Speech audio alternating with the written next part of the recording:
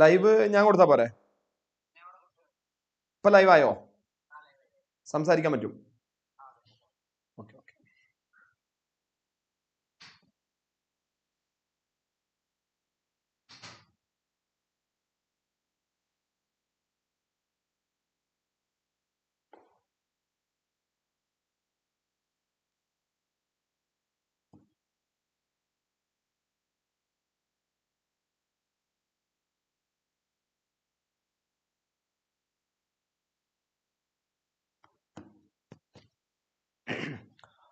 Hi, hello hello hello hello, good evening good evening good evening.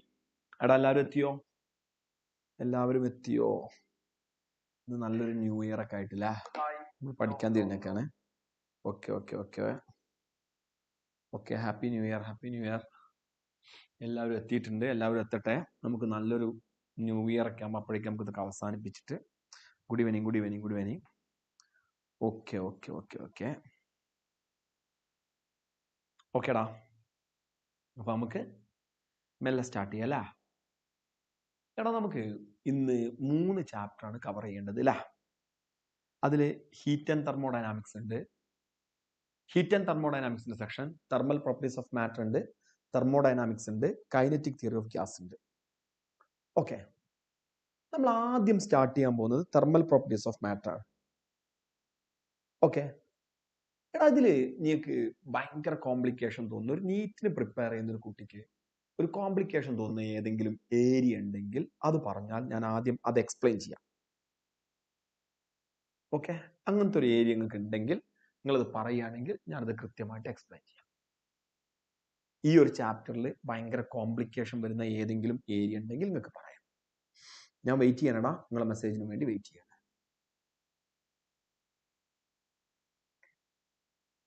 Okay, ഇതിനകത്ത് ഏതെങ്കിലും ഒരു section നിങ്ങൾക്ക് complicated ആയിട്ട് തോന്നുന്നുണ്ടെങ്കിൽ അത് ജസ്റ്റ് എന്നോട് ചോദിക്കണം, നമുക്കത് എക്സ്പ്ലെയിൻ ചെയ്തിട്ട് തുടങ്ങാമെന്ന് വിചാരിക്കുന്നു. ഓക്കെ ഓക്കെ ഓക്കെ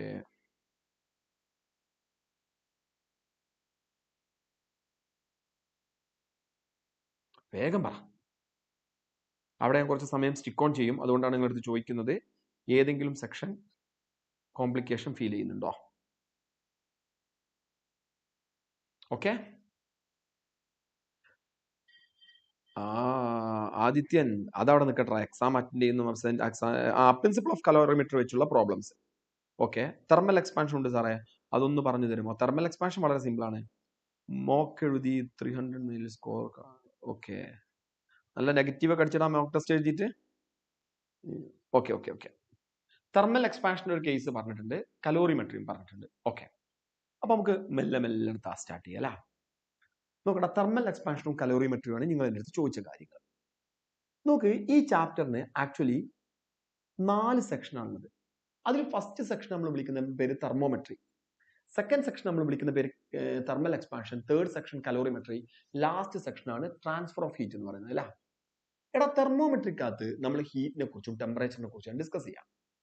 ഇവിടെ ഏറ്റവും ഇമ്പോർട്ടന്റ് ആയിട്ടുള്ള ചോദ്യം, ഒരു സ്കെയിലിനെ മറ്റൊരു സ്കെയിലോട്ട് കൺവേർട്ട് ചെയ്യാൻ നിങ്ങളോട് ചോദിക്കും. ഒരു സ്കെയിലിനെ മറ്റൊരു സ്കെയിലോട്ട് കൺവേർട്ട് ചെയ്യാൻ. എടാ, കൺവേർഷൻ ട്രിക്സ് ആദ്യം മനസ്സിലാക്കണം. ഒരുപക്ഷെ നമ്മൾ നീറ്റ് എക്സാം എഴുതാൻ പോകുന്ന സമയത്ത് ഒരിക്കലും ഭയങ്കര ഒരു സോറി നിങ്ങൾക്ക് അറിയുന്ന ഒരു സ്കെയിൽ ആവില്ല ചിലപ്പോൾ ചോദിച്ചിട്ടുണ്ടാവുക, ഒരു ബന്ധമില്ലാത്ത ഏതെങ്കിലും സ്കെയിലൊക്കെ ചോദിച്ചിട്ടുണ്ടാവും. അപ്പൊ കൺവേർഷൻ, ഒരു സ്കെയിലിൽ നിന്ന് എങ്ങനെ മറ്റൊരു സ്കെയിലോട്ട് കൺവേർട്ട് ചെയ്യാന്ന് അറിയണം. അങ്ങനെ കൺവേർട്ട് ചെയ്യുന്നത് എങ്ങനെയെന്ന് അറിയണമെങ്കിൽ ആദ്യമായിട്ട് നമുക്ക് ടെമ്പറേച്ചർ സ്കെയിലുകളെ കുറിച്ച് ഒരു ധാരണ വേണം. ടെമ്പറേച്ചർ സ്കെയിൽ, നിങ്ങൾ ടെമ്പറേച്ചർ സ്കെയിലിനെ കുറിച്ച് പഠിക്കുമ്പോൾ അതിലൊരു ലോവർ ഫിക്സഡ് പോയിന്റ് ഉണ്ടായിരിക്കും, ഒപ്പം തന്നെ ഒരു അപ്പർ ഫിക്സഡ് പോയിന്റ് ഉണ്ടായിരിക്കും. ശരിക്കും മനസ്സിലാക്ക്.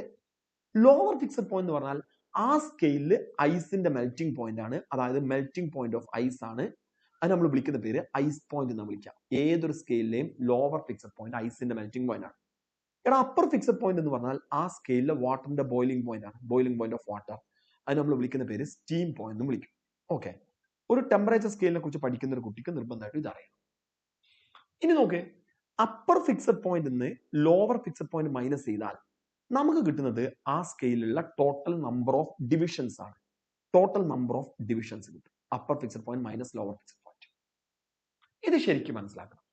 ഇനിടാ നിങ്ങൾ 3 സ്കെയിലിനെ കുറിച്ച് പഠിച്ചാൽ മതി. 3 സ്കെയിൽ അറിഞ്ഞാൽ മതി. അതിനകത്ത് ബാക്കി എല്ലാ സ്കെയിലുകളും നമുക്ക് ഉണ്ടാക്കിയെടുക്കാം. No problem. വളരെ ഈസിയാണ്. ലിസൺ. നോക്കേ, 3 ടെമ്പറേച്ചർ സ്കെയിൽ എന്ന് പറഞ്ഞാൽ അതിലൊന്ന് സെൽഷ്യസ് സ്കെയിലാണ്. സെൽഷ്യസ് ഇത് കണ്ടുപിടിച്ച സയന്റിസ്റ്റിന്റെ പേരാണ്. ഓക്കെ. രണ്ടാമത്തെ ആളെ നമ്മൾ വിളിക്കുന്ന പേര് കെൽവിൻ സ്കെയിൽ എന്നാണ്. കെൽവിൻ സ്കെയിൽ അതും സയന്റിസ്റ്റിന്റെ പേരാണ്. മൂന്നാമത് നമുക്ക് അറിയേണ്ടത് ഫാരൻഹീറ്റ് സ്കെയിലാണ്. അതും അത് കണ്ടുപിടിച്ച സയന്റിസ്റ്റിന്റെ പേരാണ്. ഞാൻ അതിൽ കുറച്ച് കാര്യങ്ങൾ നിങ്ങളെടുത്ത് പറയും. അത് വളരെ സീരിയസ് ആയിട്ട് ശ്രദ്ധിക്കണം. അതറിയാമെങ്കിൽ നിങ്ങൾക്ക് പ്രോബ്ലം വളരെ പെട്ടെന്ന് ചെയ്യാൻ പറ്റും. നോക്കടാ, സെൽഷ്യസ് സ്കെയിലിലെ ലോവർ ഫിക്സഡ് പോയിന്റ് എന്ന് പറഞ്ഞാൽ ഐസ് മെൽറ്റ് ചെയ്യുന്ന ടെമ്പറേച്ചർ 0°C ആണ്. Upper fixed point which means water boil ചെയ്യുന്ന ടെമ്പറേച്ചർ 100°C ആണ്. അപ്പൊ ഒരാൾ ചോദിക്കുകയാണ് ഇവിടുത്തെ upper fixed point minus lower fixed point എത്രയാ? 100 തന്നെയാണ്. വിച്ച് മീൻസ് സെൽഷ്യസ് സ്കെയിലിൽ 100 ഡിവിഷൻ ഉണ്ട്. ഇനി കെൽവിൻ സ്കെയിലിൽ ഐസ് മെൽറ്റ് ചെയ്യുന്ന ടെമ്പറേച്ചർ 273 കെൽവിൻ ആണ്. എടാ, വാട്ടർ ബോയിൽ ചെയ്യുന്ന ടെമ്പറേച്ചർ 373 കെൽവിൻ ആണ്. ഇപ്പൊ കെൽവിൻ സ്കെയിലിലെ നമ്പർ ഓഫ് ഡിവിഷൻ എത്രയാണെന്ന് ചോദിക്കുകയാണെങ്കിൽ 373 minus 273. Now we can write which is also equal to 100 division. Listen. Fahrenheit സ്കെയിലോട്ട് നമ്മൾ പോയാൽ ഐസ് മെൽറ്റ് ചെയ്യുന്ന ടെമ്പറേച്ചർ 32°F ആണ്. വാട്ടർ ബോയിൽ ചെയ്യുന്ന ടെമ്പറേച്ചർ 212°F ആണ്. എത്ര ഡിവിഷൻ എന്ന് ചോദിച്ചാൽ 212 minus 32 which is equal to 180 division. ഇതാണ് ഈ സ്കെയിലിന്റെ ഒരു അവസ്ഥ. എടാ, ഇനി ഞാൻ പറയുന്ന പോയിന്റ്സ് നല്ലപോലെ കെയർഫുൾ ആവണം. ശ്രദ്ധയോടെ കേൾക്കട്ടോ. ഇപ്പോ സെയിം നമ്പർ ഓഫ് ഡിവിഷനുള്ള 2 സ്കെയിൽ ഉണ്ട്. അത് സെൽഷ്യസ് സ്കെയിലും കെൽവിൻ സ്കെയിലുമാണ്. അതിനകത്ത് നമ്പർ ഓഫ് ഡിവിഷൻസ് സെയിം. അതിന്റെ മീനിങ് എന്താ അറിയോ? നിങ്ങൾ എല്ലാവരും എന്റെ കൈക്ക് ശ്രദ്ധിച്ചു കേൾക്ക്. ഇപ്പൊ സെൽഷ്യസിൽ 0 ആണെങ്കിൽ കെൽവിനിൽ 273 ആണ്. ക്ലിയർ ആണല്ലോ? 0ക്ക് ഈക്വൽ ആയിട്ടുള്ള 273 ആണ്. സെൽഷ്യസ് ടെമ്പറേച്ചർ 0 10 ആയി. 0 10°C വരെ ഉയർന്നു. കെൽവിൻ ടെമ്പറേച്ചർ 273 283 ആയിട്ട് മാറും. അപ്പൊ ഒരാൾ ചോദിക്കുകയാണ് 10°C ഈക്വൽ ടു എത്ര കെൽവിൻ ആണ്? 283 കെൽവിൻ. ഓക്കെ. എന്നാൽ ഒരാൾ ചോദിക്കുകയാണ് സെൽഷ്യസിൽ 10 കൂടിയപ്പോ 0 10 ആയി. അതായത് 10 ഇൻക്രീസ് ചെയ്തപ്പോ കെൽവിൻ എത്ര ഇൻക്രീസ് ചെയ്തു? 273 283 ആയി എന്ന് പറഞ്ഞാൽ ഇവിടെയും 10 തന്നെയാണ് കൂടുന്നത്. ഇനി ഒരു കാര്യം കൂടെ, സെൽഷ്യസ് ടെമ്പറേച്ചർ 0 100 ആയി. കെൽവിൻ ടെമ്പറേച്ചർ 273 373 ആവും. Which means 100°C equal to 300 Kelvin. 100°C equal to 373 Kelvin. പക്ഷെ സെൽഷ്യസിൽ 100 കൂടിയപ്പോൾ കെൽവിനിലും 100 ആണ് കൂടിയത്. ഇത് വളരെ ഇമ്പോർട്ടന്റ് ആയിട്ടുള്ള പോയിന്റ് ആണ്. Change in temperature in Celsius scale is equal to change in temperature in Kelvin scale. രണ്ടിലെയും ചേഞ്ച് സെയിം ആണ്. എടാ, ഞാൻ നിങ്ങളടുത്ത് പറഞ്ഞു ഇത് വളരെ ഇമ്പോർട്ടന്റ് ആയിട്ടുള്ള പോയിന്റ് ആണെന്ന് പറഞ്ഞു. അപ്പൊ ചില ആൾക്കാർ എന്താ അതിലൊരു ഇമ്പോർട്ടൻസ് എന്നൊക്കെ തോന്നുന്നുണ്ടാവും. ഇന്ന് ഞാൻ നിങ്ങളുടെ ആദ്യം വായിച്ച മെസ്സേജ് എന്താണ്? ഞങ്ങളെ മെസ്സേജ് ഇൻബോക്സ് തുറന്ന് നിങ്ങളെ ചാറ്റ് ബോക്സിൽ ആദ്യം ഞാൻ വായിച്ചെടുത്തത് എന്തോ ഒരു മോക്ക് ടെസ്റ്റ് നിങ്ങൾക്ക് നടന്നിരുന്നു. അതെനിക്ക് മനസ്സിലായി. നിങ്ങൾ ഭയങ്കര സംഭവമായിട്ട് അത് അറ്റൻഡ് ചെയ്തു എന്ന് എനിക്ക് മനസ്സിലായി. പക്ഷെ 300ൽ താഴെ മാർക്കേ വന്നുള്ളൂ. കാരണം കുറെ നെഗറ്റീവ് അടിച്ചു. ഇതാണ് നീറ്റിന്റെ ഒരു സ്വഭാവം. എല്ലാം നമുക്ക് ശരിയാണെന്ന് തോന്നും, നമ്മളത് അറ്റൻഡ് ചെയ്യും, പക്ഷെ നെഗറ്റീവ് ഉണ്ടാവാം. അതുപോലത്തെ ഒരു പ്രശ്നക്കാരനാണ് ഈ പറഞ്ഞത്.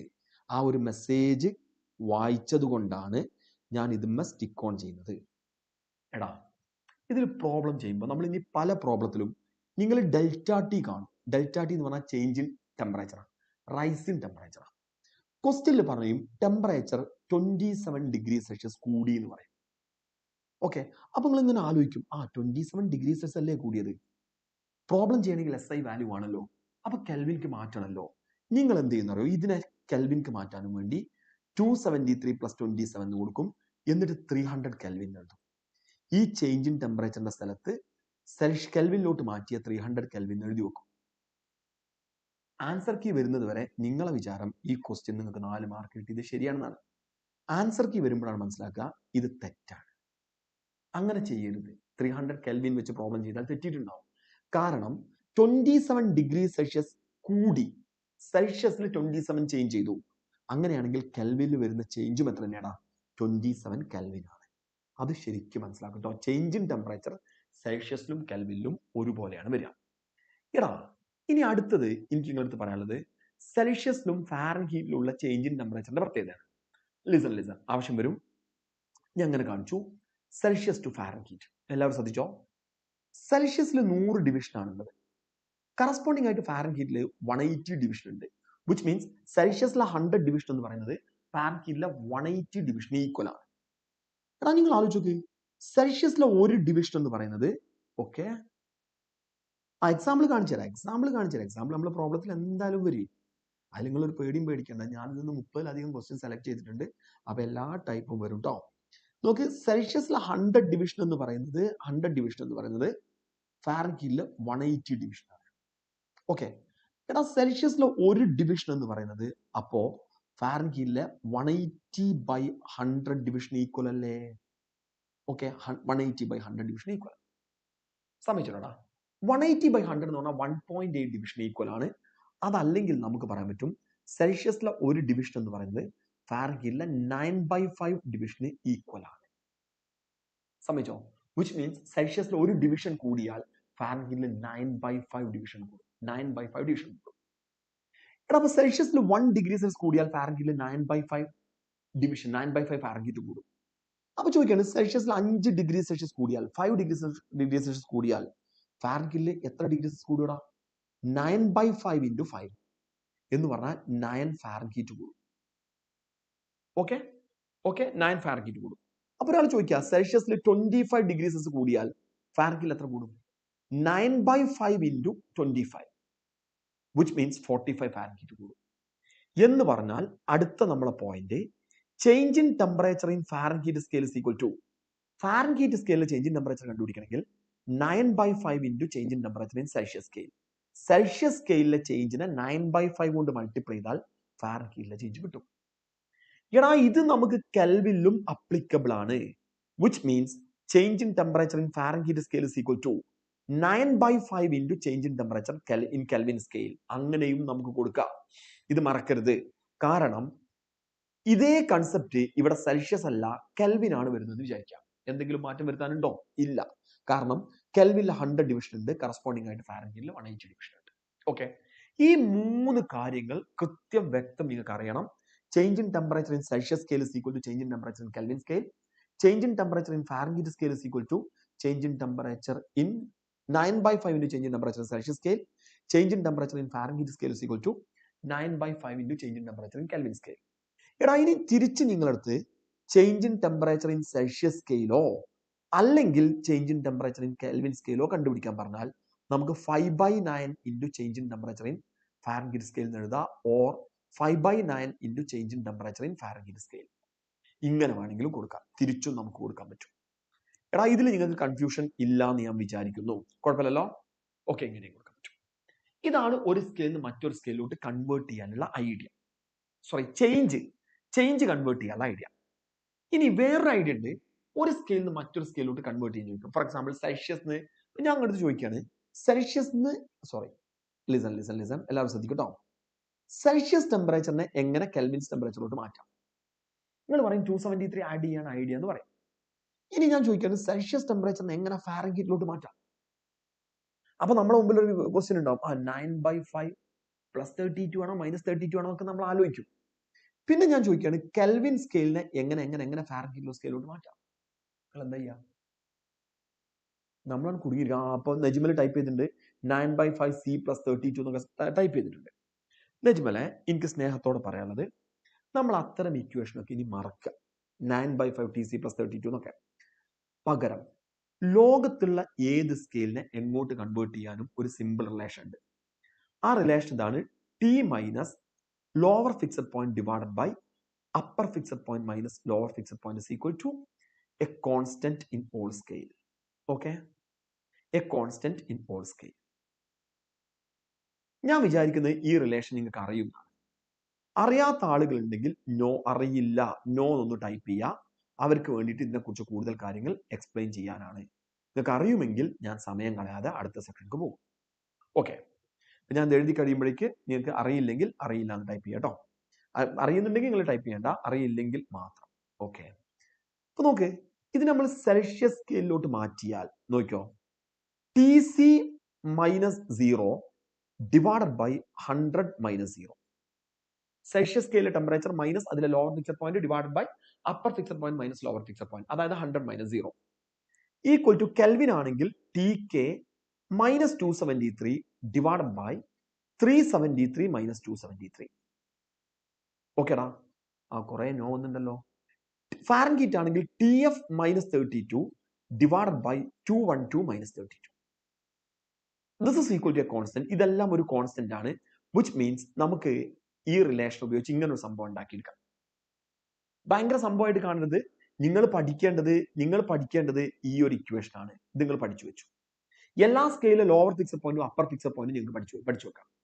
എന്നിട്ട് പറയാം T minus lower fixed point divided by upper fixed point minus lower fixed point is equal to a constant in all scale. ഇനി പറയാൻ നിങ്ങൾക്ക് കേട്ടോ, ഇത് അറിയാത്ത ആളുകൾക്ക് വേണ്ടി മാത്രമുള്ള കാര്യമാണ്. അറിയാത്ത ആളുകൾ ലിസൺ. ഓക്കെ, കേൾക്കാം. ഇപ്പോ നിങ്ങളടുത്ത ഒരാൾ ചോദിക്കുകയാണ് സെൽഷ്യസിനെ എങ്ങനെ കെൽവിനിലോട്ട് മാറ്റാം. സിമ്പിൾ. നമ്മൾ ഇക്വേഷൻ എഴുതി TC -0 divided by 100 -0 equal to കെൽവിനിലോട്ടല്ലേ മാറ്റേണ്ടത്. TK -273 divided by 373 -273. ലിസൺ, ഇത് നിങ്ങൾക്ക് കുറച്ച് കാര്യങ്ങൾ പറയാനുണ്ട്. എടാ, ഇത് 100 ആണ്, ഇതും 100 ആണ്. ഇത് ക്യാൻസൽ ചെയ്ത് പോയി. അപ്പൊ നമുക്ക് കിട്ടുന്നത് TC ഈക്വൽ ടു TK -273 എന്ന് കിട്ടി. എടാ, ഇവിടുന്ന് TK equal to Kelvin temperature equal to Celsius temperature plus 273. ശരിയായോ? ഈ ഇക്വേഷൻ ആണ് ഇത് ഉണ്ടാക്കിയത്. നേരത്തെ ഞാനൊരു ക്വസ്റ്റ്യൻ ചോദിച്ചു. അപ്പൊ നജ്മൽ പറഞ്ഞു എങ്ങനെ സെൽഷ്യസിനെ ഫാരൻഹീറ്റിലോട്ട് മാറ്റാം. Najmal listen, Celsius to Fahrenheit നോക്ക്. നമ്മൾ ഇക്വേഷൻ എഴുതി TC -0 താഴെ കിടക്കുന്നത് നമ്പർ ഓഫ് ഡിവിഷൻ ആണ്. ഈ കാണുന്നത് നമ്പർ ഓഫ് ഡിവിഷൻ ആണ്. അപ്പൊ ഞാൻ 100 -0 ഒന്നും എഴുതുന്നില്ല, 100 ഈക്വൽ ടു TF ഫാരൻഹീറ്റിലോട്ടല്ലേ -32 ഡിവൈഡഡ് ബൈ 180. ക്ലിയർ അല്ലടാ? ഈ 100ഉം ഈ 180യും കൂടെ പോയാൽ ഇവിടെ 5ഉം ഇവിടെ 9ഉം വരും. ശരിയല്ലേ? എടാ, ഇതിനെ ക്രോസ് മൾട്ടിപ്ലൈ ചെയ്താൽ 9/5 TC ഈക്വൽ ടു TF -32 ഇങ്ങനെ കിട്ടും. Now TF is equal to 9/5 TC plus 32. നജ്മലിന് idea കിട്ടിയിട്ടുണ്ടാവും എന്ന് വിചാരിക്കുന്നു എങ്ങനെയാണ് ഈ ഇക്വേഷൻ വന്നത്. ഇതാണ് സംഭവം. ക്ലിയർ അല്ലേ? ഓക്കെ, ഇതാണ് സംഭവം. എടാ, ഇനി ഇവിടെ നമുക്ക് ഒരു കാര്യം കൂടി എനിക്ക് നിങ്ങളടുത്ത് പറയാണ്ട്. NCERT ബുക്കിൽ പറഞ്ഞ എന്തായാലും ഇത്ര ചെയ്ത സ്ഥിതിക്ക് listen, this is just like y is equal to mx plus. ഇത് y is equal to mx plus ഈ ഫോമിലാണ്. അപ്പൊ നമ്മൾ ഒരു ഗ്രാഫ് വരയ്ക്കാം. y is equal to mx plus എന്ന് പറഞ്ഞാൽ സ്ട്രൈറ്റ് ലൈൻ ആണല്ലോ. ഞാനൊരു ഗ്രാഫ് വരയ്ക്കാണ്. ലിസൺ, ആ ഗ്രാഫിന്റെ y ആക്സിൽ ശ്രദ്ധിക്കേ, എല്ലാവരും ശ്രദ്ധിക്കേ. y ആക്സിൽ നമുക്ക് റെപ്രസെന്റ് ചെയ്യാൻ പറ്റുന്നത് TF-നെ. അപ്പൊ ഇവിടെ TF എന്ന് കൊടുത്തു. x ആക്സിൽ റെപ്രസെന്റ് ചെയ്യാൻ പറ്റുന്നത് TC-നെ. ഇവിടെ TC എന്ന് കൊടുത്തു. ഈ ഇക്വേഷൻ നോക്കുന്ന ഒരാൾക്ക് മനസ്സിലാവും ഈ ഗ്രാഫിന്റെ ഷേപ്പ് ഒരു സ്ട്രൈറ്റ് ലൈൻ ആണ്. ആ സ്ട്രൈറ്റ് ലൈനിന്റെ സ്ലോപ്പ് പോസിറ്റീവ് ആണ്, y ഇന്റർസെപ്റ്റും പോസിറ്റീവ് ആണ്. അപ്പൊ നമുക്ക് കൃത്യമായിട്ടൊരു ഗ്രാഫ് വരയ്ക്കാം. ലിസൺ, ഇങ്ങനെയായിരിക്കും ഗ്രാഫ്. ഈ ഗ്രാഫിന്റെ y ഇന്റർസെപ്റ്റ് 32 ആണ്. ഇതിന്റെ സ്ലോപ്പ് 9/5 ആണ്. ക്ലിയർ അല്ലേ? എടാ, ഇനി ഞാൻ പറയുന്നത് കേൾക്കട്ടോ. ഈ ഒരു ഇക്വേഷൻ നിങ്ങൾ പഠിച്ചു വെച്ചാൽ ലോകത്തുള്ള ഏത് സ്കെയിൽ ചോദിക്കുകയാണെങ്കിലും നമുക്ക് അറ്റൻഡ് ചെയ്യാൻ പറ്റും. അതിലൊരു സംശയമില്ല. ഇപ്പൊ ഫോർ എക്സാമ്പിൾ നമ്മളെ നജ്മല് ഒരു ടെമ്പറേച്ചർ സ്കെയിൽ കണ്ടുപിടിച്ചു എന്ന് വിചാരിക്കാം. സെൽഷ്യസ് കണ്ടുപിടിച്ചപ്പോൾ നമ്മൾ അതിനെ സെൽഷ്യസ് സ്കെയിൽ എന്ന് വിളിച്ചു. കെൽവിൻ കണ്ടുപിടിച്ചപ്പോൾ കെൽവിൻ സ്കെയിൽ എന്ന് വിളിച്ചു. ഫാരൻഹീറ്റ് കണ്ടുപിടിച്ചപ്പോൾ ഫാരൻഹീറ്റ് സ്കെയിൽ എന്ന് വിളിച്ചു. എടാ, നമ്മളെ നജ്മൽ ഒരു ടെമ്പറേച്ചർ സ്കെയിൽ കണ്ടുപിടിച്ചാൽ നമ്മൾ പിന്നെ ആരെ പേരാ കൊടുക്കുക? നജ്മലിന്റെ പേര്. ഞാൻ അതിനെ നജ്മൽ സ്കെയിൽ എന്ന് വിളിച്ചു. അവൻ കൊടുത്ത പേരല്ല, ഞാനല്ല, അവൻ കൊടുത്ത പേരാണ് നജ്മൽ സ്കെയിൽ. എടാ, ഇവന്റെ കയ്യിൽ ഒരു ബോട്ടിലുണ്ട്. ആ ബോട്ടിൽ കുറച്ച് വെള്ളമുണ്ട്. ഇവൻ പറയാണ് എന്റെ സ്കെയിലില് ഈ ബോട്ടിലുള്ള വാട്ടറിന്റെ ടെമ്പറേച്ചർ എങ്ങനെയാണ് പറയാം? ഇവരെങ്ങനെ പറയാം? എന്റെ സ്കെയിലിൽ ഈ ബോട്ടിലുള്ള വാട്ടറിന്റെ ടെമ്പറേച്ചർ ഇപ്പൊ സെൽഷ്യസ് ആണെങ്കിൽ പറയും 40 ഡിഗ്രി സെൽഷ്യസ് ആണ്.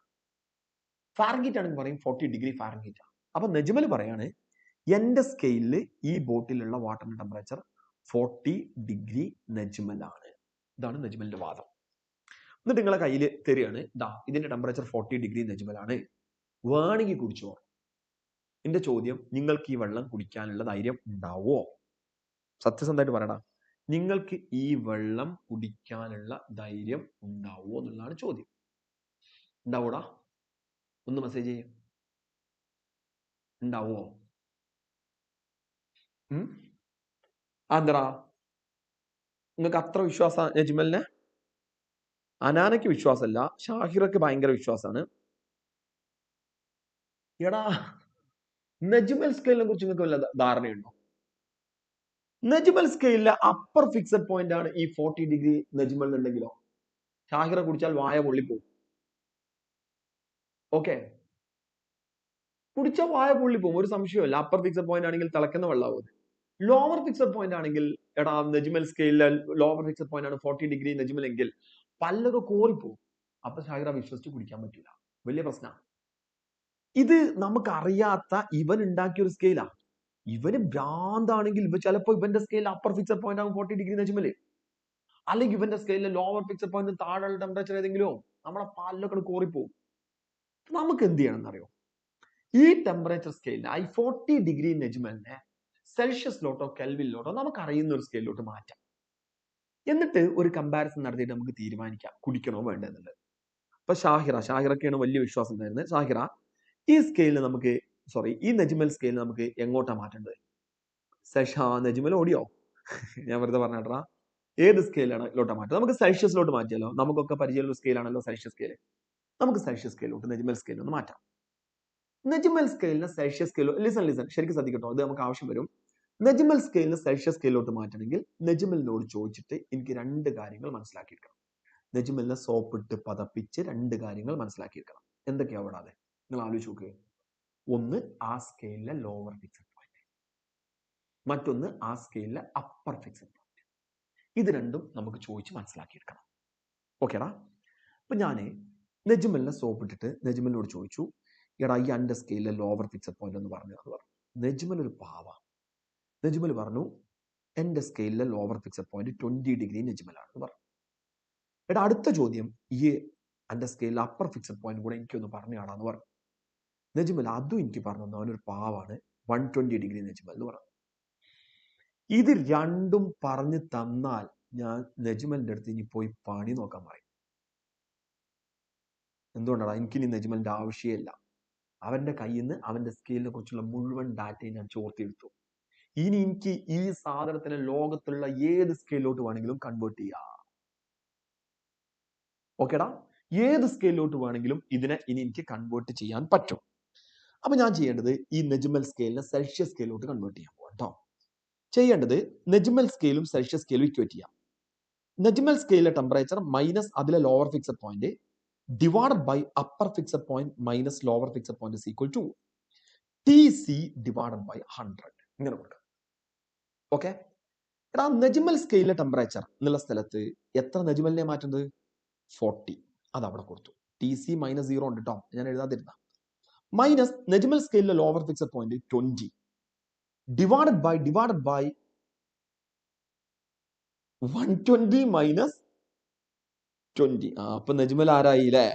120 മൈനസ് 20 ഈക്വൽ ടു നജ്മൽ ഉഷാറാടാ. നജ്മലാണ് ഏറ്റവും കൂടുതൽ ആൻസർ പറയുന്ന ഒരാൾ. TC divided by 100. ഓക്കെ? എടാ 120 മൈനസ് 20യും 100ഉം ഇത് ക്യാൻസൽ ചെയ്തു. Now we can write TC is equal to 20 degree Celsius. ശരിയല്ലേ? വിച്ച് മീൻസ് 40 ഡിഗ്രി നജ്മൽ എന്ന് പറയുന്നത് എത്രയേ ഉള്ളൂ? 40 ഡിഗ്രി നജ്മൽ എന്ന് പറയുന്നത് 20 ഡിഗ്രി സെൽഷ്യസേ ഉള്ളൂ. കിട്ടിയോ?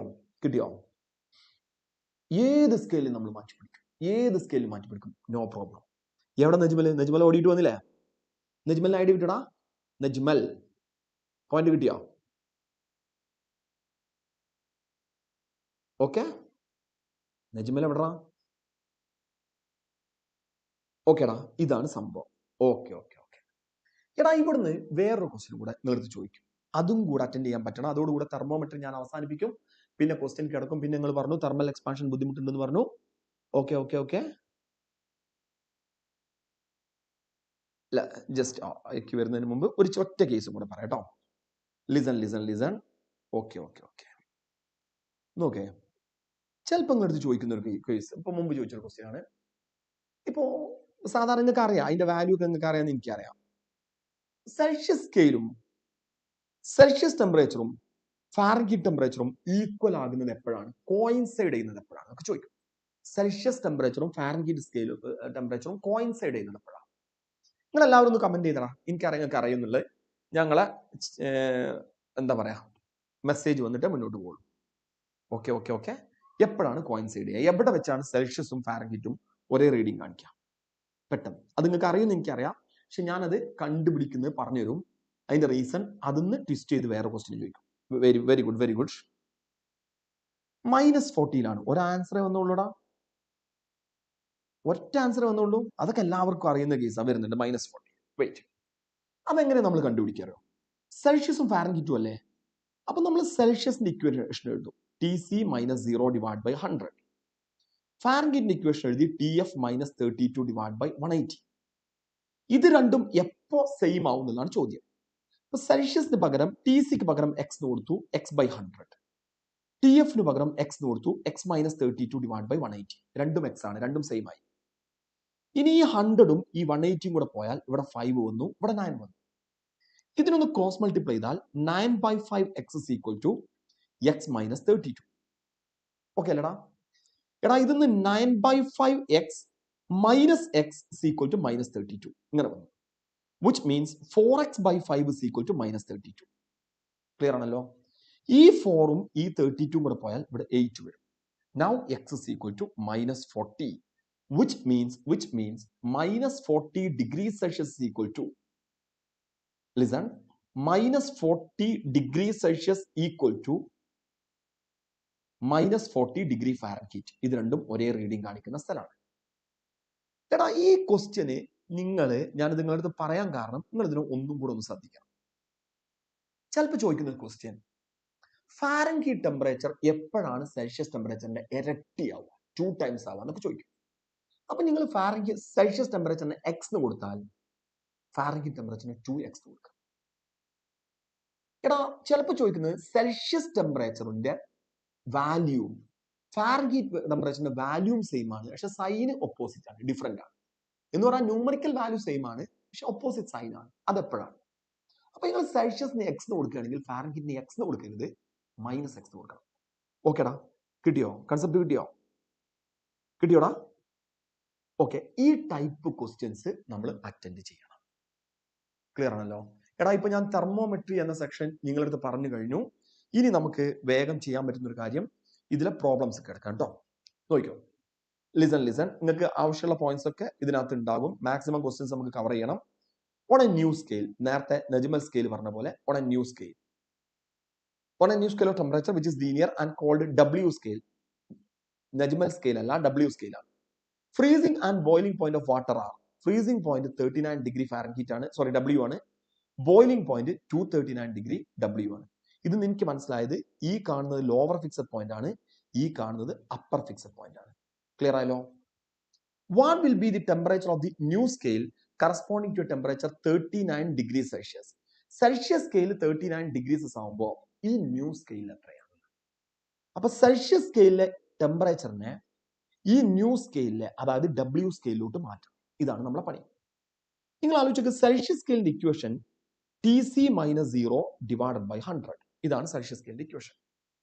അതിന് W സ്കെയിലോട്ട് മാറ്റണമെങ്കിൽ TW മൈനസ് അതിലെ lower fixed point divided by upper fixed point minus lower fixed point. ഇങ്ങനെ എഴുതാം. എത്ര സെൽഷ്യസിനെയാണ് മാറ്റേണ്ടത്? 39. അപ്പൊ ഇവിടെ 39 divided by 100 equal to corresponding W scale temperature TW ആണ് കാണുന്നത്. അതിലെ lower fixed point lower fixed point 39 ആണ്, ആണല്ലോ. അപ്പർ ഫിക്സഡ് പോയിന്റ് 239 മൈനസ് 39 ഇങ്ങനെ വന്നു. ഇതാ ഞാൻ ഇവിടെ എഴുതുന്നുണ്ട്. Listen, 39 divide by 100 is equal to TW minus 39 divided by 239 minus 39 എന്ന് പറഞ്ഞാൽ 200. ക്ലിയർ ആണല്ലോടാ? നോക്കടാ, ഇതിങ്ങനെ കട്ട് ചെയ്ത് 2 into 39, listen, 2 into 39 equal to TW minus 39.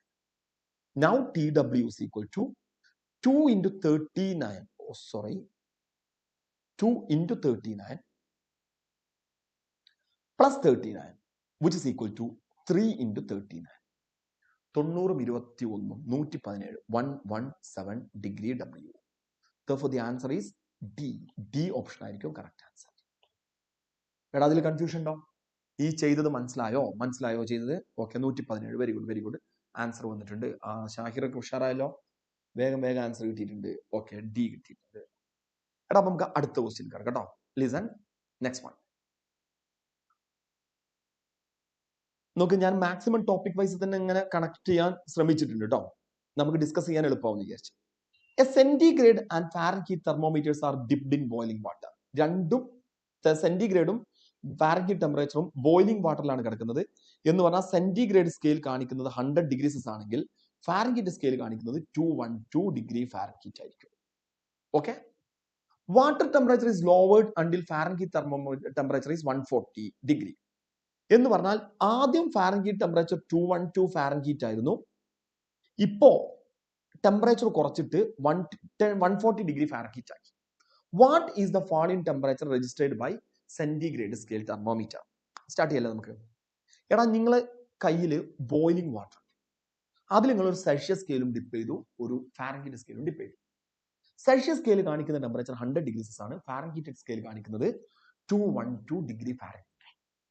വാട്ടറിന്റെ temperature കുറച്ചു,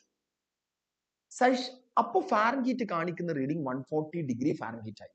212 ഉള്ളത് 140 ഡിഗ്രി ഫാരൻഹീറ്റ് ആയി. അങ്ങനെയാണെങ്കിൽ സെൽഷ്യസ് സ്കെയിൽ കാണിക്കുന്ന റീഡിംഗ് എത്രയായിരിക്കും? അതാണ് ചോദ്യം. What will be fall in temperature? Celsius സ്കെയിലിൽ എത്ര ടെമ്പറേച്ചർ കുറഞ്ഞിട്ടുണ്ടാവും? അതാണ് ചോദ്യം. നോക്ക്, a centigrade and Fahrenheit scale thermometer are dipped in boiling water, 100 degree സെൽഷ്യസും 212 ഡിഗ്രി ഫാരൻഹീറ്റും. Water temperature is lowered until the Fahrenheit thermometer registered 140 degree Fahrenheit. What is the fall in temperature as registered by the centigrade thermometer? എനിക്ക് ഇവിടുന്ന് മനസ്സിലായ ഒരു കാര്യം, Fahrenheit സ്കെയിലിലെ change in temperature in Fahrenheit scale equal to എത്രയാണ്? 212 149 ആയി, 140 ആയി എന്ന് പറഞ്ഞാൽ 72 ഡിഗ്രി ഫാരൻഹീറ്റ്. ക്ലിയർ ആണല്ലോ? അങ്ങനെയാണെങ്കിൽ change in temperature in Celsius സ്കെയിലാണ്. ഇന്ന് ഞങ്ങൾ എടുത്ത് പറഞ്ഞിരുന്നു change in temperature in Fahrenheit scale is equal to 9/5 into change in temperature in Celsius scale. Now, change in temperature in Celsius scale is equal to 5/9 into change in temperature in Fahrenheit scale. That is 5/9 into Fahrenheit ഉണ്ടായ change in temperature 72. ശരിയല്ലേ? എടാ ഈ 9ഉം 72 കൂടെ പോയാൽ ഇവിടെ 8 വരും. Therefore, the answer is 40 degree Celsius, which means ഫാരൻഹീറ്റിൽ 72 degree Fahrenheit കുറഞ്ഞപ്പോ സെൽഷ്യസിൽ കുറഞ്ഞത് 40 ഡിഗ്രി സെൽഷ്യസ് ആണ്. കിട്ടിയോടാ? C very good, C answer വന്നിട്ടുണ്ട്. ഓക്കെ, സെറ്റ് ആണല്ലോ. എടാ അടുത്ത ക്വസ്റ്റ്യൻ. ഇനി നമുക്ക് ഡിസ്കസ് ചെയ്യാനുള്ളത് നിങ്ങൾ നേരത്തെ പറഞ്ഞ പോലെ തെർമൽ എക്സ്പാൻഷൻക്കാണ് കൊടുക്കുന്നത്. തെർമോമെട്രിയിലെ സെക്ഷൻ കഴിഞ്ഞു, തെർമൽ എക്സ്പാൻഷൻ. എടാ വളരെ സിമ്പിൾ ആണ്. ഞാനൊരു 10 മിനിറ്റ് സമയം എടുത്തിട്ട് ഈ തെർമൽ എക്സ്പാൻഷനെ കുറിച്ച് എക്സ്പ്ലെയിൻ ചെയ്യാം. ശ്രദ്ധിച്ചു കേട്ടോ. തെർമൽ എക്സ്പാൻഷൻ 3 ടൈപ്പ് ഉണ്ട്. ഞാൻ പറയുന്നത് ശ്രദ്ധിക്കണം കേട്ടോ, എല്ലാം നമുക്ക് എഴുതാൻ കഴിയില്ല. തെർമൽ എക്സ്പാൻഷൻ 3 ടൈപ്പ് ഉണ്ട്. തെർമൽ എക്സ്പാൻഷൻ എന്ന് പറഞ്ഞാൽ എന്താ? ഹീറ്റ് കൊടുത്ത് എക്സ്പാൻഡ് ചെയ്യുന്ന പ്രോസസ് ആണ് തെർമൽ എക്സ്പാൻഷൻ. ഈ തെർമൽ എക്സ്പാൻഷൻ 3 ടൈപ്പ് ഉണ്ട്. ലീനിയർ എക്സ്പാൻഷൻ, അതൊരു 1 ഡയമെൻഷണൽ എക്സ്പാൻഷൻ ആണ്, ലെങ്ത് ആണ് കൂടുന്നത്. ഏരിയൽ എക്സ്പാൻഷൻ, അതൊരു 2 ഡയമെൻഷണൽ എക്സ്പാൻഷൻ ആണ്, അവിടെ ഏരിയയിലാണ് മാറ്റം വരുന്നത്. വോളിയം എക്സ്പാൻഷൻ, അതൊരു 3 ഡയമെൻഷണൽ എക്സ്പാൻഷൻ ആണ്, വോളിയത്തിലാണ് മാറ്റം വരുന്നത്. വളരെ സിമ്പിൾ. ഇതിൽ ഏതെങ്കിലും ഒന്ന് അറിഞ്ഞിരുന്നാൽ ബാക്കിയെല്ലാം മനസ്സിലാവും. നോക്കൂ, ലീനിയർ എക്സ്പാൻഷൻ, ലെങ്ത്തിലല്ലേ വേരിയേഷൻ വരിക? കേൾക്കട്ടോ, എല്ലാവരും കേട്ട്. നിങ്ങൾ എൽ ലെങ്ത് ഉള്ള ഒരു വയർ എടുത്തു, ഇതിന്റെ ടെമ്പറേച്ചർ ഡെൽറ്റ ടി കൂട്ടി. അപ്പൊ ഡെൽറ്റ ടി എന്ന് പറയുന്നത് റൈസ് ഇൻ ടെമ്പറേച്ചർ ആണ്, rise in temperature. Okay, temperature കൂട്ടിയപ്പോ ഈ സാധനം എക്സ്പാൻഡ് ചെയ്തു. നിങ്ങൾക്ക് എന്തെങ്കിലും ഡൗട്ട് ഉണ്ടെങ്കിൽ ടൈപ്പ് ചെയ്തുകൊണ്ടു എക്സ്പാൻഡ് ചെയ്തു. എടാ ഇപ്പൊ ഇതിന്റെ ലെങ്ത് എൽ ഡാഷ് ആയിട്ട് മാറി. എൽ ലെങ്ത് ഉള്ള ആളെ എക്സ്പാൻഡ് ചെയ്തിട്ട് എൽ ഡാഷ് ആക്കി. അപ്പൊ ഇവിടുത്തെ ചേഞ്ച് ലെങ്ത് എന്താ? എൽ ഡാഷ് മൈനസ് എൽ അല്ലേ? Final length minus initial length. ഇത് രണ്ടാളുകളെയാണ് ഡിപ്പെൻഡ് ചെയ്യുന്നത്. ഇനീഷ്യൽ ലെങ്ത്തിനെയും റൈസ് ഇൻ ടെമ്പറേച്ചറിനെയും, എല്ലിനെയും ഡെൽറ്റ ടിനെയും. ഇനിയുടെ ചേഞ്ച് ഇൻ ഏരിയ ആണെങ്കിൽ ഡിപ്പെൻഡ് ചെയ്യുന്നത് ഇനീഷ്യൽ ഏരിയനെയും rise in temperature. Change in volume ആണെങ്കിൽ ഡിപ്പെൻഡ് ചെയ്യുന്നത് ഇനീഷ്യൽ വോളിയത്തിനെയും റൈസ് ഇൻ ടെമ്പറേച്ചർ. അത് നിങ്ങൾ ശരിക്കും മനസ്സിലാക്കുക. ലിസൺ. ചേഞ്ച് ഇൻ ലെങ്ത് ആണെങ്കിൽ ഇനീഷ്യൽ ലെങ്ത്തിനെയും റൈസ് ഇൻ ടെമ്പറേച്ചറിനെയും, ചേഞ്ച് ഇൻ ഏരിയ ആണെങ്കിൽ ഇനീഷ്യൽ ഏരിയനെയും റൈസ് ഇൻ ടെമ്പറേച്ചറിനെയും, ചേഞ്ച് ഇൻ വോളിയം ആണെങ്കിൽ ഇനീഷ്യൽ വോളിയത്തിനെയും റൈസ് ഇൻ ടെമ്പറേച്ചറിനെ ഡിപ്പെൻഡ് ചെയ്യും. എടാ ഞാനൊരു കാര്യം ചെയ്തു, ഇതിനെ L dash minus L equal to, ഈ പ്രൊപ്പോർഷണാലിറ്റി പോയിട്ട് ഒരു പ്രൊപ്പോർഷണാലിറ്റി കോൺസ്റ്റന്റ് വന്നു, നമുക്ക് അതിനെ ആൽഫ എന്ന് വിളിക്കാം. ആൽഫ എൽ ഡെൽറ്റ ടി എന്ന് എഴുതാം. എടാ കേൾക്ക്, എൽ ഡാഷ് മൈനസ് എൽ എന്ന് പറഞ്ഞ ഡെൽറ്റ എൽ ആണ്. Delta L is equal to alpha L delta T എന്ന് എഴുതാം. ഇനി alpha equal to delta L divided by L delta T. ഇത് വളരെ ഇമ്പോർട്ടന്റ് ആണ്. ഇതാണ് ആൽഫ കണ്ടുപിടിക്കാനുള്ള equation, delta L by L delta T. എന്റെ ചോദ്യം, ആൽഫന്റെ യൂണിറ്റ് എന്താണെന്നുള്ളതാണ് അടുത്ത ചോദ്യം. നിങ്ങൾ എനിക്ക് വേഗം പറഞ്ഞു തരണം യൂണിറ്റ്. നോക്കടാ, മുകളിലുള്ളത് ചേഞ്ച് ഇൻ ലെങ്ത് അല്ലേ, അതിന്റെ യൂണിറ്റ് മീറ്റർ ആണ്. നമ്മൾ സാധാരണ പറയാം 7 മീറ്റർ ചേഞ്ച് ചെയ്തു, മീറ്റർ ആണ്. ഇനീഷ്യൽ ലെങ്ത് താഴെയുള്ള എല്ലിന്റെ യൂണിറ്റ് മീറ്റർ ആണ്. ഞാൻ ഇങ്ങനെ വരയ്ക്കുന്നുണ്ട്. ദാ ലിസൺ. മുകളിലുള്ള ചേഞ്ച് ഇൻ ലെങ്ത്തിന്റെ യൂണിറ്റ് മീറ്റർ ആണ്, ഇനീഷ്യൽ ലെങ്ത്തിന്റെ യൂണിറ്റ് മീറ്റർ ആണ്. അത് കട്ട് ചെയ്ത് പോയാൽ യൂണിറ്റ് കെൽവിൻ ഇൻവേഴ്സ് ആണല്ലോ. ഇതാണ് യൂണിറ്റ്. ഇനി നിങ്ങൾ ശരിക്ക് എന്താണ് ആൽഫ എന്നുള്ളതൊന്ന് മനസ്സിലാക്കുക. ലിസൺ, ഞാനത് എഴുതൂല, എല്ലാവരും ശ്രദ്ധിച്ച് കേൾക്കണം, ഒരു ഐഡിയ വേണം. എന്താണ് ആൽഫ? ആൽഫ നമ്മളിങ്ങനെ കേൾക്കാറുണ്ട്, ലീനിയർ എക്സ്പാൻഷൻ കോഎഫിഷ്യന്റ് ആൽഫ ഒക്കെ. ഈ എല്ലിന്റെ വാല്യൂ 1 ആണെന്ന് വിചാരിക്കും, 1 metre. Delta T change in temperature 1 ആണെന്ന് വിചാരിച്ചോ. എടാ ഒരു കാര്യം, വേഗം ഒന്ന് ടൈപ്പ് ചെയ്യണം. ഈ ചേഞ്ച് ഇൻ ടെമ്പറേച്ചർ ഞാൻ 1 ഡിഗ്രി സെൽഷ്യസ് ആണോ 1 കെൽവിൻ ആണോ കൊടുക്കേണ്ടത്? വേഗം, അത് കഴിഞ്ഞിട്ട് പോയാൽ മതി. ചേഞ്ച് ഇൻ ടെമ്പറേച്ചർ എനിക്ക് അറിയില്ല. ചേഞ്ച് ഇൻ ടെമ്പറേച്ചർ ഞാൻ എന്താ കൊടുക്കുക? 1 ഡിഗ്രി സെൽഷ്യസ് ആണോ 1 കെൽവിൻ ആണോ കൊടുക്കേണ്ടത്? വേഗം 1 കെൽവിൻ. Very good. അതിനും നജ്മൽ വേണം അതിന്. ബാക്കിയൊക്കെ 1 കെൽവിൻ എന്ന് പറഞ്ഞു. നജ്മലിനെ ഞാൻ എന്തിനാണ് എക്സാമ്പിൾ ആക്കിയെന്ന് ഇപ്പോൾ നിങ്ങൾക്ക് മനസ്സിലായിട്ടുണ്ടാവും. നജ്മലിന്റെ കമന്റ് ആണ് വളരെ കറക്റ്റ് ആയിട്ടുള്ളത്. രണ്ടും കൊടുക്കുക, ഏത് വേണമെങ്കിലും നിങ്ങൾ കൊടുത്തോളൂ എന്നാണ് നജ്മലിന്റെ അടുത്ത് പറഞ്ഞത്. ഏത് വേണമെങ്കിലും കൊടുത്തോളൂ. നേരത്തെ ഞാൻ കുറെ ആൾക്കാരെ ഡെൽറ്റ ടീനെ കുറിച്ച് സംസാരിച്ചപ്പോൾ കുറെ ആൾക്കാരോട് ചോദിച്ചു, ഒരു എക്സാമ്പിൾ പറയോ എന്ന് ചോദിച്ചുകൊണ്ടിരിക്കുന്നു. ഞാൻ ആ കമന്റ് മൈൻഡ് ചെയ്യാൻ പോയിട്ടില്ല. അതിന് എക്സാമ്പിൾ പറയണമെന്ന് ഞാൻ വിചാരിച്ചിട്ടേ ഇല്ല. എനിക്കറിയായിരുന്നു നമ്മളെ ഡിസ്കഷൻ കണ്ടിന്യൂ ചെയ്യുന്ന സമയത്ത്, നമ്മളെ ഡിസ്കഷൻ ഇങ്ങനെ പോകുന്ന സമയത്ത് വീണ്ടും തെറ്റുവരുത്തിക്കൊണ്ടേയിരിക്കും. ഇനിയും ഞാൻ നിങ്ങളെ ചലഞ്ച് ചെയ്യാണ്, ഇനി നിങ്ങൾ തെറ്റുവരുത്തിക്കൊണ്ടിരിക്കും. ഓക്കെ, എടാ കെൽവിൻ എന്ന് കൊടുത്താലും ഡിഗ്രി സെൽഷ്യസ് എന്ന് കൊടുത്താലും എന്ത് മാറ്റം ഉണ്ടാവുക? ഒരു മാറ്റം ഉണ്ടാവില്ല. താഴെ ഡെൽറ്റ ടി ആണ്. ഈ ഡെൽറ്റ ടി ഞാൻ 1 ഡിഗ്രി സെൽഷ്യസ് കൊടുത്തു. Change in temperature 1 degree Celsius ആണെങ്കിൽ ചേഞ്ച് ഇൻ ടെമ്പറേച്ചർ കെൽവിൻ സ്കെയിലും 1 കെൽവിൻ അല്ലേ? അല്ലേടാ? കിട്ടിയോ? പോയിന്റ് കിട്ടിയോ? അപ്പൊ എന്റെ ചോദ്യം 1 കെൽവിൻ ആണോ 1 ഡിഗ്രി സെൽഷ്യസ് ആണോ കൊടുക്കേണ്ടത്? ആ നജ്മൽ മാത്രമാണ് എനിക്ക് കറക്റ്റ് ആൻസർ തന്നത്. നിങ്ങൾ എന്ത് വേണമെങ്കിലും കൊടുത്തോളൂ നജ്മൽ. അതാണ് അതിന് ഏറ്റവും നല്ല ആൻസർ. നിങ്ങൾ എന്ത് വേണമെങ്കിലും കൊടുത്തോളൂ. എന്ത് കൊടുത്താലും ഞങ്ങളെ ബാധിക്കുന്നില്ല, കാരണം രണ്ടും ഒന്ന് തന്നെയാണ്. കിട്ടിയോടാ? പോയിന്റ് കിട്ടിയല്ലോ? യെസ്. അപ്പൊ എന്ത് വേണമെങ്കിലും കൊടുക്കാം. എടാ അപ്പൊ L 1 മീറ്റർ ആണ്, ചേഞ്ച് ഇൻ ടെമ്പറേച്ചർ 1 ഡിഗ്രി സെൽഷ്യസോ 1 കെൽവിനോ ആണ്. അങ്ങനെയാണെങ്കിൽ ആൽഫ ഈക്വൽ ഡെൽറ്റ എൽ അല്ലേ വരിക? ക്ലിയർ അല്ലേ? അപ്പൊ ആൽഫ എന്ന് പറയുന്നത് ലീനിയർ എക്സ്പാൻഷൻ കോഎഫിഷ്യന്റ് ആണ്. അതിനെ ഞാൻ ഡിഫൈൻ ചെയ്യുകയാണെങ്കിൽ ഇങ്ങനെ ഡിഫൈൻ ചെയ്യാം. 1 മീറ്റർ ലെങ്ത് ഉള്ള ഒരു റോഡ് ഉണ്ട് നിങ്ങളുടെ കയ്യിൽ. 1 മീറ്റർ ലെങ്ത് ഉള്ള ഒരു റോഡ് ഉണ്ട്. അതിന്റെ ടെമ്പറേച്ചർ 1 ഡിഗ്രി സെൽഷ്യസ് കൂട്ടുമ്പോൾ അതിനുണ്ടാകുന്ന ഡെൽറ്റ എൽ, അതിനുണ്ടാകുന്ന ചേഞ്ച് ലെങ്ത്, അതായത് ഇപ്പൊ നമുക്ക് കിട്ടിയത് alpha equal to delta L എന്നാണ്. താഴെ 1 × 1 വരിക. വിച്ച് മീൻസ് 1 മീറ്റർ ലെങ്ത് ഉള്ള റോഡിന്റെ ടെമ്പറേച്ചർ 1 ഡിഗ്രി സെൽഷ്യസ് കൂട്ടുമ്പോൾ അതിനുണ്ടാകുന്ന ചേഞ്ച് ലെങ്ത് നമ്മൾ വിളിക്കുന്ന പേരാണ് ആൽഫ. ഓക്കെ. ഫാരൻഹീറ്റ് എങ്ങനെയാണ് കൊടുക്കാൻ പറ്റുന്നത്? Change in temperature in Kelvin സ്കെയിലും change in temperature in Fahrenheit സ്കെയിലും ഒന്നാണോ? അല്ലല്ലോ. ഇതാണ് ആൽഫ ട്ടോ. ഞാനത് വിട്ടു.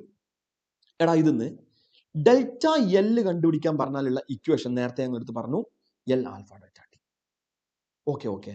ഇനി ആർക്കെങ്കിലും ഫൈനൽ ലെങ്ത് കണ്ടുപിടിക്കേണ്ട സാഹചര്യം വന്നു വിചാരിക്കാം. ഫൈനൽ ലെങ്ത് കണ്ടുപിടിക്കേണ്ട സാഹചര്യം ഉണ്ടായി. L dash which is equal to L plus alpha L delta T എന്ന് എഴുതാം. ക്ലിയർ ആണല്ലോ? ഇതൊക്കെ നോക്കിയാൽ മതി. ഈ ഇക്വേഷൻ നോക്കിയാൽ മതി. അപ്പൊ L dash is equal to L into 1 plus alpha delta T. ഇതാണ് ഇവിടുത്തെ final length, L into 1 plus alpha delta T. എടാ ഇനി ഇതേ ഇക്വേഷൻ തന്നെ ഒന്നും കൂടെ എല്ലാവരും ശ്രദ്ധിക്കുക. ഇവിടുന്ന് ഡെൽറ്റ എൽ ബൈ എൽ എന്ന് പറഞ്ഞാൽ ലീനിയർ സ്ട്രെയിൻ ആണത്. Change in length divide by original length. Okay. which is equal to alpha delta t. ഇങ്ങനെ നമുക്ക് കൊടുക്കാം. Delta L by L is equal to alpha delta T. ഇത്രയും കാര്യങ്ങളാണ് എനിക്ക് നിങ്ങളടുത്ത് ലീനിയർ എക്സ്പാൻഷനിൽ പറയാനുള്ളത്. അതിന്റെ അപ്പുറത്തേക്ക് എനിക്ക് ഒന്നും പറയാനില്ല. എടാ ഇനി നമ്മൾ ഏരിയൽ എക്സ്പാൻഷൻ എടുക്കുക. ലിസൺ, ഒന്ന് മാത്രമേ കൃത്യമായിട്ട് പറയുള്ളൂ, ഏരിയൽ എക്സ്പാൻഷൻ. ഇത് നമ്മൾ സൂപ്പർഫിഷ്യൽ എക്സ്പാൻഷൻ എന്ന് വിളിക്കാറുണ്ട്. ഏരിയൽ എക്സ്പാൻഷൻ ഞാൻ ആദ്യം ചെയ്യുന്നത് ഈ ഇക്വേഷൻ കണ്ടെടുത്തു. Delta L is equal to alpha L delta T. അതൊന്ന് ഞാൻ എഴുതി. ഏരിയൽ എക്സ്പാൻഷൻ ആണെങ്കിൽ change in area delta A is equal to beta A delta T. ഇതാണ് ഏരിയൽ എക്സ്പാൻഷനിൽ ചേഞ്ച് ഇൻ ഏരിയ കണ്ടുപിടിക്കാനുള്ള ഇക്വേഷൻ. എടാ ഇനി അത് കഴിഞ്ഞാൽ ബീറ്റ കണ്ടുപിടിക്കാനുള്ള equation delta A by A delta T ആണ്. ഓക്കെ, നിങ്ങളടുത്ത ഒരാൾ ബീറ്റനെ ഡിഫൈൻ ചെയ്യാൻ പറഞ്ഞാൽ നമുക്ക് പറയാൻ പറ്റും 1 മീറ്റർ സ്ക്വയർ ഏരിയ ഉള്ള ബോഡിയുടെ ടെമ്പറേച്ചർ 1 ഡിഗ്രി സെൽഷ്യസ് കൂട്ടുമ്പോൾ അതിനുണ്ടാവുന്ന ചേഞ്ച് ഇൻ ഏരിയ ആണ് ആക്ച്വലി ബീറ്റ എന്ന് പറയുന്നത്. ഓക്കേടാ, ഇനി ബീറ്റ കിട്ടിക്കഴിഞ്ഞു. ഫൈനൽ ഏരിയ വേണമെങ്കിൽ A dash is equal to A into 1 plus beta delta T. ഇവിടെ L into 1 plus alpha delta T എന്ന് എഴുതിയ പോലെ A into 1 plus beta delta T. ഇത്രയേ ഉള്ളൂ ഏരിയൽ എക്സ്പാൻഷനിൽ. ആരൊക്കെയാണ് നേരത്തെ ഇതിനെ കുറിച്ച് കൺഫ്യൂഷൻ ഉണ്ട് എന്ന് പറഞ്ഞിരുന്നു. ഇത്രയേ ഉള്ളൂ ഏരിയൽ എക്സ്പാൻഷൻ.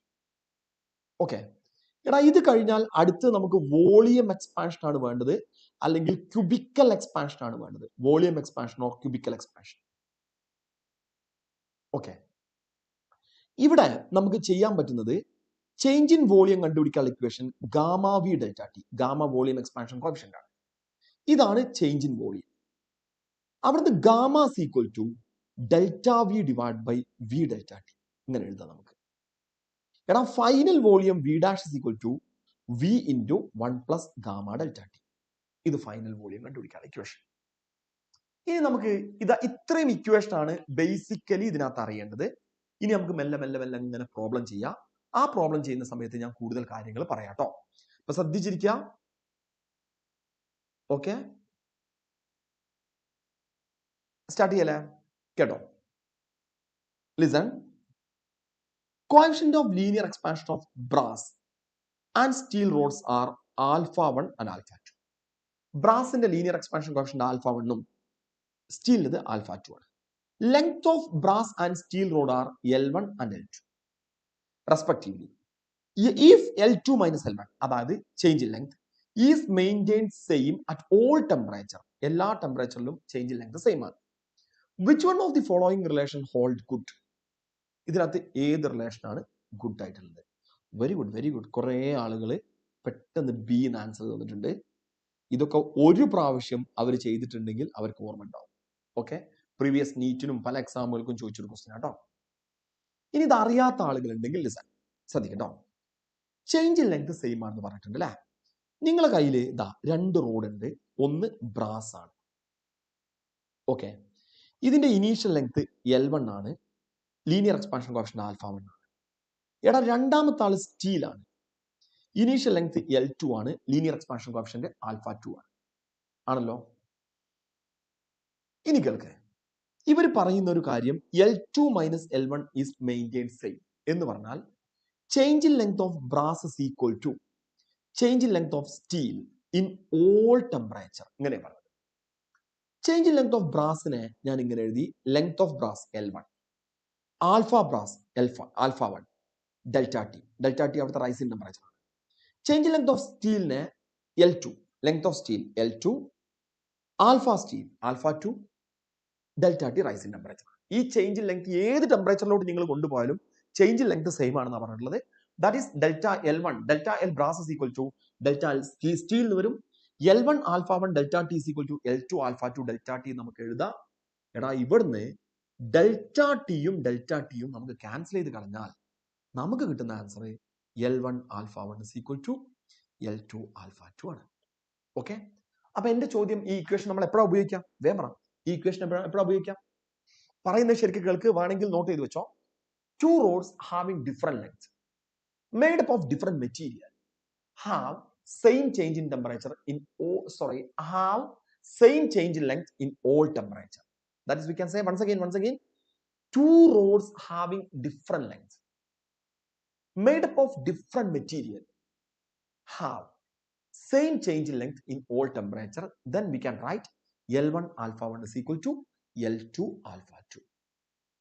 ഓക്കെടാ, ആ ടെമ്പറേച്ചർ സെയിം ആണ്. ഇപ്പൊ ഏത് ടെമ്പറേച്ചറിലോട്ട് കൊണ്ടുപോയാലും ഒരേ റൈസിങ് ടെമ്പറേച്ചർ ആണ്. അപ്പൊ ഡെൽറ്റ ടി രണ്ടാമതും സെയിം ആയിരിക്കും.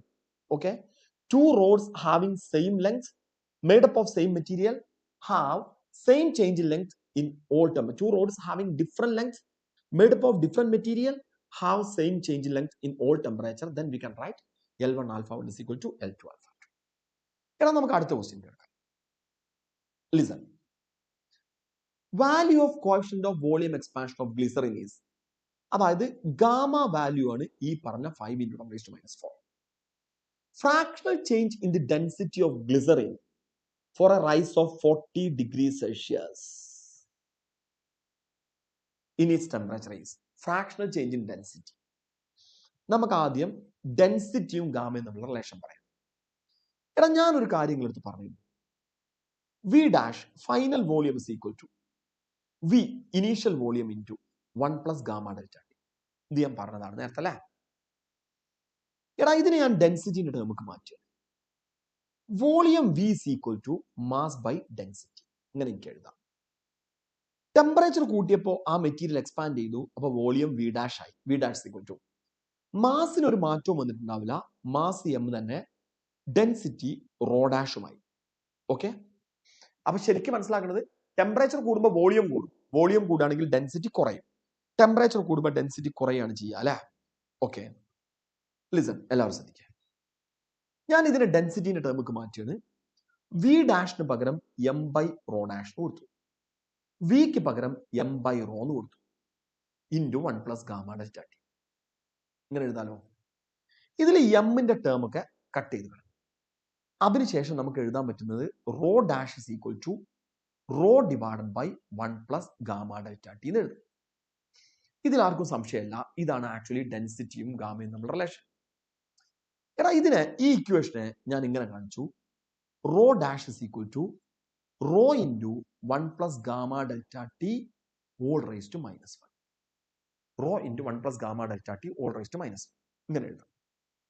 Listen, rho dash is equal to rho into, എടാ എനിക്കിതിനെ എക്സ്പാൻഡ് ചെയ്യണം, എനിക്കിതിനെ എക്സ്പാൻഡ് ചെയ്യണം. ഇതിനെ എക്സ്പാൻഡ് ചെയ്യണമെങ്കിൽ ഗാമ വാല്യൂ വളരെ വളരെ ചെറുതാ, ചെറിയ വാല്യൂ ഉണ്ടാവുക, 10 raised to minus 5, 10 raised to minus 6 അങ്ങനെ ഉണ്ടാവുക. അപ്പൊ ഹയർ പവേഴ്സ് ഓഫ് ഗാമയെ നമുക്ക് നെഗ്ലക്ട് ചെയ്യാം. നിങ്ങൾ മാത്സ് പഠിക്കുന്ന ആളുകളാണ്, ഇതിനെ എക്സ്പാൻഡ് ചെയ്താൽ ശരിക്കും നമുക്ക് വെയിറ്റ്. ഇപ്പൊ നിങ്ങളുടെ ഒരാൾ ചോദിക്കുകയാണ് 1 plus X whole raise to minus 1 എങ്ങനെ എക്സ്പാൻഡ് ചെയ്യാം. നമുക്ക് ഇടുന്നത് 1 minus X plus X square minus X cube plus X raise to 4 അങ്ങനെ പോവുക ചെയ്യാം.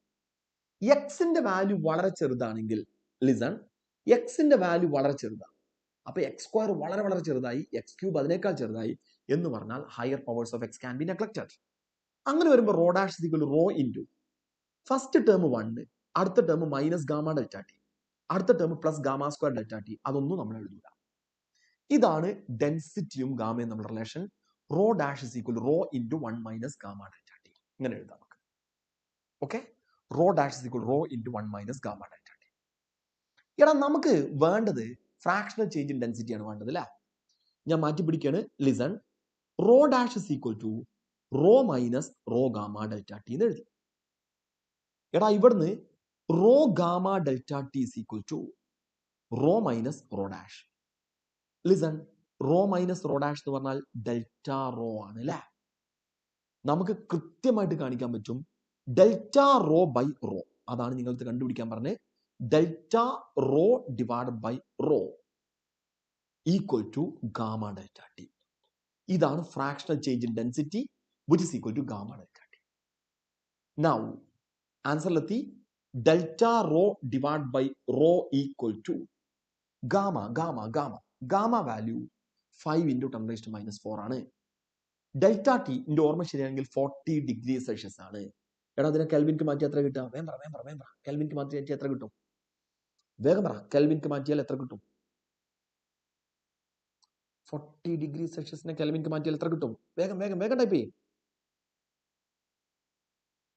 കെൽവിൻക്ക് മാറ്റിയാൽ എത്ര കിട്ടും?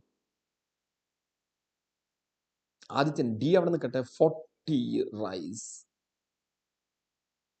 കെൽവിൻക്ക് മാറ്റിയാൽ എത്ര കിട്ടും? എന്താ കമന്റ് വരാത്ത കമന്റ് ബോക്സ് നിറയട്ടടാ, ചാറ്റ് ബോക്സ് നിറയട്ടെ, വേഗം വേഗം വേഗം. ഇപ്പൊ എല്ലാവരും ഓക്കെ ആയി. ഇപ്പൊ നിങ്ങളെ പറ്റിക്കാൻ എനിക്ക് പറ്റിയില്ല. 40 ചേഞ്ച് ആണ്. അപ്പൊ അവിടെ നമ്മൾ കൊണ്ടുപോയിക്കാണ്ട് 273 + 40 എഴുതാൻ പാടുണ്ടോ? ഇല്ല. അതാണ് ഞാൻ നേരത്തെ പറഞ്ഞത്, ശ്രദ്ധിക്കേണ്ട ഒരു വിഷയം എന്ന് പറയുന്നത് കേട്ടോ. 40 തന്നെയാണ്. Simple into 40. അങ്ങനെ ആകുമ്പോൾ നമുക്ക് 200 × 10⁻⁴ എന്നല്ലേ വരിക? 200 × 10⁻⁴, which is equal to 0.02. 0.02. Okay, 0.02. അങ്ങനെ ഓപ്ഷനിലെ D option, it is the correct answer. ഓക്കേടാ, ശരിയായോ? സിമ്പിൾ അല്ലേ? ഓക്കെ അല്ലേ? എന്തെങ്കിലും ബുദ്ധിമുട്ടായാലും എന്തോ? Very good very good very good. ആൻസറിലെത്തി 0.02. എടാ നമുക്ക് അടുത്ത ക്വസ്റ്റ്യൻ പോവാ. Next one. Thermal capacity of 40 gram of aluminium. രസകരമായിട്ടുള്ള കാര്യം. ഇപ്പൊ നമ്മൾ അടുത്ത മൂന്നാമത്തെ സെക്ഷൻ, ഈ ചാപ്റ്ററിലെ മൂന്നാമത്തെ സെക്ഷനിലേക്ക് പോവുകയാണ്, തെർമൽ കപ്പാസിറ്റി. എടാ ഞാൻ ഒരു കാര്യം ചോദിക്കട്ടെ, ഞാൻ പറയുന്നത് നിങ്ങൾക്ക് മനസ്സിലാവുന്നില്ലെങ്കിൽ നിങ്ങൾ ചോദിക്കണം.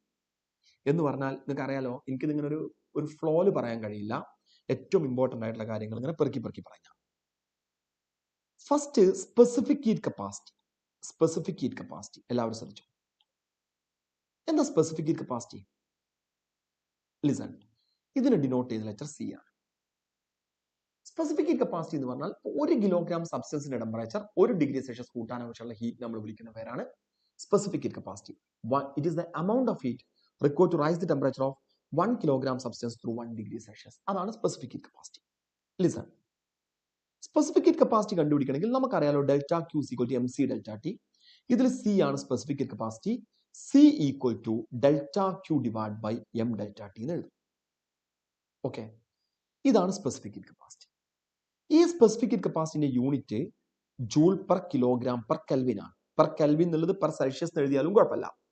എന്തുകൊണ്ട് പെർ കെൽവിൻ എഴുതിയാലും, ഇപ്പം joule per kilogram per kelvin എഴുതി, നിങ്ങൾ എവിടെയെങ്കിലും joule per kilogram per Celsius കണ്ടു, അതിപ്പോ എന്താ സെൽഷ്യസ് എഴുതുന്നത്? SI സിസ്റ്റത്തിൽ എഴുതണ്ടേ? അത് പെർ കെൽവിൻ എഴുതണ്ടേ എന്ന് വിചാരിക്കേണ്ട ആവശ്യമില്ല. റൈസ് രണ്ടിലും സെയിം ആണ്. ഇപ്പൊ specific heat capacity means amount of heat required to raise the temperature of 1 kilogram substance through 1 degree Celsius.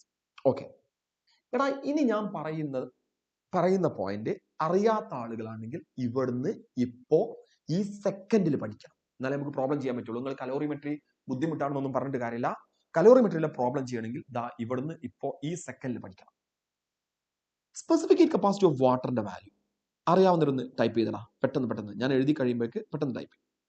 Specific heat capacity of water, വേഗം പറ. ആൻസർ വന്നില്ല. Najmal 4200. Okay, 4200. Okay, Appu okay very good. ഷിഫ്റ്റിന് ഒക്കെ answer ഇട്ടുണ്ട്. Joule per kilogram per kelvin അല്ലെങ്കിൽ per Celsius. Wait. Okay, ഇനി കേൾക്ക് കേട്ടോ. ഇതിന്റെ മീനിങ് എന്താ അറിയോ? ലിസൺ. 1 കിലോഗ്രാം വാട്ടറിന്റെ ടെമ്പറേച്ചർ 1 ഡിഗ്രി സെൽഷ്യസ് കൂട്ടണമെങ്കിൽ 4200 ജൂൾ ഹീറ്റ് കൊടുക്കണം. അല്ലെങ്കിൽ പറയാം 1 കിലോഗ്രാം വാട്ടറിന്റെ ടെമ്പറേച്ചർ 1 ഡിഗ്രി സെൽഷ്യസ് കുറക്കണമെങ്കിൽ 4200 ജൂൾ ഹീറ്റ് എടുക്കണം. ഫോർ എക്സാമ്പിൾ, നിങ്ങളെ കയ്യിൽ 20 ഡിഗ്രി സെൽഷ്യസിൽ 1 കിലോഗ്രാം വാട്ടർ ഉണ്ടെന്ന് വിചാരിക്കാം. അതിന്റെ ടെമ്പറേച്ചർ 21 ഡിഗ്രി സെൽഷ്യസ് ആയിട്ട് കൂട്ടണമെങ്കിൽ 4200 ജൂൾ ഹീറ്റ് അതിലോട്ട് കൊടുക്കണം. 19 ഡിഗ്രി സെൽഷ്യസ് ആയിട്ട് കുറയ്ക്കണമെങ്കിൽ 4200 ജൂൾ ഹീറ്റ് അതിന് എടുക്കണം. അതാണ് ഇതിന്റെ മീനിങ്. എടാ ഇതിന്റെ ജൂൾ പെർ കിലോഗ്രാം ആണ് അല്ലെ? ഇത് നമുക്ക് ഇങ്ങനെ എഴുതാം, 4.2 joule per gram per kelvin. ഓക്കേടാ, അല്ലെങ്കിൽ very good 1 calorie per gram per kelvin. ഇതിന്റെയൊക്കെ മീനിങ് കൃത്യമായിട്ട് മനസ്സിലാക്കണം. 1 ഗ്രാം വാട്ടറിന്റെ ടെമ്പറേച്ചർ 1 ഡിഗ്രി സെൽഷ്യസ് കൂട്ടണമെങ്കിൽ 1 കലോറി എനർജി കൊടുക്കണം. 1 ഡിഗ്രി സെൽഷ്യസ് കുറയ്ക്കണമെങ്കിൽ 1 കലോറി എനർജി എടുക്കണം. എടാ ഇത് പറഞ്ഞപ്പോൾ എനിക്കൊരു കാര്യം ഓർമ്മ. ഞാൻ നിങ്ങൾക്കൊരു ടാസ്ക് തരാൻ പോവാണ്. ഇത് നിങ്ങളെ ജോലിയാണ്. അടുത്ത ലൈവിൽ നമ്മൾ കാണുമ്പോൾ ഞാൻ നിങ്ങളടുത്ത് ചോദിക്കും. അപ്പൊ അല്ലെങ്കിൽ നിങ്ങളൊരു കാര്യം ചെയ്യണം, ഇത് കഴിഞ്ഞിട്ട് ലൈവ് കഴിഞ്ഞിട്ട് ഇതിന്റെ കമന്റിൽ അതിനുള്ള ആൻസർ നിങ്ങളൊന്ന് ടൈപ്പ് ചെയ്തിടണം കേട്ടോ. ചോദ്യം ഇതാണ്, ഡിഫൈൻ 1 കാലറി. ആരതാണ് ശരിയാവാന്നുള്ളത് നോക്കട്ടെ. Define 1 calorie. നമ്മൾ ഇന്നത്തെ ക്ലാസ് കഴിഞ്ഞിട്ട് ടൈപ്പ് ചെയ്താൽ മതി. Define 1 calorie. ആ ലാസ്റ്റ് ലൈവ് എന്തെങ്കിലും ആയിക്കോട്ടെ, ഇനി ഉണ്ടാകും. നോക്ക്, ഡിഫൈൻ 1 കാലറി. ഇത് നിങ്ങളെ ചോദ്യമാണ്. NCERT കൃത്യമായിട്ട് പറഞ്ഞിട്ടുണ്ട്. ആർതാണ് ശരിയാവുന്നത് എനിക്ക് നോക്കണം, ഞാൻ അതിൽ ലൈക്ക് ചെയ്യും. ആർതാണ് കറക്റ്റ് ആവുന്നതാണ്. നിങ്ങളെ ബുക്കിലുണ്ട്, നിങ്ങളെ ടെക്സ്റ്റ് ബുക്കിൽ കറക്റ്റ് ആയിട്ടുണ്ട്. എനിക്ക് കറക്റ്റ് എക്സ്പ്ലനേഷൻ ആണ് ഇത് വേണ്ടത്. ഓക്കെ, നിങ്ങളെ ജോലി കേട്ടോ. ഞാനത് നോക്കും, ഞാനത് ലൈക്ക് ചെയ്യും. ഉറപ്പായിട്ടും നിങ്ങളെ കമന്റ് ചെയ്യാൻ വായിക്കും. Define 1 calorie. NCERT text book ആരെങ്കിലും വായിക്കുന്നുണ്ട് നോക്കാനാണ്. ഓക്കെ, ഇനി നമുക്ക് തിരിച്ചു വരാം. എടാ, ഐസിന്റെ സ്പെസിഫിക് ഹീറ്റ് കപ്പാസിറ്റി ഇതിന്റെ നേരെ പകുതിയാണ്. ആർക്കെങ്കിലും വായിച്ചേ? ഞാൻ പറഞ്ഞു കഴിഞ്ഞല്ലേ, സോറി, ഞങ്ങളിത് ചോദിക്കണം വിചാരിച്ചിരുന്നു. ഐസിന്റെ specific heat capacity 2100 joule per kilogram per kelvin ആണ്, അല്ലെങ്കിൽ 2.1 joule per gram per kelvin ആണ്. അതല്ലെങ്കിൽ നമുക്ക് പറയാം 0.5 calorie per gram per kelvin ആണ്. ഇതാണ് ഐസിന്റെ സ്പെസിഫിക് ഹീറ്റ് കപ്പാസിറ്റി. ഇതും നമുക്ക് പഠിച്ചേ മതിയാവും. ഓക്കേടാ. ഇനി നിങ്ങൾ മനസ്സിലാക്കേണ്ട ഒരു പോയിന്റ് എന്താ അറിയോ? ഈ 0.5 കാലറി അല്ലെങ്കിൽ ഐസിന്റെ specific heat capacity 0.5 calorie per gram per kelvin ആണെന്ന് പറഞ്ഞാൽ അതിന്റെ മീനിങ് എന്താ? 1 ഗ്രാം ഐസിന്റെ ടെമ്പറേച്ചർ 1 ഡിഗ്രി സെൽഷ്യസ് കൂട്ടണമെങ്കിൽ 0.5 കാലറി എനർജി കൊടുക്കണം. 1 ഗ്രാം ഐസിന്റെ ടെമ്പറേച്ചർ 1 ഡിഗ്രി സെൽഷ്യസ് കുറയ്ക്കണമെങ്കിൽ 0.5 കാലറി എനർജി എടുക്കണം. നിങ്ങളെ കയ്യിൽ -20 ഡിഗ്രി സെൽഷ്യസ് 1 ഗ്രാം ഐസ് ഉണ്ടെന്ന് വിചാരിക്കാം. അതിന്റെ ടെമ്പറേച്ചർ -21 ഡിഗ്രി സെൽഷ്യസ് ആയിട്ട് കുറയ്ക്കണമെങ്കിൽ അതൊന്ന് 0.5 കാലറി എനർജി എടുക്കണം. അതിന്റെ ടെമ്പറേച്ചർ -19 ഡിഗ്രി ആയിട്ട് കൂട്ടണമെങ്കിൽ അതിലോട്ട് 0.5 കാലറി എനർജി കൊടുക്കണം. അപ്പൊ ഒരാൾ വെറുതെ ചോദിക്കാണ്, എടാ അങ്ങോട്ട് ചോദിക്കണം, വെള്ളാണോ ഐസാണോ പെട്ടെന്ന് ചൂടാവുക? വെള്ളാണോ ഐസാണോ പെട്ടെന്ന് ചൂടാവുക?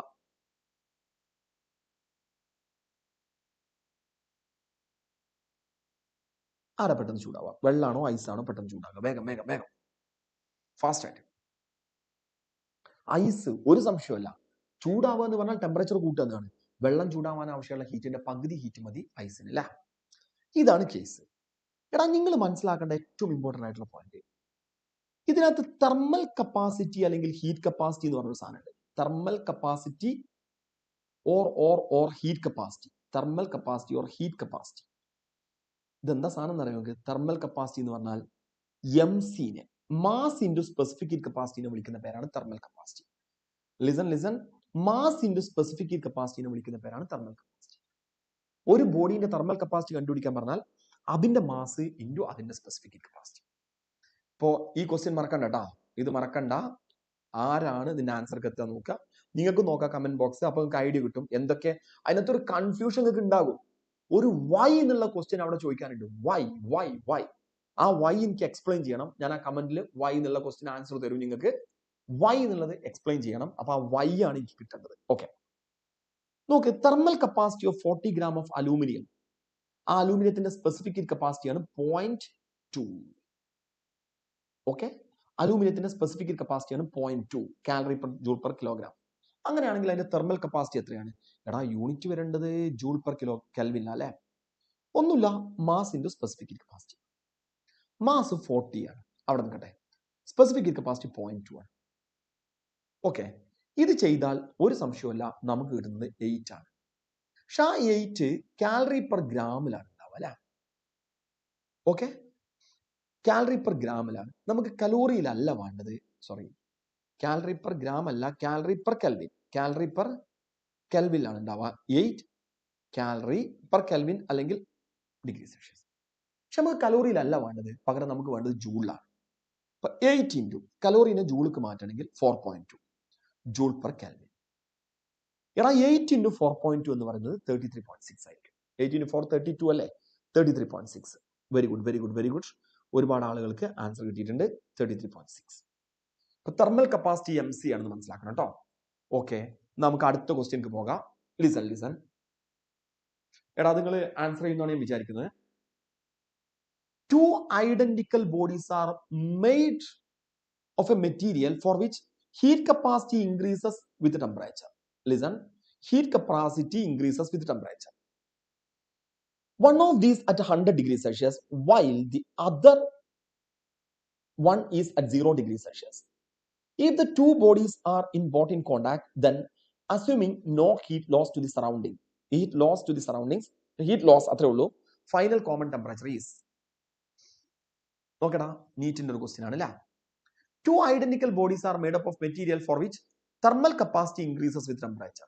തെർമൽ കപ്പാസിറ്റി എന്ന് പറഞ്ഞാൽ എം സി ആണ്, which is proportional to temperature. അല്ലെങ്കിൽ നമുക്ക് ഇങ്ങനെ എഴുതാം, M C is equal to proportionality constant K into T. One of these at 100 degrees Celsius while the other is at 0 degrees Celsius. If the two bodies are brought in contact, then assuming no heat loss, the final temperature of the body is. Listen, കുറച്ച് പണിയാണ് ശ്രദ്ധിച്ചോ. പക്ഷെ idea കിട്ടിക്കഴിഞ്ഞാൽ എളുപ്പം. ഇതൊരു hot ബോഡിയാണെന്ന് വിചാരിക്കാം. എൻ്റെ കയ്യിൽ ഈ റിമോട്ട് ഒരു കോൾഡ് ബോഡിയാണ്. ഈ ഹോട്ട് ബോഡി കോൾഡ് ബോഡിയുമായിട്ട് കോൺടാക്ട് കൊടുത്തു. എന്താ സംഭവിക്കാം? ഹോട്ട് ബോഡി കോൾഡ് ബോഡിയുമായിട്ട് കോൺടാക്ട് വെച്ചു. ഹോട്ട് ബോഡിയിൽ നിന്ന് കോൾഡ് ബോഡിയിലോട്ട് ഹീറ്റ് ഫ്ലോ ചെയ്യും. ഏതുവരെ? രണ്ടിനും ഒരേ ടെമ്പറേച്ചർ ആകുന്നത് വരെ. ഹോട്ട് ബോഡിയിൽ നിന്ന് കോൾഡ് ബോഡിയിലോട്ട് ഹീറ്റ് ഫ്ലോ ചെയ്യും, രണ്ടിനും ഒരേ ടെമ്പറേച്ചർ ആകുന്നത് വരെ. ഇവിടെ എനിക്കൊരു ആൻസർ എ എന്നൊക്കെ കിട്ടിയിട്ടുണ്ട്. നോക്കാം നമുക്ക് കേട്ടോ. ഒരേ ടെമ്പറേച്ചർ ആകുന്ന വരെ ഹീറ്റ് ഫ്ലോ ചെയ്യും. അപ്പൊ ഞാൻ ചോദിക്കട്ടെ, ഈ ഹോട്ട് ബോഡിക്ക് 100 കാലറി ഹീറ്റ് നഷ്ടപ്പെട്ടാൽ കോൾഡ് ബോഡിക്ക് കിട്ടിയ ഹീറ്റും 100 കാലറി ആയിരിക്കും. കാരണം എനർജി കൺസർവ്ഡ് ആണ്. Energy can neither be created nor B destroyed. Therefore, heat loss by hot body is equal to heat gain by cold body. ഇതാണ് പ്രിൻസിപ്പിൾ ഓഫ് കലോറിമെട്രി എന്ന് പറയുന്നത്. Okay, principle of calorimetry പറയുന്നത് heat loss by hot body equal to heat gain by cold body. എല്ലാവരും ശ്രദ്ധിക്കും. എടാ, ഒരു ബോഡിയിൽ ടെമ്പറേച്ചറിൽ വേരിയേഷൻ വരുന്നുണ്ടെങ്കിൽ അവിടുത്തെ ഹീറ്റ് കണ്ടുപിടിക്കാനുള്ള ഇക്വേഷൻ ആണ് M C delta T. Temperature കൂടുന്നുണ്ടെങ്കിൽ നിങ്ങൾ മനസ്സിലാക്കണം, ഇത്രയും ഹീറ്റ് അയാൾ അബ്സോർബ് ചെയ്തു. ടെമ്പറേച്ചർ കുറയുന്നുണ്ടെങ്കിൽ ഇത്രയും ഹീറ്റ് അയാൾ റിലീസ് ചെയ്തു. ഹീറ്റ് നഷ്ടപ്പെടുത്തിയാൽ അവിടെ ഒരു മൈനസ് സൈൻ കൊടുക്കും, ഹീറ്റ് കിട്ടിയാൽ അവിടെ ഒരു പ്ലസ് സൈൻ കൊടുക്കും. ഓക്കെ, അപ്പൊ ടെമ്പറേച്ചറിൽ മാറ്റം വരുന്നുണ്ടെങ്കിൽ ഇതാണ് ഹീറ്റ്. പക്ഷെ ഇവിടുത്തെ ഒരു പ്രശ്നം എന്താ അറിയോ? സാധാരണ രീതിയിൽ നമ്മൾ ഹീറ്റ് ലോസിന് എം സി ഡെൽറ്റ ടി എന്നാണ് എഴുതുന്നത്. പക്ഷെ ഇവിടുത്തെ ഒരു പ്രശ്നം എന്ന് പറയുന്നത് ഈ എം സി ഒരു വേരിയബിൾ ആണ്, അത് ടെമ്പറേച്ചറിനനുസരിച്ച് മാറും. അതുകൊണ്ട് ഇതിനെ കെ ടി ഡെൽറ്റ ടി അല്ലെങ്കിൽ ഡി ടി എന്ന് എഴുതാം. ഇതാണ് ഇവിടുത്തെ heat loss, K T delta T. അപ്പൊ ഇനി പറയുന്നത് ശരിക്കും കേൾക്കട്ടോ, ശ്രദ്ധയോടെ കേട്ടോ. എടാ, ഇതൊരു വേരിയബിൾ ആയതുകൊണ്ട്, എം സി കോൺസ്റ്റന്റ് അല്ല, ഒരു വേരിയബിൾ ആയതുകൊണ്ട് നമ്മൾ ഇവിടെ ഇന്റഗ്രേഷൻ മെത്തേഡ് ഉപയോഗിക്കണം. ഞാൻ പറയാം, ഇങ്ങനെ എഴുതാം. ഹീറ്റ് ലോസ് ബൈ, ശ്രദ്ധിച്ചു കേട്ടോ, by hot body to decrease temperature by D T. ഇതെല്ലാവരും ശ്രദ്ധിച്ചോ, ഇത് നല്ലൊരു ക്വസ്റ്റ്യൻ ആണ്. ഇത് ചെയ്ത് പഠിച്ചാൽ okay. Heat loss by hot body to decrease temperature by D T. ഞാൻ അതിനെ ഡി ക്യൂ ഈക്വൽ ടു എങ്ങനെ എഴുതാറിയോ? സാധാരണ ടെമ്പറേച്ചർ ഡി ടി കുറയ്ക്കാൻ ആവശ്യമായിട്ട് നഷ്ടപ്പെട്ട heat M C D T. പക്ഷെ എം സിക്ക് പകരം നമുക്ക് ഡി ക്യൂ ഈക്വൽ ടു ഇങ്ങനെ എഴുതാം, കെ ടി ഡി ടി. എല്ലാവരും ശ്രദ്ധിക്കുക. ഇനി heat loss by hot body to decrease temperature D T എന്ന് പറയുന്നത് കെ ടി ഡി ടി ആണ്. ഹീറ്റ് ലോസ് ചെയ്യായതുകൊണ്ട് മൈനസ് സൈൻ കൊടുക്കണം. ഇനിടാ, എവിടെ മുതൽ ആണ് ഇതിന്റെ ഹീറ്റ് ലോസ് ചെയ്യുന്നത്? ടോട്ടൽ ഹീറ്റ് ലോസ് കിട്ടണമെങ്കിൽ 100 നിന്ന് ടെമ്പറേച്ചർ ടി ആകുന്നത് വരെയാണ് ഹോട്ട് ബോഡി ഹീറ്റ് ലോസ് ചെയ്യുന്നത്, 100 ടു ടി. ഇനിടാ, heat gain by cold body. അപ്പോ മൈനസ് ഉണ്ടാവില്ല എന്നുള്ളതേ ഉള്ളൂ, കെ ടി ഡി ടി. എവിടെ മുതൽ ഏതുവരെ? 0 ടെമ്പറേച്ചർ ടി ആകുന്നവരെ. ശരിക്കും മനസ്സിലാക്കാം, ഈ ബോഡി 100 നിന്ന് അതിന്റെ ടെമ്പറേച്ചർ ടി ആയിട്ട് കുറയുന്നവരെ ഹീറ്റ് നഷ്ടപ്പെടും. ഇതേ ബോഡി 0 അതിന്റെ ടെമ്പറേച്ചർ ടി ആകുന്നവരെ ഹീറ്റ് ഗെയിൻ ചെയ്യും. ഹോട്ട് ബോഡിന്റെ ഫൈനൽ ടെമ്പറേച്ചർ ടി ആണ്, കോൾഡ് ബോഡിന്റെ ഫൈനൽ ടെമ്പറേച്ചർ ടി ആണ്. ലിസൺ. എടാ, മൈനസ് കെനെ ഞാൻ പുറത്തോട്ട് മാറ്റി. ഇന്റഗ്രൽ ടി ഡി ടി എന്ന് പറഞ്ഞാൽ ടി സ്ക്വയർ ബൈ 2 ആണ്. ഇവിടെ ലിമിറ്റ് വരുന്നത് 100 ടു ടി. കെനെ പുറത്തോട്ട് മാറ്റി. ടി സ്ക്വയർ ബൈ 2 ആണ് ടി ഡി ടി. ഇവിടെ ലിമിറ്റ് വരുന്നത് 0 ടു ടി. എടാ, ലിസൺ. ഈ കെ പോയി, ഈ ടു പോയി. ശരിയായോ? ഇനി നമ്മളെ കയ്യിലുള്ളത്, എല്ലാവരും ശ്രദ്ധിച്ചോ, നല്ല പണി കിട്ടും. മൈനസ് ലിമിറ്റ് കൊടുത്താൽ T square minus 100 square equal to, ഇപ്പുറത്താണെങ്കിൽ ലിമിറ്റ് കൊടുത്താൽ ടി സ്ക്വയർ മൈനസ് 0. ഓക്കെടാ, minus T square plus 100 square equal to T square. ഇങ്ങനെ വന്നല്ലോ. നിങ്ങൾ നോക്കണം, ആ 100 square is equal to 2t square. Okay, 100 is equal to root 2t. Okay, t equal to 100 by root 2. 1 by root 2 എന്ന് പറഞ്ഞാൽ 0.7 ആണ്. അപ്പോൾ 0.7 into 100. Therefore, t is equal to final temperature 70 degrees Celsius ആണ് വരിക. 70 degrees Celsius. സിദ്ധാർത്ഥ്, നജ്മൽ, ജാസ്മിൻ, അമീന, സെൽവ, അവരുടെ അടുത്ത് എനിക്ക് സംസാരിക്കാനുള്ളത് 70 ഡിഗ്രി സെൽഷ്യസ്. ഇതൊരു പ്രീവിയസ് നീറ്റിന്റെ ക്വസ്റ്റ്യനും കൂടിയാണ്. 50 ആണോ 50 ആണോ? അല്ല, ആൻസർ വരുന്നത് മോർ ദാൻ 50. ഓക്കേടാ. എന്തുകൊണ്ട് നമ്മൾ ഇന്റഗ്രേറ്റ് ചെയ്തത്? ഇതാണ് ഇന്റഗ്രേറ്റ് ചെയ്യാനുള്ള കാരണം. തെർമൽ കപ്പാസിറ്റി ഒരു വേരിയബിൾ ആണ്. ഓക്കെ, ഐഡിയ കിട്ടിയോടാ? നിങ്ങൾ എല്ലാവരും 50 ഡിഗ്രീസ് ആണെന്ന് വിചാരിക്കും. നമ്മൾ ഒറ്റയടിക്ക്, ഇതാണ് നീറ്റിന്റെ പ്രശ്നം. നിങ്ങൾ പറഞ്ഞില്ലേ 300 കിട്ടിയതുള്ളൂ, കുറെ നെഗറ്റീവ് വന്നു എന്നുള്ളത്. ഇതൊക്കെ കിട്ടിയാൽ എനിക്ക് ഉറപ്പാ ഇതില് എക്സാം എഴുതുന്നതിൽ ഒരു 90% ആളുകളും എഴുതുന്നത് 50 എന്നാവും. ഓക്കേടാ, ശരിയല്ലേ? ഇത് പ്രീവിയസ് നീറ്റിന് ചോദിച്ചൊരു ക്വസ്റ്റ്യൻ ആട്ടോ. ഓക്കെ, ഐഡിയ കിട്ടിയല്ലോ? ഓക്കെ, ആ കോമൺ സെൻസ് അതാണ് പ്രശ്നടാ നജ്മലെ. ഇതില് മനസ്സിലാക്കേണ്ട ഒരു കാര്യം എന്താടാ നജ്മൽ, എല്ലാവരും ശ്രദ്ധിക്കും. നമ്മൾ കോമൺ സെൻസ് വെച്ച് നോക്കിയാൽ 50 പോലെ തോന്നും. ശരിയാണ്, നജ്മൽ പറഞ്ഞത് ശരിയാണ്, വളരെ ശരിയാണ്. ഈ ബോഡീന്റെ തെർമൽ കപ്പാസിറ്റി ഒരു വേരിയബിൾ അല്ല എന്ന് വിചാരിക്കാം നജ്മലെ. തെർമൽ കപ്പാസിറ്റി ഒരു വേരിയബിൾ അല്ല. അങ്ങനെയാണെങ്കിൽ എന്താ സംഭവിക്കാറിയോ? M C into heat loss എന്ന് പറയുന്നത് M C into 100 minus T. Heat loss ചെയ്യുന്നത് കൊണ്ട് minus, equal to heat gain ചെയ്യുന്നത് M C into T minus 0. 0 ഒന്ന് ടി വരെ. ഓക്കെ, അപ്പൊ നജ്മൽ നോക്കടാ, എം സി ക്യാൻസൽ ചെയ്തു. Minus 100 plus T equal to T. Sorry, minus 100, sorry, listen, minus 100 M C minus 100 T is equal to 0 minus T. Okay, നിങ്ങൾ ചെയ്യുന്ന സമയത്ത് minus 100 minus T അല്ലെങ്കിൽ 2t is equal to 100 എന്ന് വരും. ആ സമയത്ത് നമുക്ക് T is equal to 50 degree Celsius എന്ന് വരും. തെർമൽ കപ്പാസിറ്റി കോൺസ്റ്റന്റ് അല്ലെങ്കിൽ T is equal to 50 degree, sorry, constant ആണെങ്കിൽ T equal to 50 degree Celsius വരും. ഇവിടെ തെർമൽ കപ്പാസിറ്റി കോൺസ്റ്റന്റ് അല്ലല്ലോ. അതുകൊണ്ട് കൃത്യമായിട്ട് മനസ്സിലാക്കണം, ആൻസർ വരുന്നത് ഗ്രേറ്റർ ദാൻ 50 ആണ്. എടാ, ഇത്തരം ഒരു ക്വസ്റ്റ്യൻ നിങ്ങൾ തന്നാൽ എപ്പോഴും മനസ്സിലാക്കുന്നത് ആ 50ക്ക് മുകളിലായിരിക്കും കേട്ടോ. ഇനി കറക്റ്റ് ചോദിക്കുകയാണെങ്കിൽ കറക്റ്റ് കണ്ടുപിടിക്കണം. കറക്റ്റ് സാധാരണ JEE എക്സാമിനെ ചോദിക്കാറുള്ളൂ, നീറ്റിന് ചോദിക്കാറില്ല. കിട്ടിയല്ലോ? ഓക്കെ ആണല്ലോ? Okay okay okay. അത് തന്നെയാടാ നീറ്റിന്റെ പ്രശ്നം. അവിടെയാണ് നീറ്റിന്റെ പ്രശ്നം. നീറ്റ് വളരെ സിമ്പിളാണ്, പക്ഷെ പവർഫുൾ ആണ്. അതാണ് പ്രശ്നം കേട്ടോ. നമുക്ക് സ്റ്റാർട്ട് ചെയ്യാം. A piece of ice falls from a height h. A piece of ice falls from a height h so that it melts completely. Only 1/4 of the heat produced is absorbed by the ice. All energy of ice gets converted into heat during its fall. Value of h is. Okay, നമുക്ക് start ചെയ്യാം കേട്ടോ. എടാ, ഈ സെക്ഷനിൽ കലോറിമെട്രിയിൽ നമുക്ക് ഇനി പഠിക്കാനുള്ള അടുത്ത ഒരു സെക്ഷൻ എന്ന് പറയുന്നത് ലാറ്റന്റ് ഹീറ്റ് ആണ്. Listen, latent heat. ഇത് നമ്മൾ ഡിനോട്ട് ചെയ്യുന്ന ലെറ്റർ എൽ എന്നാണ്.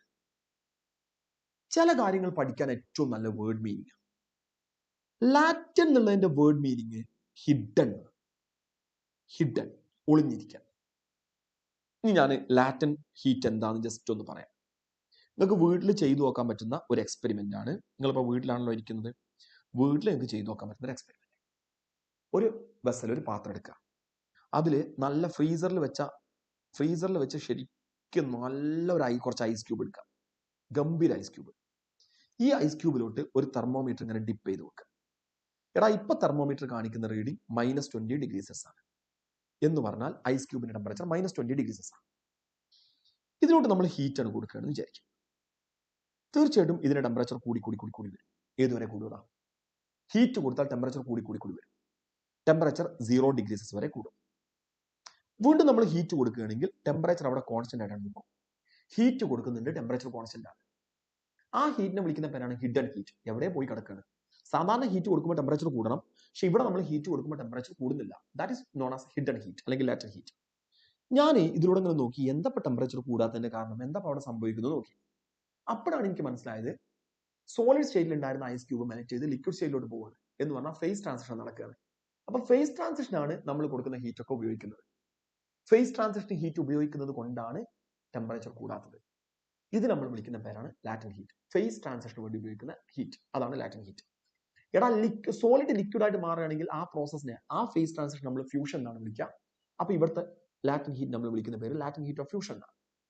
ഇതിനകത്ത് അവസാനത്തെ ഐസ് ക്യൂബ് കൂടെ മെൽറ്റ് ചെയ്ത് വാട്ടർ ആയി കഴിഞ്ഞാൽ വീണ്ടും അതിന്റെ ടെമ്പറേച്ചർ കൂടി വരും. ഏതുവരെ കൂടും? 100 ഡിഗ്രി സെൽഷ്യസ് വരെ കൂടും. 100 ഡിഗ്രി സെൽഷ്യസിൽ എത്തിക്കഴിഞ്ഞാൽ ടെമ്പറേച്ചർ കോൺസ്റ്റന്റ് ആയിട്ടാണ്. ടെമ്പറേച്ചർ കോൺസ്റ്റന്റ് ആണ് ഹീറ്റ് കൊടുക്കുന്നത്. നമ്മൾ നോക്കി എന്താ അവിടെ സംഭവിക്കുന്നത് നോക്കി. കാണാൻ കഴിയുന്നത് ലിക്വിഡ് സ്റ്റേറ്റിൽ നിന്ന് ഗ്യാഷ്യസ് സ്റ്റേറ്റിലോട്ട് പോയിക്കൊണ്ടിരിക്കുകയാണ്. എടാ ലിക്വിഡ് സ്റ്റേറ്റിൽ നിന്ന് ഗ്യാഷ്യസ് സ്റ്റേറ്റിലോട്ട് പോയിക്കൊണ്ടിരിക്കുകയാണ്, വിച്ച് മീൻസ് ഫേസ് ട്രാൻസിഷൻ ആണ്. ഈ ഹീറ്റിനെ വിളിക്കുന്ന പേരാണ് ലാറ്റന്റ് ഹീറ്റ്. ലിക്വിഡ് ഗ്യാസ് ആയിട്ട് മാറുന്ന പ്രോസസ് നമ്മൾ വിളിക്കുന്ന പേര് വേപ്പറൈസേഷൻ ആണ്. Therefore, this latent heat is known as latent heat of vaporization. അപ്പൊ സോളിഡ് ലിക്വിഡ് ആയിട്ട് മാറാൻ ആവശ്യമുള്ള ഹീറ്റ് നമ്മൾ വിളിക്കുന്ന പേരാണ് latent heat of fusion. Liquid gas ആയിട്ട് മാറാൻ ആവശ്യമുള്ള ഹീറ്റ് വിളിക്കുന്ന പേരാണ് ലാറ്റന്റ് ഹീറ്റ് ഓഫ് വേപ്പറൈസേഷൻ. ഇനി നോക്കണം, ഫേസ് ട്രാൻസിഷൻ ആവശ്യമുള്ള ഹീറ്റ് കണ്ടുപിടിക്കാനുള്ള equation delta Q equal to L M ആണ്. Listen. Delta Q equal to L M. ഇതിൽ എൽ ആണ് ലാറ്റന്റ് ഹീറ്റ്. ഇനി ഞാൻ പറയുന്നത് നിങ്ങൾക്ക് അറിയുമെങ്കിലും അറിയില്ലെങ്കിലും ഒക്കെ ഇവിടെ ശ്രദ്ധിക്കുക, ഇവിടെ തന്നെ പഠിക്കുക. അല്ലെങ്കിൽ ഞാൻ പ്രോബ്ലം ചെയ്യുമ്പോൾ അതിപ്പോൾ എന്താണെന്ന് ഇങ്ങനെ ആലോചിച്ച് നിൽക്കേണ്ടി വരും. എല്ലാവരും ശ്രദ്ധിക്കാം, കേൾക്കേ. എടാ latent heat of fusion of ice, latent heat of fusion of ice, ഇതിന്റെ value 3.3 into 10⁵ joule per kilogram ആണ്. 3.3 ഇൻറ്റു 10⁵ ജൂൾ പെർ കിലോഗ്രാം. ആദ്യം ഇതിന്റെ മീനിങ് എന്താണെന്ന് മനസ്സിലാക്കണം. 0 ഡിഗ്രി സെൽഷ്യസിലെ 1 കിലോഗ്രാം ഐസിനെ 0 ഡിഗ്രി സെൽഷ്യസിലെ 1 കിലോഗ്രാം വാട്ടർ ആക്കണമെങ്കിൽ 3.3 ഇൻറ്റു 10⁵ ജൂൾ ഹീറ്റ് അതിലോട്ട് കൊടുക്കണം. തിരിച്ചു പറയാൻ പറ്റും, 0 ഡിഗ്രി സെൽഷ്യസിലെ 1 കിലോഗ്രാം വാട്ടറിന് 3.3 ഇൻറ്റു 10⁵ ജൂൾ ഹീറ്റ് നമ്മൾ എടുത്താൽ അത് 0 ഡിഗ്രി സെൽഷ്യസിലെ 1 കിലോഗ്രാം ഐസ് ആയിട്ട് മാറും. ഓക്കേടാ. ഇതിന്റെ കലോറിയിലുള്ള വാല്യൂ 80 കാലറി പെർ ഗ്രാം ആണ്. ഓക്കെ എടാ, ഇതിന്റെ മീനിങ് 0 ഡിഗ്രി സെൽഷ്യസിലെ 1 ഗ്രാം ഐസിലോട്ട് 80 കാലറി എനർജി കൊടുത്താൽ അത് 0 ഡിഗ്രി സെൽഷ്യസിൽ 1 ഗ്രാം വാട്ടർ ആവും. 0 ഡിഗ്രി സെൽഷ്യസിൽ 1 ഗ്രാം വാട്ടറിന് 80 കാലറി എനർജി എടുത്താൽ അത് 0 ഡിഗ്രി സെൽഷ്യസിൽ 1 ഗ്രാം ഐസ് ആയിട്ട് മാറും. എടാ, ഇനി നമുക്ക് വേണ്ടത് latent heat of vaporisation of water. ഈ വാല്യൂ പഠിക്കണം. SI സിസ്റ്റത്തിൽ 22.6 ഇൻറ്റു 10⁵ ജൂൾ പെർ കിലോഗ്രാം. ഇത് പഠിച്ചെങ്കിലേ എക്സാമിന് പ്രോബ്ലം ചെയ്യാൻ പറ്റുള്ളൂ കേട്ടോ. ഇതിന്റെ മീനിങ് എന്താ അറിയോ? 100 ഡിഗ്രി സെൽഷ്യസിലെ 1 കിലോഗ്രാം വാട്ടറിലോട്ട് 22.6 ഇൻറ്റു 10⁵ ജൂൾ ഹീറ്റ് കൊടുത്താൽ അത് 100 ഡിഗ്രി സെൽഷ്യസിൽ 1 കിലോഗ്രാം സ്റ്റീം ആയിട്ട് മാറും. 100 ഡിഗ്രി സെൽഷ്യസിൽ 1 കിലോഗ്രാം സ്റ്റീം എന്ന് 22.6 ഇൻറ്റു 10⁵ ജൂൾ ഹീറ്റ് എടുത്താൽ അത് 100 ഡിഗ്രി സെൽഷ്യസിൽ 1 കിലോഗ്രാം വാട്ടർ ആയിട്ട് മാറും. ഇനി ഇതിൽ കൺഫ്യൂഷൻ ഉള്ള ആളുകൾ അടുത്ത് ഞാൻ പറയുമ്പോൾ ശ്രദ്ധിച്ചു, അതും കൂടെ എക്സ്പ്ലെയിൻ ചെയ്യും. ഇതിന്റെ കലോറിയിലുള്ള വാല്യൂ 540 കാലറി പെർ ഗ്രാം ആണ്. ഇതിന്റെ മീനിങ് 100 ഡിഗ്രി സെൽഷ്യസിൽ 1 ഗ്രാം വാട്ടറിലോട്ട് 540 കാലറി ഹീറ്റ് കൊടുത്താൽ അത് 100 ഡിഗ്രി സെൽഷ്യസിൽ 1 ഗ്രാം സ്റ്റീം ആവും. 100 ഡിഗ്രി സെൽഷ്യസിൽ 1 ഗ്രാം സ്റ്റീം എന്ന് 540 കാലറി എനർജി എടുത്താൽ അത് 100 ഡിഗ്രി സെൽഷ്യസിൽ 1 ഗ്രാം വാട്ടർ ആയിട്ട് മാറും. ഈ വാല്യൂ നിങ്ങൾ പഠിക്കണം. ഓക്കെ. പിന്നെ ഇവിടെ അറിയേണ്ടത് 2 പോയിന്റ് ആണ്. ടെമ്പറേച്ചർ കൂടുന്നതായിട്ട് കണ്ടാൽ അവിടെ നമ്മൾ ഹീറ്റ് കണ്ടുപിടിക്കാനുള്ള ഇക്വേഷൻ MC ഡെൽറ്റ ടി ആണ്. ടെമ്പറേച്ചർ കൂടുന്നുണ്ടെങ്കിൽ MC delta T. Phase transition ആണെങ്കിൽ we can write delta Q equal to L. ഇതിനകത്ത് തന്നെ ഐസ് വാട്ടർ ആവുകയാണെങ്കിൽ LF എന്നും വാട്ടർ സ്റ്റീം ആവുകയാണെങ്കിൽ LB എന്നും. ഞാനൊരു സിമ്പിൾ ക്വസ്റ്റ്യൻ ഇതിനകത്ത് ജസ്റ്റ് ഞാൻ പറയാം, അല്ലാതെ ഒരു എക്സാം ക്വസ്റ്റ്യൻ ആയിട്ടല്ല ചെയ്യുന്നത്. ഈ ഒരു കൺസെപ്റ്റിൽ നിങ്ങൾക്ക് ഐഡിയ കിട്ടാൻ വേണ്ടിയിട്ട് പറയാം. കേൾക്കുക. നിങ്ങൾ ചോദിക്കുകയാണ്, ഫൈൻഡ് ടോട്ടൽ ഹീറ്റ് ബ്രാക്കറ്റിൽ ഇൻ കാലറി, കലോറിയിലാവാണ്ട്, required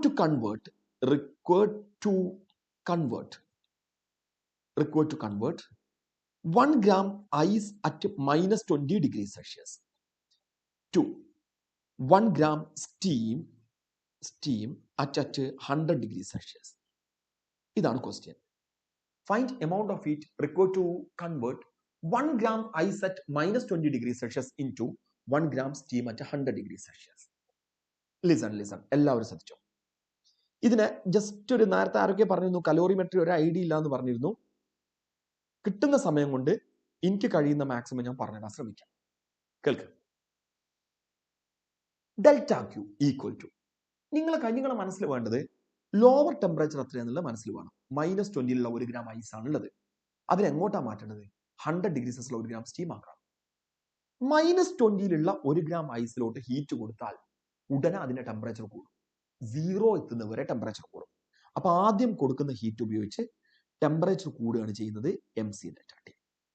എടാ അപ്പൊ -20 ഐസ് 0 ഐസായി. വീണ്ടും ഹീറ്റ് കൊടുത്താൽ ആ ഐസ് മെൽറ്റ് ചെയ്ത് വാട്ടർ ആകും. LFM.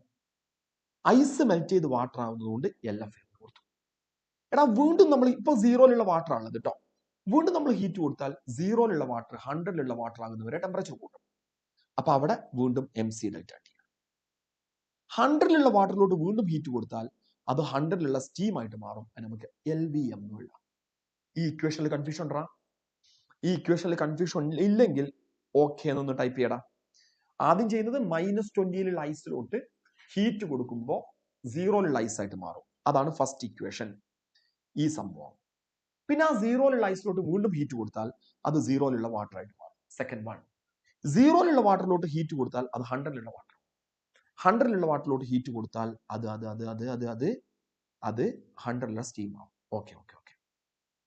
ഇനി ലിസൺ, മാസ് 1 ഗ്രാം ആണ്. ഇവിടുത്തെ സ്പെസിഫിക് ഹീറ്റ് കപ്പാസിറ്റിക്ക് ഞാൻ 0.5 എന്നാണ് കൊടുക്കുക. എന്തുകൊണ്ട് 0.5 എന്ന് കൊടുത്തു? അവിടെ ഐസ് ആണ്. ഡെൽറ്റ ടി എന്ന് പറഞ്ഞാൽ ഡെൽറ്റ ടി എപ്പോഴും പോസിറ്റീവ് ആയിട്ട് കൊടുക്കണം കേട്ടോ. അത് നിങ്ങൾ എവിടെയെങ്കിലും നെഗറ്റീവ് ആയിട്ട് കൊടുത്താൽ തെറ്റി. എപ്പോഴും പോസിറ്റീവ് ആയിട്ട് കൊടുക്കുക. ഫൈനൽ മൈനസ് ഇനീഷ്യൽ, വലുത് മൈനസ് ചെറുത്. ഇപ്പൊ ഇവിടെ -20 0 ആകുക എന്ന് പറഞ്ഞാൽ 0 ആണ് വലുത്, -20 ആണ് ചെറുത്. അപ്പൊ 0 - -20 എന്ന് പറഞ്ഞാൽ അവിടെ ടെമ്പറേച്ചർ 20 ഡിഗ്രീസ് ആണ് കൂടിയത്. അങ്ങനെ നോക്കിയാൽ മതി. 20 ഡിഗ്രീസ് കൂടി. LFന്റെ വാല്യൂ 80 ആണ്. മാസ് 1 ഗ്രാം ആണ്. ഓക്കേടാ. പ്ലസ് ഇപ്പൊ അത് 0 വാട്ടർ ആയിട്ടോ. ആ 1 gram water specific heat capacity 1, അതിന്റെ ടെമ്പറേച്ചർ 100 ഡിഗ്രി സെൽഷ്യസ് കൂട്ടി. അപ്പൊ 100 വാട്ടർ ആയി. പ്ലസ് LVന്റെ വാല്യൂ 540 × 1. ലിസൺ, 1 ഗ്രാം ഐസ് ആദ്യം ടെമ്പറേച്ചർ 20 ഡിഗ്രി സെൽഷ്യസ് കൂട്ടി. ഇപ്പൊ 0 ഐസ് ആയി. ആ 0 ഐസ് മെൽറ്റ് ചെയ്ത് 0 വാട്ടർ ആയി. ആ 0 വാട്ടർ ടെമ്പറേച്ചർ 100 ഡിഗ്രി സെൽഷ്യസ് കൂട്ടിയിട്ട് 100 ഡിഗ്രി സെൽഷ്യസ് വാട്ടർ ആയി. ആ 100 ഡിഗ്രി സെൽഷ്യസ് വാട്ടർ വീണ്ടും ഹീറ്റ് അബ്സോർബ് ചെയ്ത് 100 ഡിഗ്രി സെൽഷ്യസ് സ്റ്റീം ആയി. എടാ നിങ്ങൾ ശ്രദ്ധിക്കേണ്ടത് ഇവിടെ 0.5ഉം സ്പെസിഫിക് ഹീറ്റ് കപ്പാസിറ്റി ഇവിടെ 1ഉം കൊടുക്കാൻ കാരണം ഈ ഭാഗത്ത് ഐസ് ആണ്, ഇവിടെ കിടക്കുന്നത് വാട്ടറും ആണ്. ശരിയായോ? ദിസ് ഇസ് ഈക്വൽ ടു, ഇത് ചെയ്താൽ 10 കിട്ടും. ഇപ്പുറത്ത് 80 എന്ന് വരും, ഇവിടെ 100 എന്ന് വരും, പ്ലസ് ഇവിടെ 540 എന്നും വരും. Therefore the answer is 730 calorie. ഇതായിരിക്കും ആൻസർ. 730 കാലറി. ശരിയാടാ? സെറ്റായോ? ഈ ഒരു പ്രോബ്ലം ചെയ്താൽ തന്നെ കലോറിമെട്രിന്റെ ബേസിക് ഐഡിയ കഴിഞ്ഞു. എനിക്കൊന്നും എടുത്ത് പറയാനില്ല. 730. ഷിഫ്ന ഓക്കെ പറഞ്ഞു. ഓക്കെ. നസ്ല, അർഷീന, എവിടെ? ജാസ്മിൻ, സൽവ, നജ്മൽ, ഇവരൊന്നും റിപ്ലൈ എനിക്ക് കിട്ടിയില്ല. ഓക്കെ. ശരിയല്ലോ? നമുക്ക് അടുത്ത സെക്ഷനിൽ പോയിക്കൂടെ? എടാ ഇനി നമ്മളെ പ്രശ്നം ഈ പ്രോബ്ലം ചെയ്യലാണ്. എനർജി കൺസർവേഷൻ അറിഞ്ഞാൽ പ്രോബ്ലം ചെയ്യാൻ പറ്റും. A piece of ice falls from a height h. അപ്പൊ നിങ്ങൾ ഇങ്ങനെ ഇമാജിൻ ചെയ്യുക, h ഹൈറ്റിൽ ഒരു ഐസ് ബ്ലോക്ക് ഉണ്ട്. So that it melts completely. ഇത് താഴെത്തുമ്പോൾ മുഴുവനായിട്ട് മെൽറ്റ് ചെയ്യണം. Only 1/4 of the heat produced is absorbed by the ice. ഐസിന് മെൽറ്റ് ചെയ്യണമെങ്കിൽ ഹീറ്റ് വേണം. അത് ടോട്ടൽ എനർജിന്റെ 1/4 എന്ന് പറഞ്ഞാൽ 1/4 ഉപയോഗിച്ചിട്ടാണ് ഐസ് മെൽറ്റ് ചെയ്യുന്നത്. All energy of ice gets converted into heat during its fall. The value of H is simple. H height നിന്ന് വീഴുന്ന ഒരാളുടെ പൊട്ടൻഷ്യൽ എനർജി mgh ആണ്. ഈ എനർജി ഹീറ്റ് ആയിട്ട് മാറിയിട്ടാണ് ഐസ് മെൽറ്റ് ചെയ്യുന്നത്. പക്ഷെ ഈ എനർജി മുഴുവൻ ഐസിന് വേണ്ട. ഇതിന്റെ by4 മതി ഐസിന് മെൽറ്റ് ചെയ്യാൻ. എടാ ഐസിന് മെൽറ്റ് ചെയ്യാൻ ആവശ്യമായിട്ടുള്ള എനർജി LFM ആണ്. ഓക്കെ. അപ്പോൾ M എന്ന് പറയുന്ന ഐസിന്റെ മാസ് GH. H ഹൈറ്റിൽ കിടക്കുന്ന ഐസിന്റെ പൊട്ടൻഷ്യൽ എനർജി. താഴോട്ട് വീഴുകയാണ്. ഈ എനർജി മുഴുവൻ നഷ്ടപ്പെട്ടു. അത് കൈനറ്റിക് എനർജി ഒക്കെ ആയിട്ട് മാറിയിട്ടുണ്ടാവും. അതൊന്നും നമ്മളെ വിഷയമല്ല. ഇതിന്റെ 1/4 ഉപയോഗിച്ച് ഹീറ്റ് കിട്ടി, ഹീറ്റായിട്ട് മാറി 1/4, അത് ഉപയോഗിച്ച് ഐസൊലേറ്റ് ചെയ്തു. അപ്പൊ mgh/4 = LFM.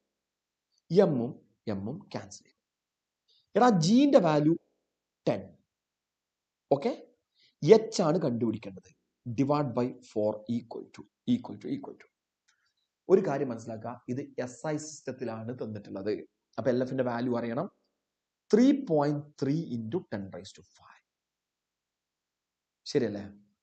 നിങ്ങൾ ആലോചിച്ച് നോക്ക്, എച്ച് സീക്വൽ ടു, ഇപ്പൊ എനിക്ക് കിട്ടിയത് H is equal to 4 × 3.3 × 10⁵ divided by 10. നിങ്ങൾ ഉഷാറല്ലേ? That is 4 × 33 × 10⁵ metre. ആൻസർക്ക് ഞാനൊന്ന് നോക്കി, 10⁵ മീറ്ററിനെയാണ് നമ്മൾ കിലോമീറ്റർ എന്ന് വിളിക്കുക. 4 × 30 ആണെങ്കിൽ 120. 4 × 33 ആയതുകൊണ്ട് ഏകദേശം 136 ആയിരിക്കും അല്ലേ? ഓക്കെ, ഇതിനകത്തുള്ള ആൻസർക്ക് ഞാൻ നോക്കി, 136 10⁵ പകരം കിലോമീറ്റർ. അപ്പൊ നിയറസ്റ്റ് ആൻസർ എന്ന് പറയുന്നത് 136 കിലോമീറ്റർ ആണ്. ഓക്കേടാ, സെറ്റ് അല്ലേ? ഓക്കെ അല്ലേ? ഒരുപാട് എ എന്നുള്ള ഓപ്ഷൻ വന്നിട്ടുണ്ട്, നിങ്ങൾക്ക് അത് ചെയ്തു. NEET 2016 question. ഇന്ന് അടുത്ത ക്വസ്റ്റ്യൻ കേൾക്കാലോ. ലിസൺ, എല്ലാവരും ശ്രദ്ധിക്കണം കേട്ടോ. നിങ്ങൾക്ക് കലോറിമെട്രി ഇനി ബുദ്ധിമുട്ടാണെന്ന് പറയരുത്. മാക്സിമം അതിലൊരു ബേസിക് ഐഡിയ ഉണ്ടാക്കി തന്നിട്ടുണ്ട്. Listen, steam at 100°C. നിങ്ങൾ ഇങ്ങനെ ഇമാജിൻ ചെയ്യണം, steam 100°C passed into 20 gram water at 10°C. When water acquires a temperature 80°C, mass of water present will be. വേറെ എന്തൊക്കെ തന്നിട്ടുണ്ട് അതൊന്നും എനിക്ക് അറിയേണ്ട ആവശ്യമില്ല. സ്പെസിഫിക് കപ്പാസിറ്റിന്റെ വാല്യൂ, ലാറ്റന്റ് ഹീറ്റ് ഒക്കെ എനിക്കറിയാം. വെയിറ്റ്, അത് എല്ലാ പ്രോബ്ലത്തിലും തരണമെന്നില്ല, ചില പ്രോബ്ലത്തിൽ തരും. നിങ്ങളെ കയ്യിൽ 100°C സ്റ്റീം ഉണ്ട്. എത്ര ഗ്രാം ഉണ്ട്? എത്രയോ ഗ്രാം ഉണ്ട്. ഇത് എന്തിലോട്ടാണ് നമ്മൾ ഒഴിക്കുന്നത്? 20 gram വാട്ടറിലോട്ട്. അതിന്റെ ഇപ്പോഴത്തെ ടെമ്പറേച്ചർ എത്രയാണ്? 10°C. സ്റ്റീം അതിലോട്ട് ഒഴിക്കുമ്പോൾ അതിന്റെ ടെമ്പറേച്ചർ എത്ര വരെ ഉയർന്നുണ്ടടാ? 80°C വരെ ഉയർന്നുണ്ട്. അപ്പൊ ചോദിക്കട്ടെ, കോൾ ബോഡിന്റെ ഫൈനൽ ടെമ്പറേച്ചർ എത്രയാണ്? 80. അങ്ങനെയാണെങ്കിൽ ഹോട്ട് ബോഡിന്റെ ഫൈനൽ ടെമ്പറേച്ചറും 80 ആയിരിക്കും. അതാണ് പ്രിൻസിപ്പിൾ ഓഫ് കലോറിമെട്രിന്റെ basic idea. Thermal equilibrium attain ചെയ്യുന്നത് വരെയാണ് ഹീറ്റ് ഫ്ലോ ഉണ്ടാവുക.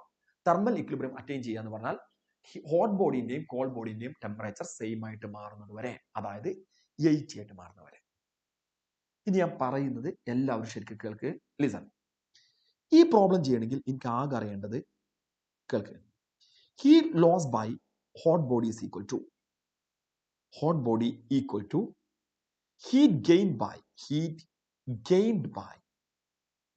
by cold body. Okay, heat loss by hot body is equal to heat gained by cold body. Start ചെയ്യാം. Hot ബോഡിക്ക് നഷ്ടപ്പെടുന്ന ഹീറ്റ്. എടാ, നിങ്ങളെ കയ്യിലുള്ള ഹോട്ട് ബോഡി എന്ന് പറഞ്ഞാൽ സ്റ്റീമാണ്, വാട്ടർ അല്ല, സ്റ്റീമാണ്. അവര് ഹീറ്റ് നഷ്ടപ്പെട്ടാൽ ആദ്യം സംഭവിക്കുന്നത് ഫേസ് ട്രാൻസിഷൻ നടന്ന് സ്റ്റീം വാട്ടർ ആകും.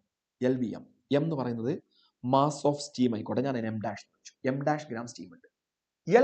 M' ഹീറ്റ് നഷ്ടപ്പെട്ടാൽ M' gram steam M' gram water ആകും.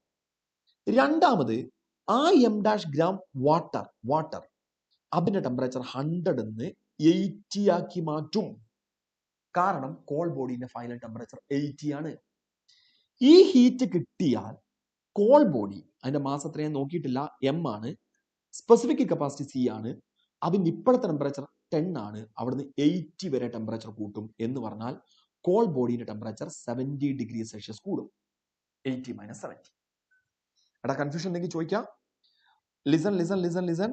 ആദ്യം സ്റ്റീം ചെയ്യുന്ന പണി എന്ന് പറയുന്നത് LVM' ഹീറ്റ് നഷ്ടപ്പെടുത്തിയിട്ട് സ്റ്റീം 100ലുള്ള വാട്ടർ ആകും. ആ 100ലുള്ള വാട്ടർ വീണ്ടും ഹീറ്റ് നഷ്ടപ്പെടുത്തി 80ലുള്ള വാട്ടർ ആകും. ഈ ഹീറ്റ് ഉപയോഗിച്ച് നമ്മളെ കയ്യിലുള്ള കോൾ ബോഡി 20 ഗ്രാം 10°C ഉള്ള വാട്ടർ, 20 ഗ്രാം 80°C ഉള്ള വാട്ടർ. Problem solved. എടാ, LVന്റെ വാല്യൂ 540 ആണ്. M' എന്ന് പറയുന്നത് മാസ് ഓഫ് സ്റ്റീം ആണ്, പ്ലസ് M' എന്ന് പറയുന്നത് മാസ് ഓഫ് സ്റ്റീം ആണ്. സിന്റെ വാല്യൂ 1 ആണ്. 100 - 80 എന്ന് പറഞ്ഞാൽ 20, which is equal to എമ്മിന്റെ വാല്യൂ 20 ആണ്. വാട്ടറിന്റെ സ്പെസിഫിക് കപ്പാസിറ്റി 1 ആണ്. 80 - 10 എന്ന് പറഞ്ഞാൽ 70.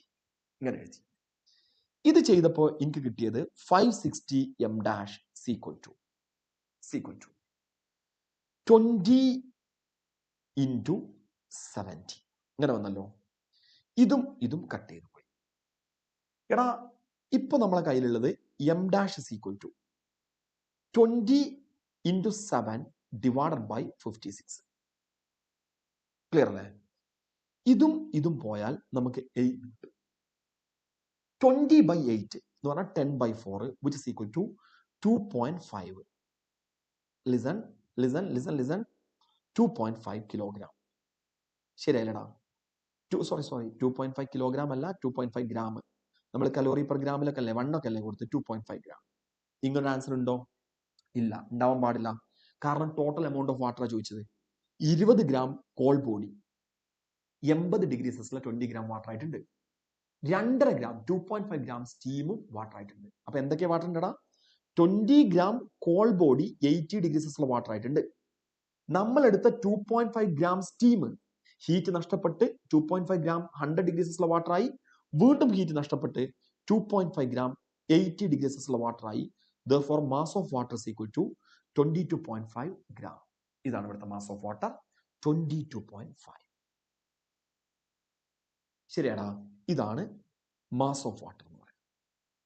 ക്ലിയർ ആയി എന്ന് വിചാരിക്കുന്നു.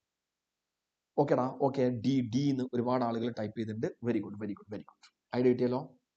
ഡി. നെക്സ്റ്റ് എടാ ഒരു ക്വസ്റ്റ്യൻ കൂടെ. 1 gram steam is mixed with 1 gram ice. 1 gram steam is mixed with 1 gram ice. Then resultant temperature of the mixture is. 1 gram steam 1 gram ഐസുമായിട്ട് mix ചെയ്താൽ മിക്സ്ചറിന്റെ റിസൾട്ടന്റ് ടെമ്പറേച്ചർ എത്രയാണ്? രസകരമായിട്ടുള്ള ഒരു ക്വസ്റ്റ്യൻ ആണ് കേട്ടോ. നോക്കേ, ഇതൊന്നും നിങ്ങൾ ചെയ്തു നോക്കുകയാണെന്ന് വിചാരിക്കാം. ലിസൺ. ഇത് നിങ്ങൾ ചെയ്തു നോക്കുകയാണെങ്കിൽ പല ആളുകളും ഇങ്ങനെ ചെയ്യാം. നോക്കിക്കോ, ഞാനൊരു ഐഡിയ പറഞ്ഞുതരാം. അപ്പൊ നിങ്ങൾക്ക് ചില ആളുകൾക്ക് മനസ്സിലാവില്ല. അപ്പൊ അവർക്ക് വേണ്ടിയിട്ട് ഹോട്ട് ബോഡി സ്റ്റീം അല്ലേ? സ്റ്റീമിന് നഷ്ടപ്പെടുന്ന ആദ്യത്തെ ഹീറ്റ് LBM. ഇപ്പൊ 100ലുള്ള വാട്ടർ ആയി. വീണ്ടും ഹീറ്റ് നഷ്ടപ്പെട്ടാൽ MC ഡെൽറ്റ T, ടീയിലുള്ള വാട്ടറാണ്. ഈ ഹീറ്റ് ഉപയോഗിച്ചാൽ ഐസിന് സംഭവിക്കുന്നത് LFM, ഐസ് മുഴുവൻ മെൽറ്റ് ചെയ്തു. പ്ലസ് അതിന്റെ ടെമ്പറേച്ചർ കൂടി MC ഡെൽറ്റ T ആയി. ഒരു കാര്യം ചെയ്യാം, 1 ഗ്രാം സ്റ്റീം ആണ്. LVക്ക് പകരം 540 into 1 plus 1 into 100 minus T. ഇപ്പോൾ T ഡിഗ്രി സെൽഷ്യസിലുള്ള വാട്ടർ ആണ് ഹോട്ട് ബോഡി ആയി മാറിയത്. LFന്റെ വാല്യൂ 80 into 1 ഗ്രാം ഐസ് ആണ് 1 പ്ലസ് 1 into 0 T വരെ ഉയർന്നു. ഈ പ്രോബ്ലം ചെയ്യുമ്പോൾ 540 plus 100 minus T is equal to 80 plus T. അങ്ങനെ വന്നു. എടാ 640 minus 80 is equal to 2T. 640 minus 80 എന്ന് പറഞ്ഞാൽ 560 equal to 2T. T equal to 560 divided by 2. 560 by 2. 560 divided by 2, 280 degrees Celsius. എന്താണ് പ്രശ്നം? 280 തന്നെയാണ് നമുക്ക് കിട്ടിയത്. 540 2 എന്താണ്? തെറ്റിയോ? C 270 അല്ലേ? അപ്പൊ ഞാൻ കാൽക്കുലേറ്റ് ചെയ്തപ്പോൾ തെറ്റിയാണ്. ചില ആളുകൾ 270 എന്നൊക്കെ ടൈപ്പ് ചെയ്തിട്ടുണ്ട്. ഇതിനല്ലേ C എന്ന് ടൈപ്പ് ചെയ്ത്? ഇതിന് തന്നെയാണോ C എന്ന് ടൈപ്പ് ചെയ്ത്? 270 ഡിഗ്രി സെൽഷ്യസ്. ഓക്കെ, ആയിക്കോട്ടെ. 540 നോട്ട് 560. ഓക്കെ. Very good. ഇങ്ങനെയൊന്നുമല്ല അമിന, ഇങ്ങനെയൊന്നുമല്ല. സിദ്ധാർത്ഥക്ക് 270 സമ്മതിച്ചു തന്നിട്ടുണ്ട്. നജ്മലിന് എന്തോ സംശയം തോന്നിയിട്ടുണ്ട്, ഞങ്ങളെ പറ്റിക്കുകയാണെന്ന് തോന്നിയിട്ടുണ്ട്. ഇത് തെറ്റാണടാ, ഇത് തെറ്റാണ്. ഇങ്ങനെ ചെയ്യരുത്. ഇനി നിങ്ങളൊന്ന് ഒരു കോമൺ സെൻസ്, നേരത്തെ നിങ്ങൾ കോമൺ സെൻസിന്റെ ആളുകളാണല്ലോ, കോമൺ സെൻസ് ഒന്ന് ഉപയോഗിച്ചു. 100 ഡിഗ്രി സെൽഷ്യസിലുള്ള സ്റ്റീമും 0 ഡിഗ്രി സെൽഷ്യസിലുള്ള ഐസും കൂടെ മിക്സ് ചെയ്താൽ ഇതെല്ലാം കൂടെ ചേർന്ന് 270 ഡിഗ്രി സെൽഷ്യസ് ആയിട്ട് മാറൂടാ? ഒന്ന് ആലോചിച്ചു. 100 ഡിഗ്രി സെൽഷ്യസിലുള്ള സ്റ്റീമും 0 ഡിഗ്രി സെൽഷ്യസിലുള്ള ഐസും കൂടെ ചേർന്നാൽ ഒരിക്കലും 270 ആവില്ലല്ലോ. ഇനി നീറ്റ് ചെയ്യാനുള്ള ഒരു ഐഡിയ പറഞ്ഞാൽ, ഇങ്ങനെ കിട്ടിക്കഴിഞ്ഞാൽ, അതായത് 100ന് മുകളിൽ കിട്ടിക്കഴിഞ്ഞാൽ നമ്മൾ ആൻസർ 100 ആയിരിക്കണം. നമ്മൾ ആൻസർ 100 ആയിരിക്കണം. ഓക്കെ, അപ്പൊ ഇതാണ് ആൻസർ. വൈ നിങ്ങൾ ചോദിക്കുമോ? വൈ എന്ന് ചോദിക്കുമോ? അതാണ് എന്റെ ചോദ്യം. വൈ എന്ന് ചോദിക്കും എന്ന് എനിക്കറിയാം. അപ്പൊ ഞാനത് ഒന്ന് എക്സ്പ്ലെയിൻ ചെയ്തുതരാം കേട്ടോ എങ്ങനെ 100 വന്നു.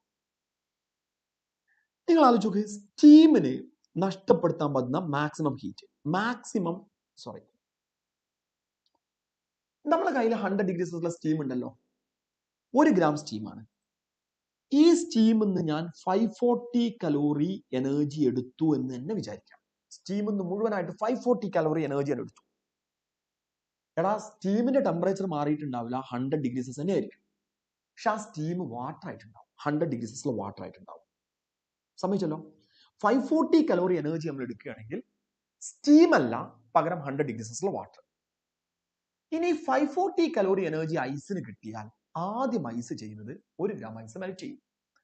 എടാ, 1 ഗ്രാം ഐസ് മെൽറ്റ് ചെയ്യാൻ ആവശ്യമുള്ള ഹീറ്റ് LFM ആണ്, അതായത് 80 × 1 ആണ്.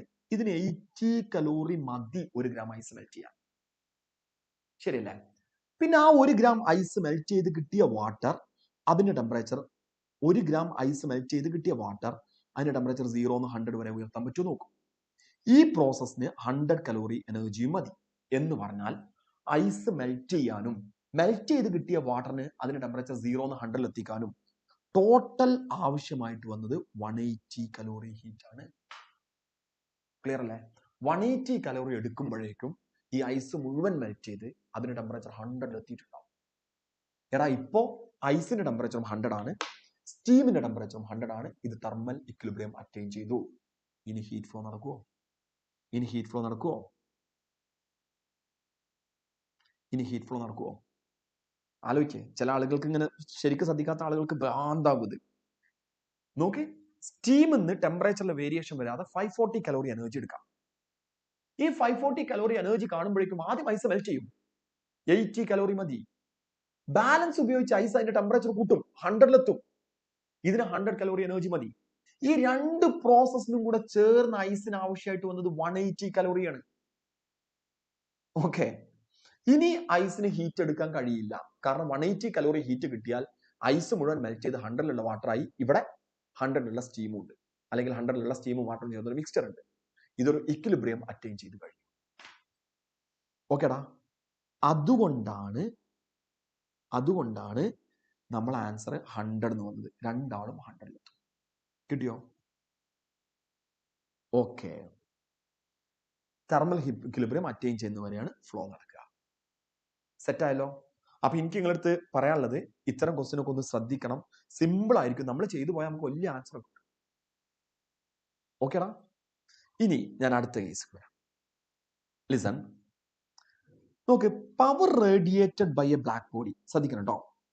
Power radiated by a black body is P. തീർച്ചയായിട്ടും 100 ആയിരിക്കും എന്റെ answer. Power radiated by a black body is P. ഒരു ബ്ലാക്ക് ബോഡി റേഡിയേറ്റ് ചെയ്യുന്ന പവർ P ആണ്. And it radiates maximum energy at a wavelength λ0. If the temperature of the black body is now changed so that it radiates maximum energy at 3/4 λ0, power radiated becomes NP. Value of N is. എടാ, ഈ problem ചെയ്യുമ്പോൾ എനിക്ക് നിങ്ങൾക്ക് രണ്ട് കാര്യങ്ങൾ connect ചെയ്ത് പറയാനുണ്ട്. രസകരമായ കാര്യം. ഓക്കെ. അതിലൊന്ന് വെയിൻസ് ഡിസ്പ്ലേസ്മെന്റ് ലോ ആണ്. Wien's displacement law.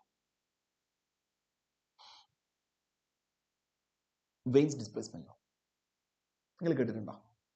Veins law. Okay. Wien's law എന്ന് പറയുന്നത് വളരെ സിമ്പിളാണ്. വെയിൻസ് ലോ പറയുന്നത് wavelength corresponding which energy emitted by a black body becomes maximum is inversely proportional to temperature. നിങ്ങൾ ഇങ്ങനെ ആലോചിച്ചേക്കാം, ഇത് ഭയങ്കര സംഭവമൊന്നും വേണ്ട.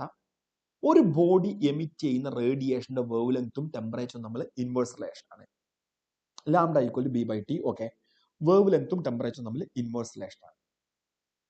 ഇത് ഒരു ബോഡി എമിറ്റ് ചെയ്യുന്ന റേഡിയേഷന്റെ വേവ്ലെങ്ത്തും ടെമ്പറേച്ചറും തമ്മിൽ ഇൻവേഴ്സ് റിലേഷൻ ആണ്. അതാണ് വെയിൻസ് ഡിസ്പ്ലേസ്മെന്റ് ലോ. എടാ, അപ്പൊ അതിന്ന് ഞാൻ ലാംഡ എന്ന് എഴുതാം. ലാംഡ എമ്മിനുള്ള എക്സ്പ്ലനേഷൻ ഒന്നും നിങ്ങൾക്ക് വേണ്ട, ലാംഡ മതി. ലാംഡ = നിങ്ങൾ പറഞ്ഞ പോലെ B/T. നജ്മൽ ടൈപ്പ് ചെയ്തിരുന്നു B/T. ഈ ബി നമ്മൾ വിളിക്കുന്ന പേര് വെയിൻസ് കോൺസ്റ്റന്റ് ആണ്. ബിന്റെ വാല്യൂ 2.898 × 10⁻³ ആണ്.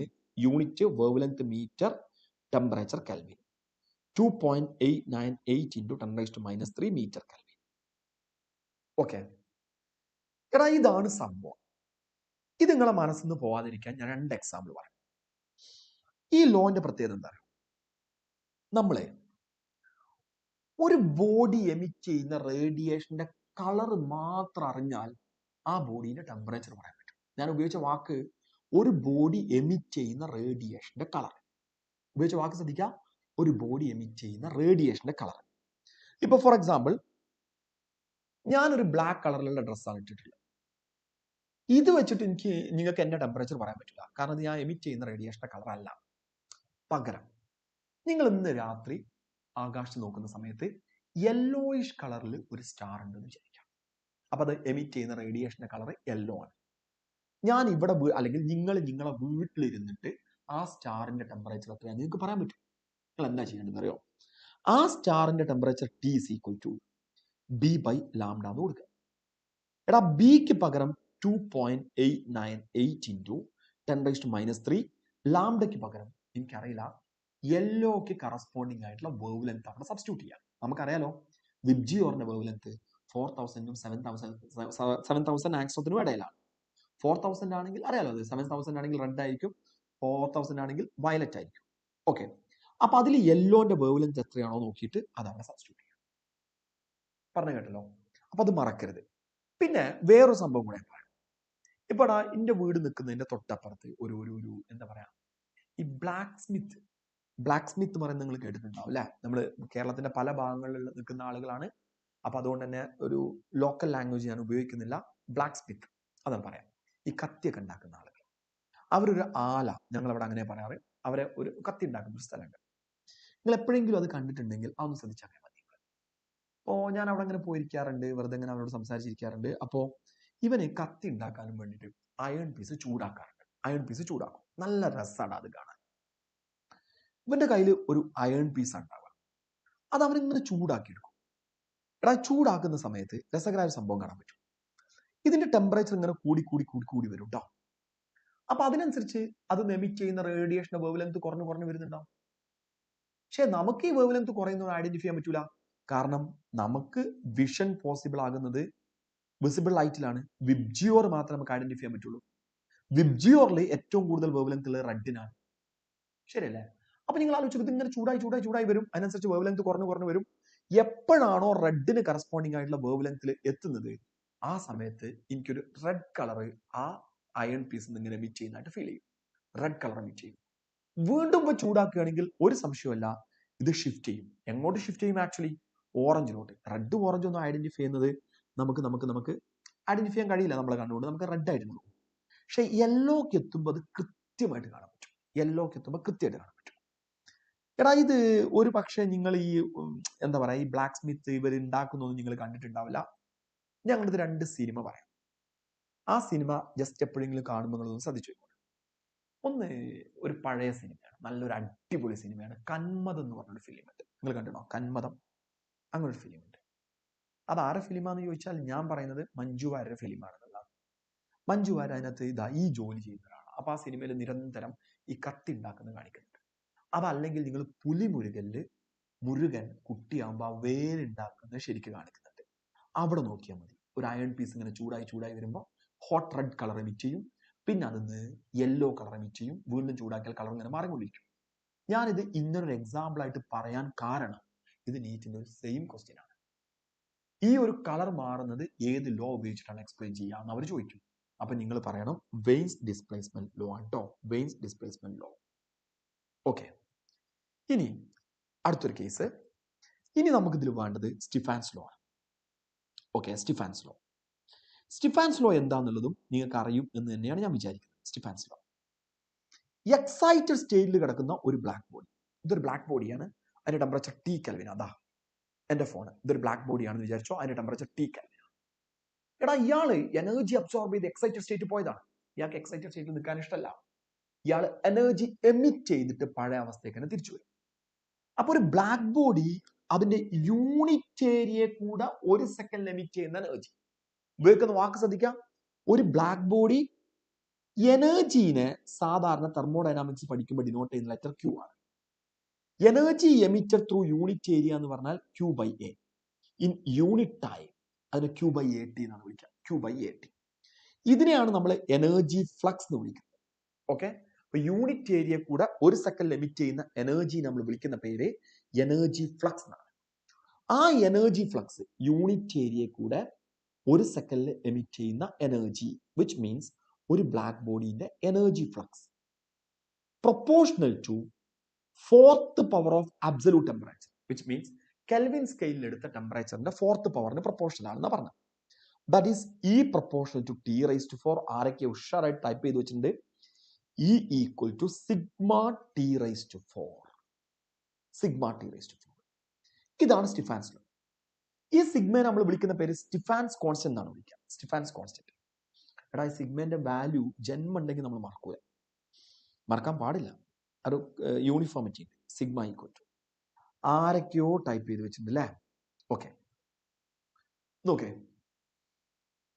ഈ സിഗ്മന്റെ വാല്യൂ ഞാൻ പറയാം, അങ്ങനെ ആവുമ്പോൾ നിങ്ങൾ മറക്കൂല കേട്ടോ.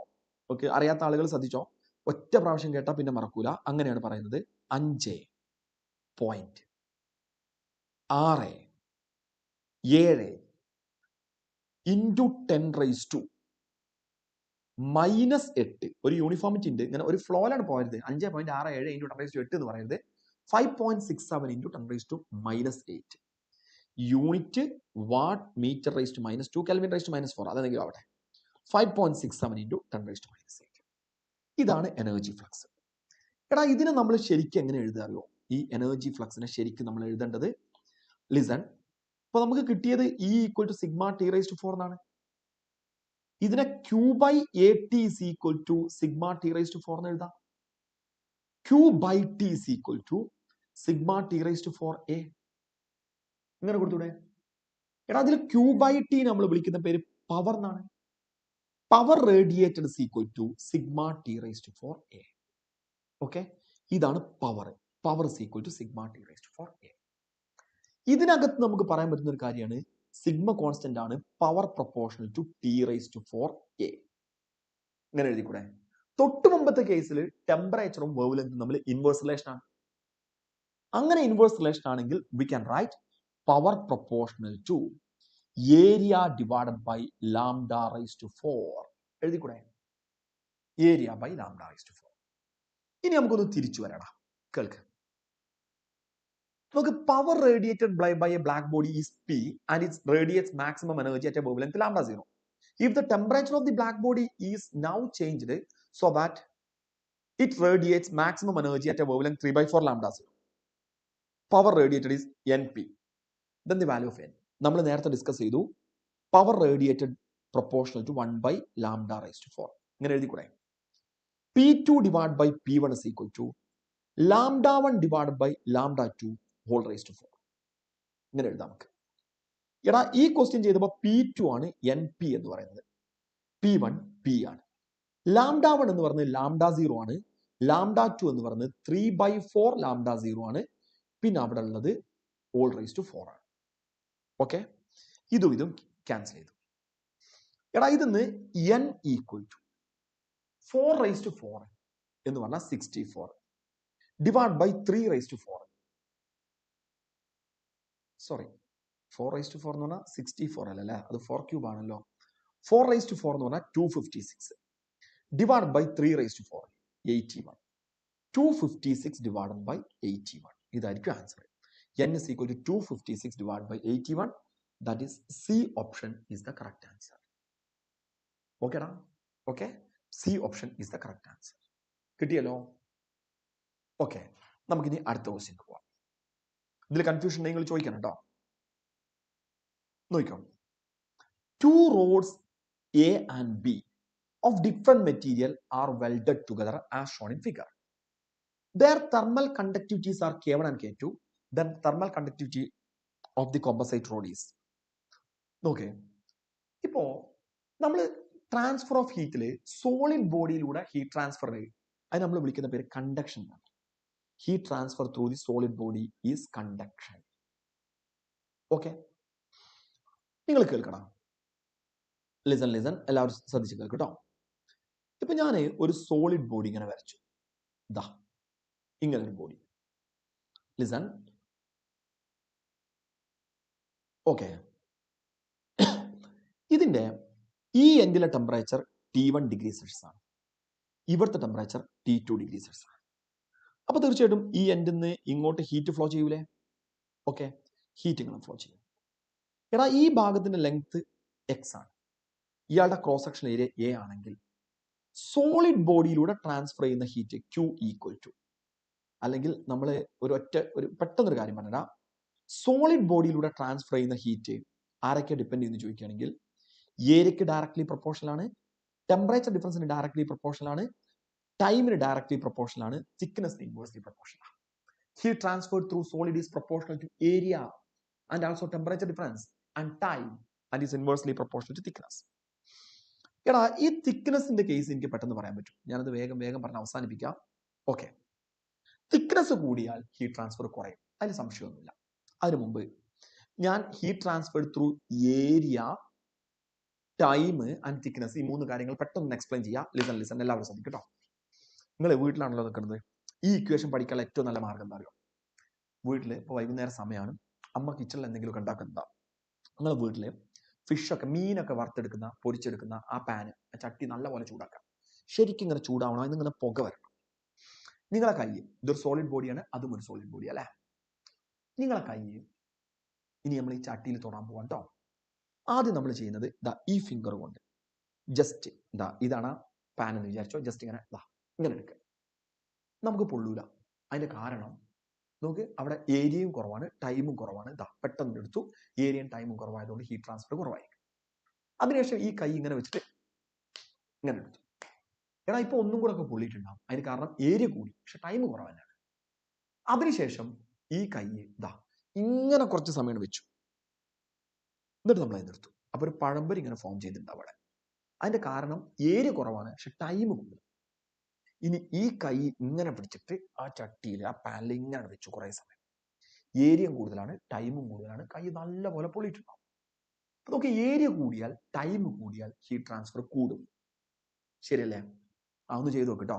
ഇനി നിങ്ങളൊരു കാര്യം ചെയ്യും, ഈ കയ്യിൽ ഒരു ഗ്ലൗ എന്തെങ്കിലും കണ്ടു, ഒരു തിക്നെസ് കൂട്ടി, എന്നിട്ട് ഇങ്ങനെ പിടിച്ചു നോക്ക്. പ്രശ്നം ഉണ്ടാവില്ലല്ലോ. അപ്പൊ തിക്നെസ് കൂട്ടിയാൽ ഹീറ്റ് ട്രാൻസ്ഫർ കുറയുകയും ചെയ്യും. അപ്പൊ നമുക്ക് പറയാം, നിങ്ങൾ മറക്കരുത്, എനിക്ക് സമയമല്ല, Q proportional to A T1 minus T2 into T divide by X. Okay, temperature difference ഉണ്ടെങ്കിലേ ഹീറ്റ് ട്രാൻസ്ഫർ ഉള്ളൂ. ഇപ്പൊ ചില ആളുകൾ വിചാരിക്കും, മൂപ്പര് T1 മൈനസ് T2 കുറിച്ച് ഒന്നും പറഞ്ഞില്ലല്ലോ. അത് ഞാൻ പറയില്ല. ടെമ്പറേച്ചർ ഡിഫറൻസ് ഇല്ലെങ്കിൽ, ഇപ്പോ ചൂടാക്കാത്തൊരു ചട്ടിയുമ്പോൾ പോയി പിടിച്ചിട്ട് വല്ല കാര്യം ഉണ്ടോ? ഇല്ല. ഇനി ഇത് നമുക്ക് കൃത്യമായിട്ട് എഴുതാൻ പറ്റുന്ന ഒരു കാര്യമാണ് Q equal to KA T1 minus T2 into T divide by X. ഇതാണ് ഒരു സോളിഡ് ബോഡിയിലൂടെ ട്രാൻസ്ഫർ ചെയ്യുന്ന heat. Q equal to KA T1 minus T2 into T divide by X. ഓക്കെടാ, ലിസൺ. ഇതിനകത്ത് ഏറ്റവും ഇമ്പോർട്ടൻ്റ് ആയിട്ടുള്ള കാര്യം, ഇവിടെ T എഴുതിയിട്ടില്ല, അതൊക്കെ ഓർമ്മിക്കടാ. വതുക്കും മസ്റ്റ് ട്രൈ. നല്ല ഐഡിയ ആണ്, മസ്റ്റ് ട്രൈ ആണ് അത് കേട്ടോ. ഓക്കെ എടാ, ഇതിന്ന് Q/T കണ്ടല്ലോ. ആ Q/T എന്ന് പറയുന്നത് KA DT divide by X ആണ്. ഈ Q/T നമ്മൾ വിളിക്കുന്ന പേര് ഹീറ്റ് കറന്റ് ആണ്. ഒരു സെക്കൻഡിൽ ഫ്ലോ ചെയ്യുന്ന heat energy, that is heat current, which is equal to KA DT divided by X. ഇതാണ് ഹീറ്റ് കറന്റ്. ഓക്കെടാ, ഇത് മനസ്സിലാക്കാം. ഇനി ഇവിടുത്തെ ഒരു പ്രശ്നം എന്ന് പറയുന്നത് തെർമൽ റെസിസ്റ്റൻസ് എന്ന് പറഞ്ഞ സാധനമുണ്ട്. Thermal resistance. Listen, thermal resistance. പറയട്ടെ, നിങ്ങൾക്ക് ഇലക്ട്രിക്കൽ റെസിസ്റ്റൻസിനെ കുറിച്ച് നല്ല ധാരണ ഉണ്ട്. ഇലക്ട്രിക്കൽ റെസിസ്റ്റൻസ് കണ്ടുപിടിക്കാനുള്ള ഇക്വേഷൻ ഒന്നെങ്കിൽ V/I ആണ് അല്ലേ? അതല്ലെങ്കിൽ RS ഈക്വൽ ടു ρL/A. ഇങ്ങനെ രണ്ട് രീതിയിലും നമുക്ക് ഇലക്ട്രിക്കൽ റെസിസ്റ്റൻസിനെ എഴുതാം, അല്ലെങ്കിൽ തെർമൽ റെസിസ്റ്റൻസിനെ എഴുതാം. ഇലക്ട്രിക്കൽ റെസിസ്റ്റൻസിനെ ഞാൻ ലിസൺ എടാ ശ്രദ്ധിച്ചു കേൾക്ക്. V ഡിവൈഡഡ് ബൈ I ഇതല്ലേ സംഭവം. Listen, R is equal to thermal resistance എഴുതാൻ പോകും കേട്ടോ. Thermal resistance equal to I എന്താ? ഈ I ഇലക്ട്രിക് കറന്റ് ആണ്. ആ ഐക്ക് പകരം ഈ H നമ്മൾ വിളിച്ച പേര് ഞാൻ ഇവിടെ എഴുതിയിട്ടില്ല, നിങ്ങൾക്ക് മനസ്സിലാവാൻ വേണ്ടി എഴുതുകയാണ്. ഹീറ്റ് കറന്റ് ആണ്. എടാ ഐക്ക് പകരം നിങ്ങൾ എച്ച് എന്ന് കൊടുക്കുക, ഹീറ്റ് കറന്റ്. ഇനി ആലോചിച്ച് നോക്ക്, കറന്റ് ഫ്ലോ ചെയ്യാനുള്ള കാരണക്കാരൻ പൊട്ടൻഷ്യൽ ഡിഫറൻസ് അല്ലേ? പൊട്ടൻഷ്യൽ ഡിഫറൻസ് ഉണ്ടെങ്കിലേ കറന്റ് ഫ്ലോ ചെയ്യും. അപ്പൊ താഴെ ഇലക്ട്രിക് കറന്റ്, മുകളിൽ അത് ഫ്ലോ ചെയ്യാനുള്ള കാരണക്കാരനായിട്ടുള്ള potential difference. Okay, thermal resistance എഴുതുമ്പോൾ താഴെ ഹീറ്റ് കറന്റ്, മുകളിൽ ഹീറ്റ് കറന്റ് ഫ്ലോ ചെയ്യാൻ ആവശ്യമായിട്ടുള്ള കാരണക്കാരൻ, അതായത് ടെമ്പറേച്ചർ ഡിഫറൻസ്. ഓക്കെ, അപ്പൊ എല്ലാവരും ഇവിടെ തന്നെ ഒരു കമ്പാരിസൺ നടത്തി.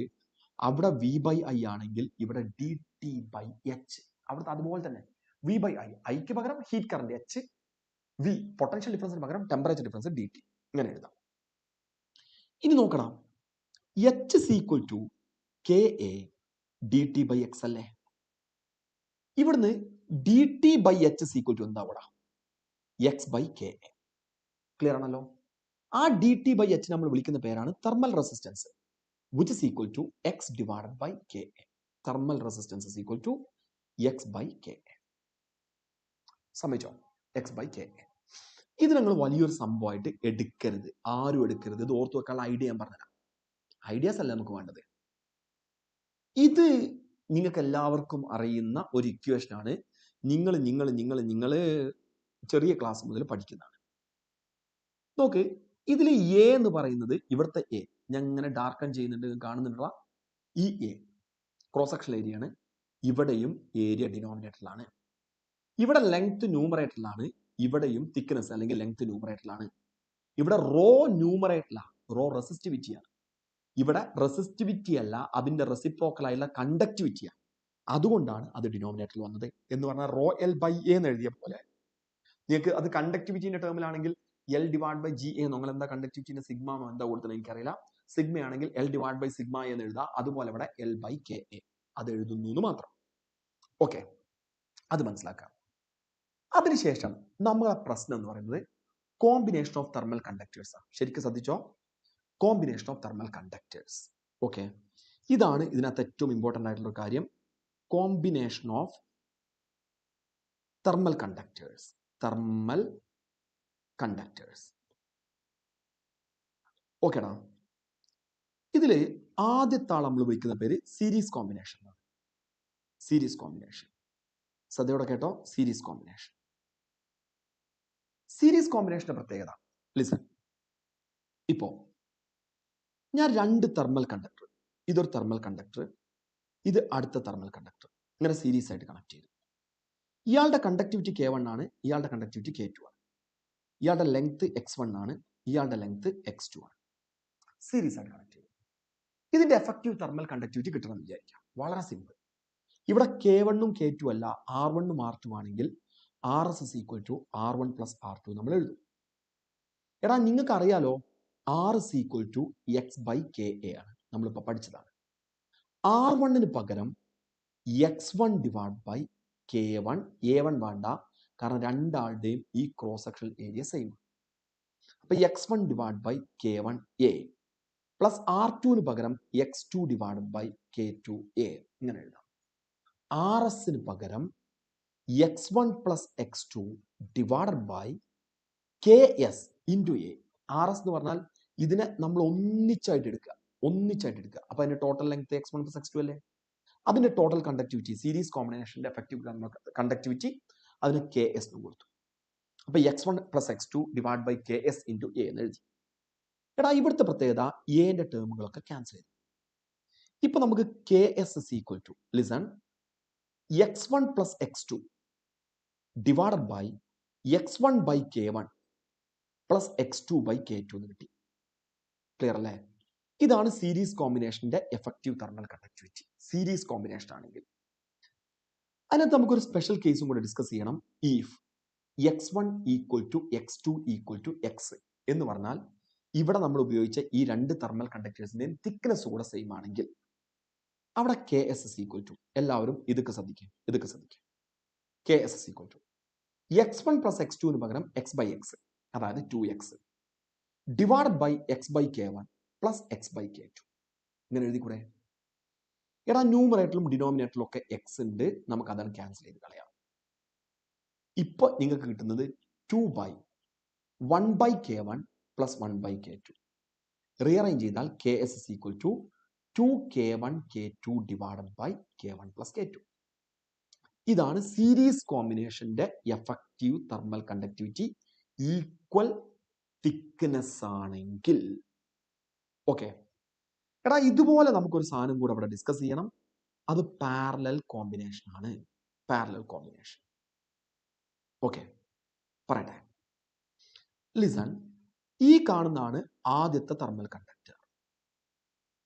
ഓക്കെ, ഇതിന്റെ കണ്ടക്ടിവിറ്റി K1, ഇയാളുടെ ക്രോസ് സെക്ഷൻ ഏരിയ A1. എടാ അടുത്ത തെർമൽ കണ്ടക്ടർ ഈ കാണുന്നതാണ്. Conductivity K2, cross section area A2. Cross section area same അല്ല, പക്ഷെ തിക്നെസ് സെയിം ആണ്. ഇങ്ങനെ ഹീറ്റ് ഫ്ലോ ചെയ്യാമെന്ന് വിചാരിക്കും. അപ്പൊ നോക്ക്, നമുക്കിവിടെ R1 ഉം R2 ആണ് തന്നതെങ്കിൽ പാരലൽ കോമ്പിനേഷനിൽ നമ്മൾ എഴുതുന്നത് 1/RP is equal to 1/R1 plus 1/R2 ആണ്. രണ്ടിന്റെ ലെങ്ത് സെയിം ആണല്ലോ. This is equal to 1/R1 പകരം x/K1 A1. x/Ka ആണ് റെസിസ്റ്റൻസ്. അപ്പൊ നമുക്ക് R1 പകരം x/K1 A1 എഴുതാം. പ്ലസ് 1/R2 പകരം x/K2 A2. 1/RP പകരം x/KP into A1 plus A2. എടാ RP എന്താന്ന് മനസ്സിലാക്കണം. ഇതിനെ നിങ്ങൾ സെപ്പറേറ്റ് രണ്ടെണ്ണായിട്ട് എടുക്കാതെ ഒരൊറ്റ ഒന്നായിട്ട് എടുത്തു എന്ന് വിചാരിക്കാം. ലെങ്ത് എക്സ് തന്നെ, പക്ഷെ അപ്പോൾ ഇതിന്റെ ക്രോസ് സെക്ഷൻ ഏരിയ എന്തായിരിക്കും? ഞാൻ യെല്ലോ കൊണ്ട് മാർക്ക് ചെയ്തത്. ഈ ഇവിടെയുള്ള യെല്ലോ കൊണ്ട് മാർക്ക് ചെയ്ത ആള് A1 plus A2 വരില്ലേ? അതുകൊണ്ടാണ് നമ്മൾ 1/x/KP into A1 plus A2 എന്ന് എഴുതിയത്. ഇതിൽ എക്സിന്റെ ടേം ക്യാൻസൽ ചെയ്ത് പോവാണ്. Now KP into A1 plus A2 equal to K1 A1 plus K2 A2. ഇങ്ങനെ എഴുതാം. ഇത് എന്ന് പറഞ്ഞാൽ KP equal to, listen, KP is equal to K1 A1 plus K2 A2 divided by A1 plus A2. Okay, ഇതാണ് KP. ഇനി നമുക്ക് ഇവിടെ ഒരു സ്പെഷ്യൽ കേസ് ഡിസ്കസ് ചെയ്യാം. If A1 equal to A2 equal to A, cross section area same ആണെന്ന് വിചാരിക്കാം. അങ്ങനെ വരുമ്പോൾ KP is equal to എന്തായിരിക്കും ആൻസർ? എടാ ക്രോസ് സെക്ഷൻ ഏരിയ സെയിം ആണെങ്കിൽ K1 plus K2 divided by 2. K1 plus K2 divided by 2. ശരിയായോ? നമുക്ക് ഇനി ഈ പ്രോബ്ലത്തേക്ക് ഒന്ന് തിരിച്ചു വരാം. 2 rods A and B of different material are welded together as shown in the figure. Thermal conductivities are K1 and K2. Thermal conductivity of the composite rod will be പെട്ടെന്ന് answer ചെയ്താം. എടാ equal area ആണ്. Okay, അങ്ങനെയാണെങ്കിൽ ഇത് parallel combination ആണ്. Therefore answer വന്നില്ലല്ലോടാ. Answer വന്നില്ല. ഇതിന്റെ എഫക്റ്റീവ് തെർമൽ കണ്ടക്ടിവിറ്റി ആണ് ചോദ്യം. ഏത് option answer? D. Very good, D ആയിരിക്കും ആൻസർ. ഓക്കെ, എടാ നമുക്ക് അടുത്ത ക്വസ്റ്റ്യൻ എടുക്കാം. A spherical black body with radius 12 centimeter radiates 450 power at 500 Kelvin. Radius were halved and the temperature is doubled. Power radiated. നിങ്ങൾ ചെയ്താൽ മതി, ഞാനത് കടപെടില്ല. Power radiated proportional to T raised to 4R. Sorry, T raised to 4A. ഇന്ന് ഞാൻ പറഞ്ഞതാ. Power radiated proportional to T raised to 4. Area proportional to R square എന്ന് എഴുതി കൂടെ? അതിൽ കൺഫ്യൂഷൻ ഇല്ലല്ലോ. റേഡിയസ് എന്നാൽ area proportional to R square. അപ്പൊ നമുക്ക് power radiated proportional to T raised to 4R square. ഇപ്പോഴത്തെ പവർ റേഡിയേറ്റഡ് എനിക്കറിയാം 450 ആണെന്ന് അറിയാം. ഇനി ക്വസ്റ്റ്യൻ വായിച്ചപ്പോൾ മനസ്സിലായത് റേഡിയസ് ഹാഫായി. അല്ലേടാ, ഹാഫായി. അപ്പൊ പവർ റേഡിയേറ്റഡ് 1/4 ആയിട്ടുണ്ടാവും. റേഡിയസ് ഹാഫ് ആകുമ്പോൾ പവർ റേഡിയേറ്റഡ് 1/4 ആവും. ടെമ്പറേച്ചർ ഡബിൾ ആയി. ടെമ്പറേച്ചർ ഡബിൾ ആയാൽ power radiated 2 raised to 4 times കൂടും. എന്ന് പറഞ്ഞാൽ 16 times കൂടും. ടെമ്പറേച്ചർ ഡബിൾ ആകുന്നത് കാരണം 16 times കൂടിയിട്ടുണ്ട്. റേഡിയസ് ഹാഫ് ആവുന്നത് കാരണം 1/4 ആയി മാറിയിട്ടുണ്ട്. Okay, therefore power radiated becomes 4 times. ഇപ്പോൾ അത് 450 ആണ്. അതിന്റെ 4 times ആയിട്ട് മാറി. 4 into 450, that is 1800 is the correct answer. Simple അല്ലേ? 1800. ഓക്കേടാ. എടാ ഇനി നോക്ക്, ഇനിയുള്ള കുറച്ച് ക്വസ്റ്റ്യൻസ് ഇതിനകത്തുണ്ട്. അത് നിങ്ങൾക്ക് ഞാൻ വിട്ടുതരുന്നു. നമ്മളിപ്പോൾ എല്ലാ കാര്യങ്ങളും ഏകദേശം പറഞ്ഞു കഴിഞ്ഞു. കുറച്ച് ക്വസ്റ്റ്യൻസ് ഇതിനകത്തുണ്ട്. ആ ക്വസ്റ്റ്യൻസ് ഞാൻ നിങ്ങൾക്ക് വിട്ടുതരുന്നു. ഒരു 4 ക്വസ്റ്റ്യൻ ഉണ്ടാവും, 5 6 ക്വസ്റ്റ്യൻസ് ഇതിൻ്റെ ഒരു ഹോംവർക്ക് ആയിട്ട് കൊടുത്തിട്ടുണ്ട്. എന്തായാലും നിങ്ങൾക്ക് അറിയാത്തൊരു തിയറി അല്ല, അപ്പം അത് ഞാൻ നിങ്ങൾക്ക് വിട്ടുതരുന്നു. എടാ നമുക്ക് കുറച്ച് സമയം നമുക്ക് ഫുഡ് കഴിക്കാനുള്ള കുറച്ച് സമയം ബ്രേക്ക് ഇടാം. എത്ര സമയം ബ്രേക്ക് വേണ്ട? വേഗം പറഞ്ഞോ. ഫുഡ് കഴിക്കാൻ എത്ര സമയം വേണം? നിങ്ങൾ എത്ര പറഞ്ഞാലും ഞാനൊരു സമയം കണ്ടിട്ടുണ്ട്, അതിനപ്പുറത്തേക്ക് തരില്ല. ഏകദേശം പറ. എത്ര സമയമാണ്? എത്ര സമയം? വേഗം പറ. സാധാരണ നമ്മൾ നൈറ്റിൽ എത്ര സമയം ബ്രേക്ക് വേണ്ടത്? ഫുഡ് കഴിക്കാൻ വരിക, വേഗം ഫുഡ് കഴിക്കാൻ വരിക. എത്ര സമയം വേണ്ട? ഓ, നജ്മൽ ഒരു കാര്യം ചോദിച്ചു അല്ലേ, ന്യൂട്ടൺസ് ലോ ഓഫ് കൂളിംഗ് വെച്ചുള്ള പ്രോബ്ലം ഉണ്ട്, അത് പറഞ്ഞിട്ടില്ല. ഓക്കെ നജ്മലെ, ഉണ്ട്, ഇതിനകത്ത് ഉണ്ട്. നിങ്ങൾ ചെയ്യോ? അത് ഞാൻ പറയണോ?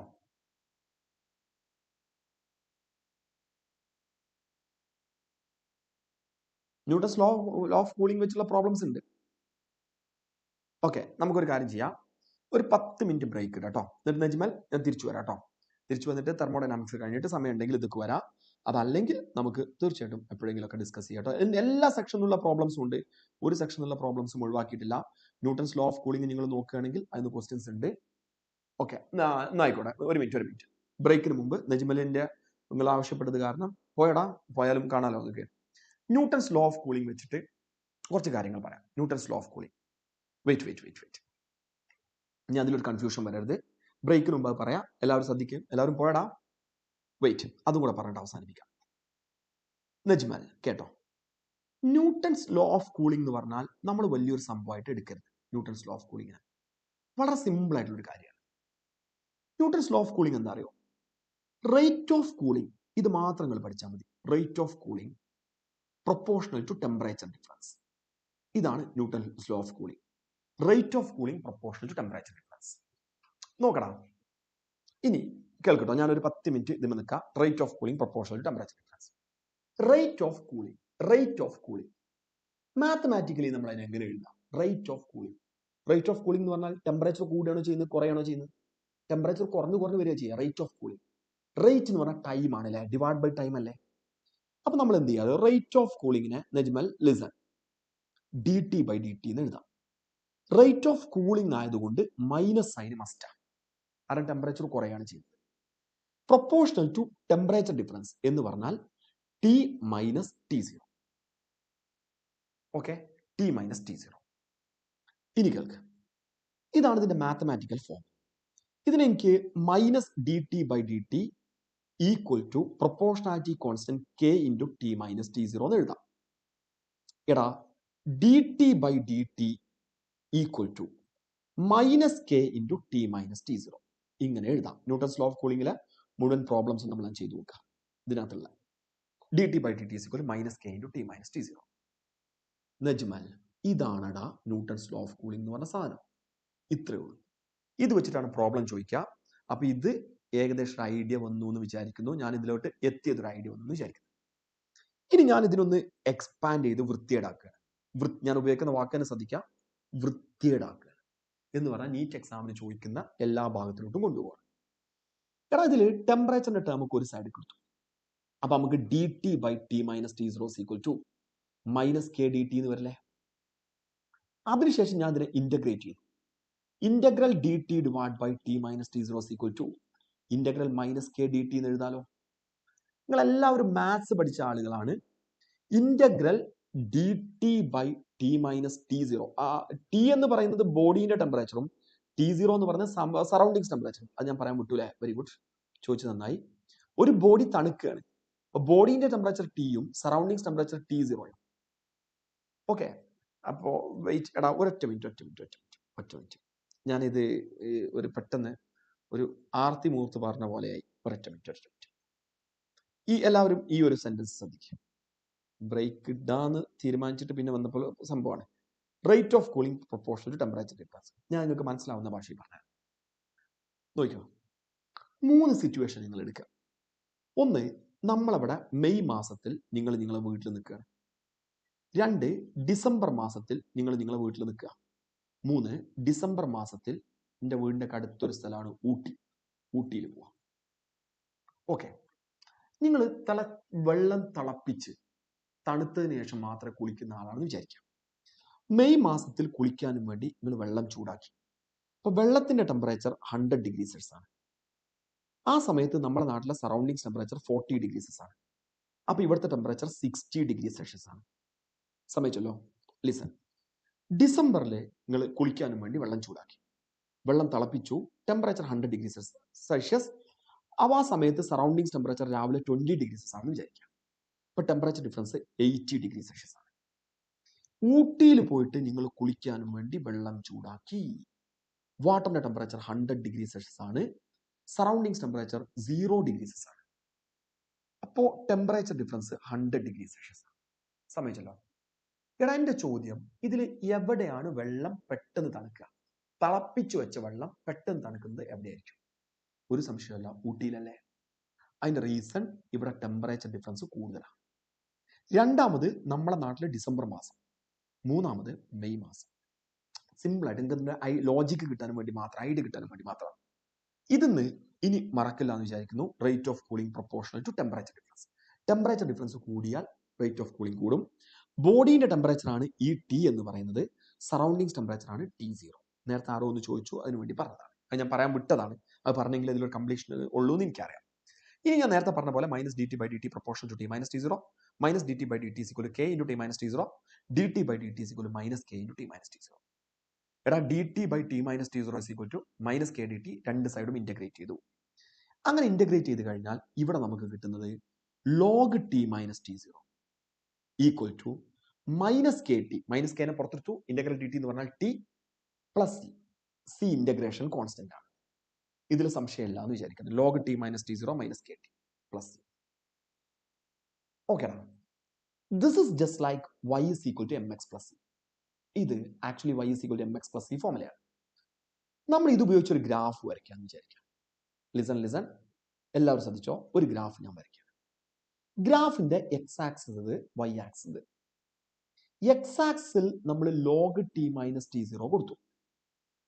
സോറി, വൈ ആക്സിൽ log T - T0 കൊടുത്തു, എക്സ് ആക്സിൽ T കൊടുത്തു. എടാ, ഗ്രാഫിന്റെ ഷേപ്പ് ഒരു സ്ട്രൈറ്റ് ലൈൻ ആണ്.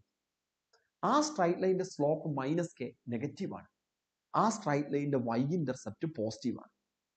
പോസിറ്റീവ് y ഇന്റർസെപ്റ്റും നെഗറ്റീവ് സ്ട്രൈറ്റ് ലൈനുള്ള ഒരു ഗ്രാഫ്. ഇതായിരിക്കും ഗ്രാഫിന്റെ ഷേപ്പ്. നിങ്ങൾ നീറ്റ് എക്സാമിന് പോകുമ്പോൾ log T - T0 T graph ചോദിക്കും. അപ്പൊ അതിന്റെ ഷേപ്പ് ഇതാണ്.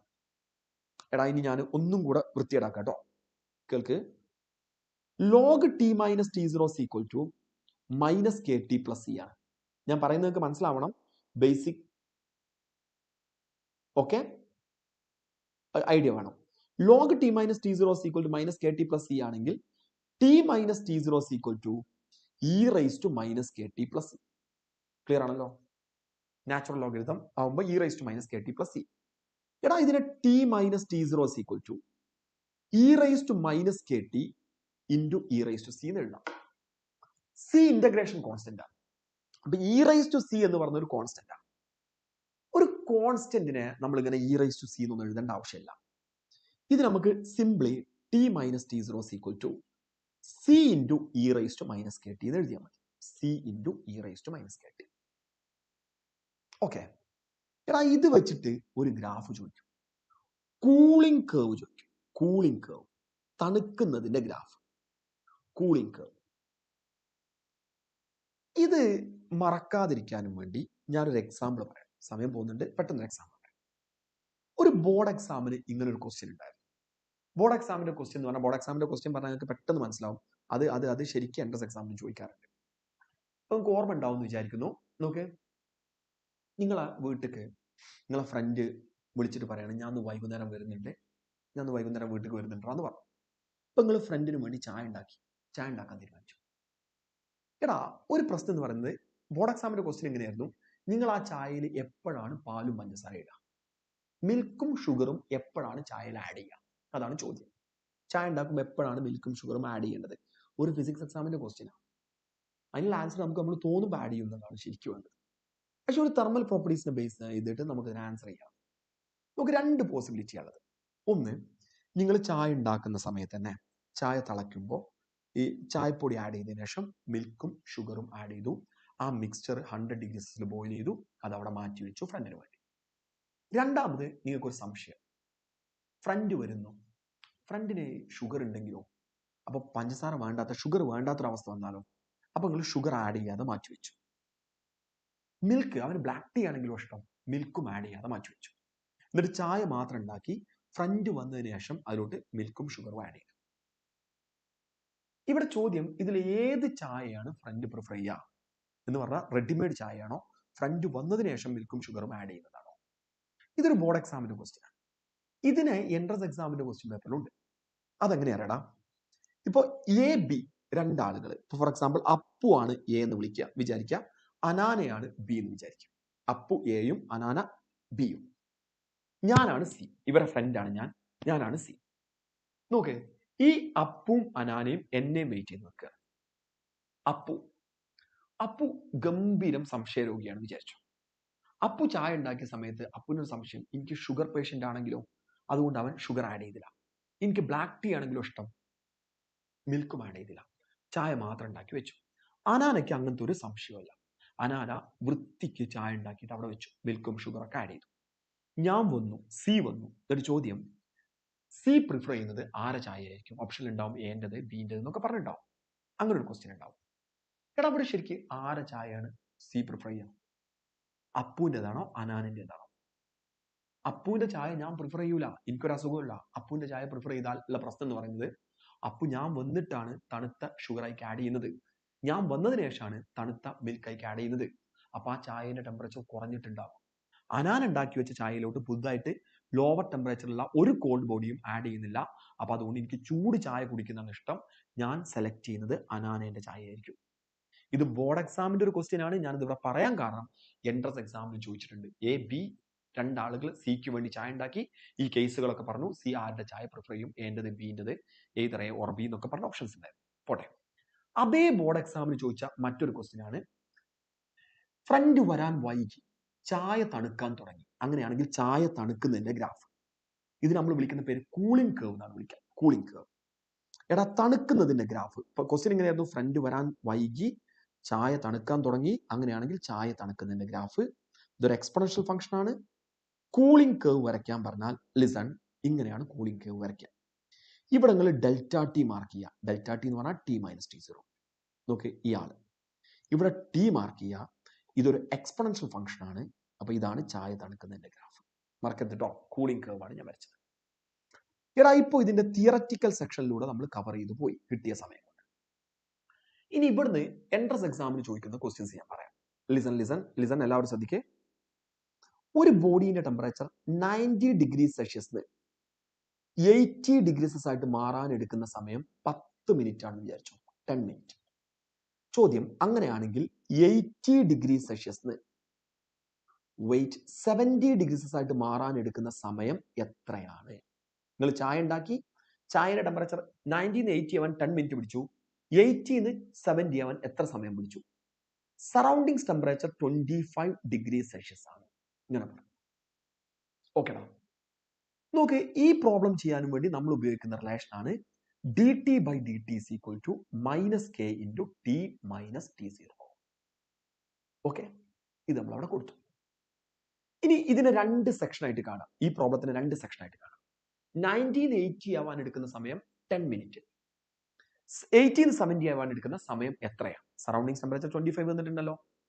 ആദ്യം ഡി ടിക്ക് പകരം 1980 ആവാം, 90 മൈനസ് 80 ഡിവൈഡഡ് ബൈ ഡി ടിക്ക് പകരം അതിനെടുക്കുന്ന time 10 equal to minus K into ഈ ടി ഉണ്ടല്ലോടാ.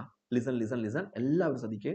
ഈ ടിക്ക് പകരം നിങ്ങൾ ചെയ്യേണ്ടത് ഇവിടെ കൊടുത്ത ആളുകളുടെ ആവറേജ്, 90ന്റെ 80ന്റെ ആവറേജ്, അതായത് 90 plus 80 by 2 divided by T സീറോക്ക് പകരം 25 എന്ന് കൊടുക്കുക.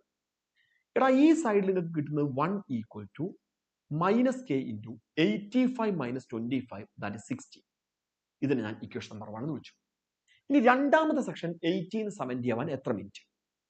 ഇതേ ഇക്വേഷനിൽ അതും കൂടെ ഒന്ന് സബ്സ്റ്റിറ്റ്യൂട്ട് ചെയ്യാം. 70 ആവാം, ഞാൻ കളർ ഇങ്ക് മാറ്റി പറയാം, 80 മൈനസ് 70 അതിനെടുക്കുന്ന സമയം T2 which is equal to minus K into 80 plus 70 by 2 അതായത് 75 മൈനസ് 25. ഇങ്ങനെ വരില്ലേ? എടാ ഇതും നമുക്ക് കിട്ടുന്നത് 10 by T2. Equal to minus K into 50. ഇതിനെ ഞാൻ ഇക്വേഷൻ നമ്പർ 2 എന്ന് വിളിച്ചു. ഇക്വേഷൻ നമ്പർ 2 എന്ന് വിളിച്ചു. അതിനുശേഷം നമ്മൾ 1/2 ചെയ്യാം. 1/2. അതിക്ക് ശ്രദ്ധിച്ചോ, 1/2 ചെയ്യുന്ന സമയത്ത് 1/10/T2, അതായത് T2/10 ഈക്വൽ ടു, എടാ 1/2 ചെയ്യുമ്പോൾ മൈനസ് കെ ക്യാൻസൽ ചെയ്യും. 60/50 എന്ന് പറഞ്ഞാൽ 6/5. ശരിയല്ലേ? ഇത് ക്യാൻസൽ ചെയ്ത് പോയി. ഇവിടെ 2 വന്നു. T2 equal to 12 minute. Clear ആണല്ലോ? ഇവിടെ നിങ്ങൾ മനസ്സിലാക്കേണ്ടത് 90 ഡിഗ്രി സെൽഷ്യസിന് 80 ഡിഗ്രി സെൽഷ്യസ് ആയിട്ട് മാറാൻ 10 മിനിറ്റ് ആണ് പിടിച്ചത്. അങ്ങനെയാണെങ്കിൽ 80 ഡിഗ്രി സെൽഷ്യസിന് 70 ഡിഗ്രി സെൽഷ്യസ് ആയിട്ട് മാറാൻ എടുത്ത സമയം 12 മിനിറ്റ് ആണ്. ഓക്കെ, 70ന്ന് 60 ആവാൻ അതിനേക്കാൾ കൂടുതൽ സമയം പിടിക്കും. 60 ഡിഗ്രി സെൽഷ്യസ് ആവാൻ ഒരു സംശയമല്ല ഗ്രേറ്റർ ദാൻ 12 ആയിരിക്കും. അങ്ങനെയാണ് പോവുക. ഇത്രയേ ഉള്ളൂ ന്യൂട്ടൺസ് ലോ ഓഫ് കൂളിംഗിൽ. ഞാൻ ഇതിന്ന് ചോദിച്ച ക്വസ്റ്റ്യൻസും നിങ്ങൾക്ക് കാണിച്ചു തരാം. ശ്രദ്ധിച്ചോ. A beaker full of hot water is kept in A room. It cools from 80 to 75 in T1 minutes, 75 to 70 in T2 minutes, 70 to 65 in T3 minute.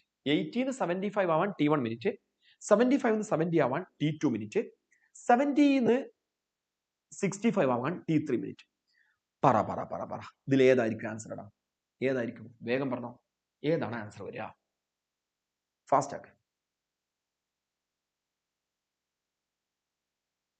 Okay, വേഗം എനിക്ക് ആൻസർ വേണം.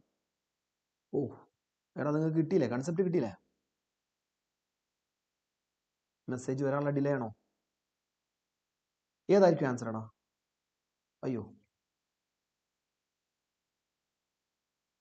80 ന് 75 ആവാൻ T1 മിനിറ്റ്, 75 ന് 70 ആവാൻ T2 മിനിറ്റ്, 70 ന് 65 ആയിട്ട് മാറാൻ T3 മിനിറ്റ്. ഏത് സമയമായിരിക്കും ഏറ്റവും കൂടുതൽ എന്നുള്ളതാണ് ചോദ്യം. ഏത് സമയമാണ് ഏറ്റവും കൂടുതൽ വരിക? നമ്മൾ നേരത്തെ പറഞ്ഞു. തൊട്ടപ്പുറത്തെ ക്വസ്റ്റ്യൻ നോക്ക്. തൊട്ടപ്പുറത്തെ ക്വസ്റ്റ്യനിൽ ഞാൻ കൃത്യമായിട്ട് നിങ്ങളടുത്ത് പറഞ്ഞു, ദാ 80 ന് 90 ന് 80 ആവാൻ 10 മിനിറ്റ്സ്, 80 ന് 70 ആവാൻ 12 മിനിറ്റ്, 70 ന് 60 ആവാൻ അതിനേക്കാൾ കൂടുതൽ സമയം എടുക്കുന്നുണ്ട്. അങ്ങനെയാണെങ്കിൽ നമുക്ക് പറയാൻ പറ്റും 80 ന് 75 ആവാൻ T1 മിനിറ്റ്സ്, അത് ചെറുതായിരിക്കും. ഇനി 75 ന് 70 ആവാൻ അതിനേക്കാൾ കൂടുതൽ സമയം പിടിക്കും.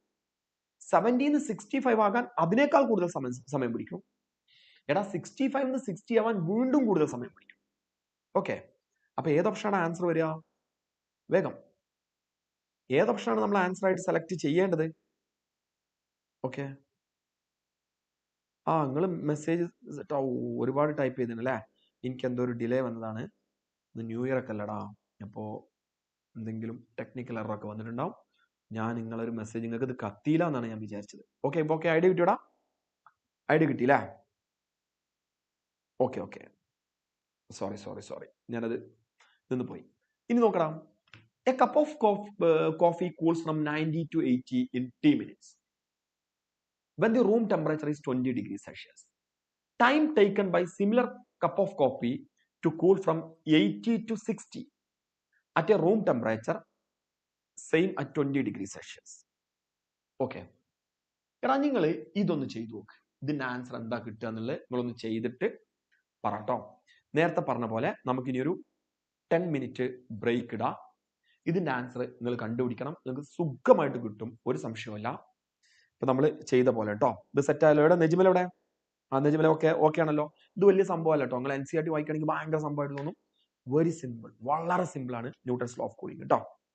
ഓക്കെടാ, അപ്പൊ നമുക്ക് ഒരു 10 മിനിറ്റ് ബ്രേക്ക് ഇടാം. ഇപ്പൊ സമയം 9:20 അല്ലേ? നമുക്ക് 9:30 സ്റ്റാർട്ട് ചെയ്യാം അല്ലേ? വൈകി ഓടുന്ന വണ്ടി കേട്ടോ. 9:30 സ്റ്റാർട്ട് ചെയ്യാം. ഓക്കെ,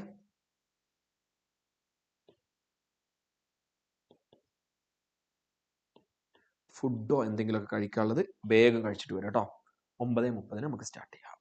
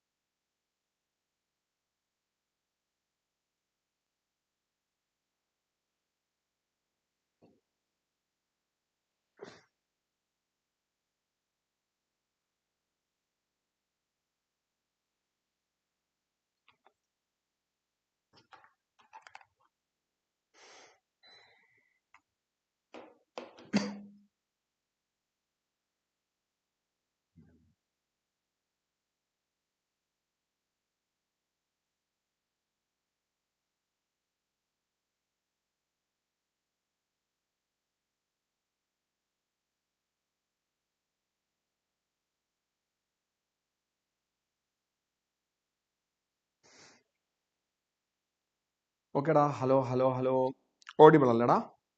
സ്റ്റാർട്ട് ചെയ്താലോ? Nasla, hello hello hello. അബിക്ക് ഫുഡ് കഴിക്കാൻ കഴിഞ്ഞില്ലേ? സാരല്ലടാ, ന്യൂ ഇയർ ഒക്കെ അല്ലേ, കുറച്ച് കഴിഞ്ഞിട്ട് നമുക്ക് ഫുഡ് കഴിക്കാം. എനിക്കും കഴിഞ്ഞിട്ടില്ല കേട്ടോ. നമുക്ക് കുറച്ച് കഴിഞ്ഞിട്ട് നമുക്ക് രണ്ടാൾക്ക് ഫുഡ് കഴിക്കാം. Okay okay. Shifna, okay okay okay. എത്തിയോടാ? എല്ലാവരും എത്തിയോ? നജ്മൽ എത്തി. പിന്നെ ഓക്കെ, സ്റ്റാർട്ട് ചെയ്യല്ലേ? തെർമോഡൈനാമിക്സ് സ്റ്റാർട്ട് ചെയ്യാം. എല്ലാവരും എത്തി എന്ന് വിചാരിക്കുന്നു. Okay okay okay. ഈ ചാപ്റ്ററിൽ നിങ്ങൾക്ക് പ്രശ്നങ്ങൾ ഉണ്ടാക്കുന്ന ഏതെങ്കിലും പോർഷൻ ഉണ്ടോ എന്നുള്ളതാണ് ആദ്യത്തെ ചോദ്യം. ഇതിനകത്ത് നിങ്ങൾക്ക് ബുദ്ധിമുട്ടുണ്ടാക്കുന്ന ഏതെങ്കിലും പോർഷൻസ് ഉണ്ടോ? അത് പറഞ്ഞെന്നാൽ അതിൽ ഞാൻ സ്റ്റിക്ക് ഓൺ ചെയ്യും. നേരത്തെ ചാപ്റ്ററിൽ നിങ്ങൾ കലോറിമെട്രി പറഞ്ഞിരുന്നു, ന്യൂട്ടൺ, പിന്നെ വേറെ ഏതൊരു ഭാഗമൊക്കെ പറഞ്ഞിരുന്നു അല്ലേ? അതൊക്കെ നമ്മളിങ്ങനെ സ്റ്റിക്ക് ഓൺ ചെയ്തു പോയി. ഇതിനകത്ത് അങ്ങനത്തെ എന്തെങ്കിലും ഭാഗങ്ങളുണ്ടോ? വേഗം പറ.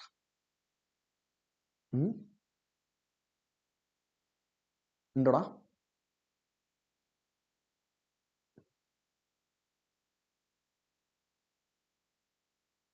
റെഫ്രിജറേറ്റർ എഞ്ചിൻ ഡിലീറ്റഡ് അല്ലേ? റെഫ്രിജറേറ്റർ അങ്ങനെ ഡിലീറ്റഡ് ആക്കണ്ട. നമുക്ക് റെഫ്രിജറേറ്റർ പഠിക്കാം. കാരണം അതൊരു ഡിലീറ്റഡ് അല്ലേ എന്ന് ചോദിക്കുകയാണെങ്കിൽ അത് ഡിലീറ്റഡ് ഒന്നും അല്ല. അത് ഡിലീറ്റ് ചെയ്യേണ്ട ആവശ്യമില്ല. അത് സിമ്പിളാണ്. ഓക്കെ, അതൊന്നും ഒരു ഒരു ഒരു പ്രശ്നമില്ലാത്ത കേസാണ്. നിങ്ങൾക്ക് വേറെ എന്തെങ്കിലും ബുദ്ധിമുട്ടുള്ള സെക്ഷൻ ഉണ്ടെങ്കിൽ വേഗം ഒന്ന് ടൈപ്പ് ചെയ്യും. വേഗം ഒന്ന് ടൈപ്പ് ചെയ്യടാ.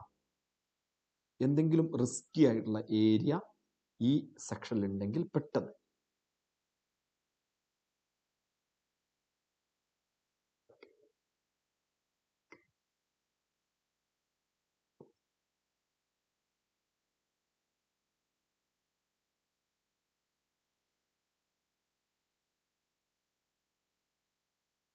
Okay okay okay. Carnot engine ഒന്നും വേണ്ട. കാർനോട്ട് എഞ്ചിനിലൊന്നും ഒന്നുമില്ല. ഞാൻ പറഞ്ഞുതരാം കേട്ടോ. റെഫ്രിജറേറ്റർ വേറെ ഒന്നും ആരടുത്തും വന്നിട്ടില്ല. T13/5 ഒരു സംശയമല്ല കേട്ടോ. ഓക്കെ, അതിലൊന്നും സംശയമില്ല. ഞാൻ നിങ്ങൾക്ക് ഒരു ക്വസ്റ്റ്യൻ ഇട്ടിട്ടുണ്ട്, അത് നിങ്ങൾ കമന്റ് ചെയ്യണം കേട്ടോ. അതിന് ആൻസർ കമന്റ് ചെയ്യണം. അത് ആർക്കാ കിട്ടുക നോക്കട്ടെ. അത് ശരിക്ക് ഒരു പ്രീവിയസ് മെഡിക്കൽ എക്സാമിന്റെ ക്വസ്റ്റ്യനും കൂടിയാണ്. നിങ്ങൾക്ക് ഒരു കൺഫ്യൂഷൻ ഉണ്ടാകും. ആ കൺഫ്യൂഷൻ നിങ്ങൾക്ക് കിട്ടുക എന്നുള്ളതാണ് ഞാൻ നോക്കുന്നത്. NCERT കൃത്യമായിട്ട് പറയുന്നുണ്ട്, ഡിഫൈൻ ചെയ്യുന്നുണ്ട്. നിങ്ങൾ NCERT വായിക്കുക എന്നുള്ളതൊന്നും എനിക്കറിയണല്ലോ. എടാ, അപ്പോൾ നിങ്ങൾക്ക് ഏത് ഭാഗവും പ്രശ്നമില്ല എന്ന് വിചാരിക്കുന്നു. ഈ ചാപ്റ്ററിൽ മെയിൻലി 3 സെക്ഷനാണ്. Zeroth law of thermodynamics, first law of thermodynamics, second law of thermodynamics.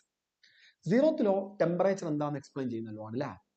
A B എന്നുള്ള രണ്ട് സിസ്റ്റം സിയുമായിട്ട് സെപ്പറേറ്റ്ലി തെർമൽ ഇക്വിലിബ്രിയത്തിലാണെങ്കിൽ എയും ബിയും തെർമൽ ഇക്വിലിബ്രിയത്തിലായിരിക്കും എന്ന് പറയുന്ന law. If two systems A and B are separately in thermal equilibrium with the third system C, then A and B are also in thermal equilibrium. Okay? ഇനി first law of thermodynamics law of conservation of energy. First law പറയുന്നത് നമ്മൾ കൊടുക്കുന്ന heat internal energy കൂട്ടാനും ഒപ്പം തന്നെ external വർക്കിനും ഉപയോഗിക്കും. ഇതാണ് first law. ഇന്റർജി കൂട്ടാനും എക്സ്റ്റേണൽ വർക്കിനും. എടാ, ഇതിനകത്ത് ഹീറ്റിനെ കുറിച്ച് നമ്മൾ ഇവിടെ ഡിസ്കസ് ചെയ്ത് കഴിഞ്ഞു. ഇന്റേണൽ എനർജി ഒരു സ്റ്റേറ്റ് ഫംഗ്ഷൻ ആണ്, നിങ്ങൾക്കറിയാം. സൈക്ലിക് പ്രോസസ് ആണെങ്കിൽ ഇന്റർജി ചേഞ്ച് 0 ആണ്. സൈക്ലിക് പ്രോസസ് ആണെങ്കിൽ ഒക്കെ നമുക്കറിയാം. ഇന്റർജി ഡിപ്പെൻഡ് ചെയ്യുന്നത് ടെമ്പറേച്ചറിനെ മാത്രമാണ്. ഞാൻ പറയുന്നതിൽ ഏതെങ്കിലും ഭാഗം കൺഫ്യൂസിംഗ് ആയിട്ടുണ്ടെങ്കിൽ ചോദിക്കാം. എടാ, ഏതൊരു തെർമോഡൈനാമിക് പ്രോസസ്സിന്റെ വർക്ക് കണ്ടുപിടിക്കാനുള്ള equation P delta V, delta W is equal to P delta V എന്ന് എഴുതാം. അല്ലെങ്കിൽ W is equal to integral V1 to V2 PD. V1 to V2 PD. ഇതാണ് എല്ലാ തെർമോഡൈനാമിക് പ്രോസസ്സിന്റെ വർക്ക് കണ്ടുപിടിക്കാനുള്ള ഇക്വേഷൻ. എക്സ്പാൻഷൻ ആണെങ്കിൽ work done by the system ആണെങ്കിൽ work positive ആണ്. കംപ്രഷൻ ആകുമ്പോൾ work done on the system ആകുമ്പോൾ വർക്ക് നെഗറ്റീവ് ആണ്. വൺസ് അഗൈൻ റിപ്പീറ്റ്, ആ ബോഡി എക്സ്പാൻഡ് ചെയ്യുകയാണെങ്കിൽ അല്ലെങ്കിൽ work done by the system ആണെങ്കിൽ വർക്ക് പോസിറ്റീവ് ആണ്. ബോഡി കംപ്രസ് ചെയ്യുകയാണെങ്കിൽ work done on the system ആണെങ്കിൽ തീർച്ചയായിട്ടും വർക്ക് നെഗറ്റീവ് ആണ്. അറിയാലോ. നമ്മൾ ഒരു PV ഡയഗ്രം വരച്ചാൽ area under PV diagram is equal to work done. Okay, area under PV diagram is also equal to work done. ഇതൊക്കെ നമുക്ക് അറിയുന്ന കാര്യങ്ങളാണ്. ഓക്കേടാ, നമുക്ക് നേരെ പ്രോബ്ലത്തിൽ കിടക്കാം. ഇനി അപ്പോൾ ഓരോ പ്രോബ്ലത്തിനും ആവശ്യമായിട്ടുള്ള തിയറി സെക്ഷൻ ഇങ്ങനെ പറഞ്ഞു പോകുമ്പോൾ ചാപ്റ്റർ കംപ്ലീറ്റ് ചെയ്യാൻ പറ്റും കേട്ടോ. അല്ലാതെ നിങ്ങൾ ഇതിനകത്ത് പറയണം എന്ന് പറഞ്ഞൊരു ഭാഗവും ടൈപ്പ് ചെയ്ത് കണ്ടില്ല. ഓക്കെ, അങ്ങനെയാണെങ്കിൽ അത് പറഞ്ഞിട്ട് തുടങ്ങാമായിരുന്നു എന്ന് വിചാരിച്ചിട്ടാണ്. Next listen. Internal energy change in A system that was absorbed 2 kilocalorie of heat and then 500 joule of work. 2 kilocalorie heat absorb ചെയ്തു, 500 joule heat വർക്കായിട്ട് മാറി. അങ്ങനെയാണെങ്കിൽ ഇൻഡയറക്റ്റ് ചേഞ്ച് എത്രയാ? ഓക്കെ, അല്ല, work done by the system positive ആണ്, work done on the system negative ആണ്. Expansion ആണെങ്കിൽ positive ആണ്, കംപ്രഷൻ ആണെങ്കിൽ നെഗറ്റീവ് ആണ്. അതിൽ നിങ്ങൾക്ക് എന്തെങ്കിലും കൺഫ്യൂഷൻ ഉണ്ടെങ്കിൽ കമന്റ് ചെയ്യാം. Work done by the system positive ആണ്, ഓൺ ദി സിസ്റ്റം നെഗറ്റീവ് ആണ്. Work done by the system എന്ന് പറഞ്ഞാൽ എക്സ്പാൻഷൻ ആണ് positive, compression work done on the system negative. Okay, കെമിസ്ട്രിയിൽ നേരെ തിരിച്ചാണല്ലോ. അങ്ങനെയാണോ നജ്മല? ഉറപ്പാ? അങ്ങനെയാണോ? എനിക്ക് സംശയം ഉണ്ടല്ലോ. നേരെ തിരിച്ചാണോ? ഉറപ്പാടാ? എന്താടാ കെമിസ്ട്രിയിൽ തിരിച്ച്? അങ്ങനെ വരാൻ പാടില്ലല്ലോ. ഡെൽറ്റ ക്യൂ എന്ന് പറയുന്നത് 2 കിലോ കലോറിയാണ് എന്ന് പറഞ്ഞാൽ 2 × 10⁻³ കലോറി. നമുക്ക് ആൻസർ വേണ്ടത് ജൂളിലാണ്. 2 × 10⁻³ × 4.2 ജൂൾ, which means 8400 ജൂൾ. നോക്ക്, delta Q is equal to delta U plus delta W. Sorry, delta Q is equal to delta U plus delta W. ഇങ്ങനെ എഴുതാം. ഡെൽറ്റ ക്യൂന് പകരം 8400, ഡെൽറ്റ യു കണ്ടുപിടിക്കണം plus 500. Therefore, delta U is equal to 7900 joule. C option. Okay okay okay. ഇനി അവിടെ നിൽക്കട്ടെ, ആ പ്രശ്നം തീർത്തിട്ട് മതി ഇനി മുന്നോട്ട്. എന്തൊക്കെയാടാ എന്തായിരുന്നു നിങ്ങളെ പ്രശ്നം? കെമിസ്ട്രിയിൽ തിരിച്ചാണ് അല്ലേ? അവിടെ work minus P D V ആണ്. എന്താ work minus P D V വരാൻ കാരണം?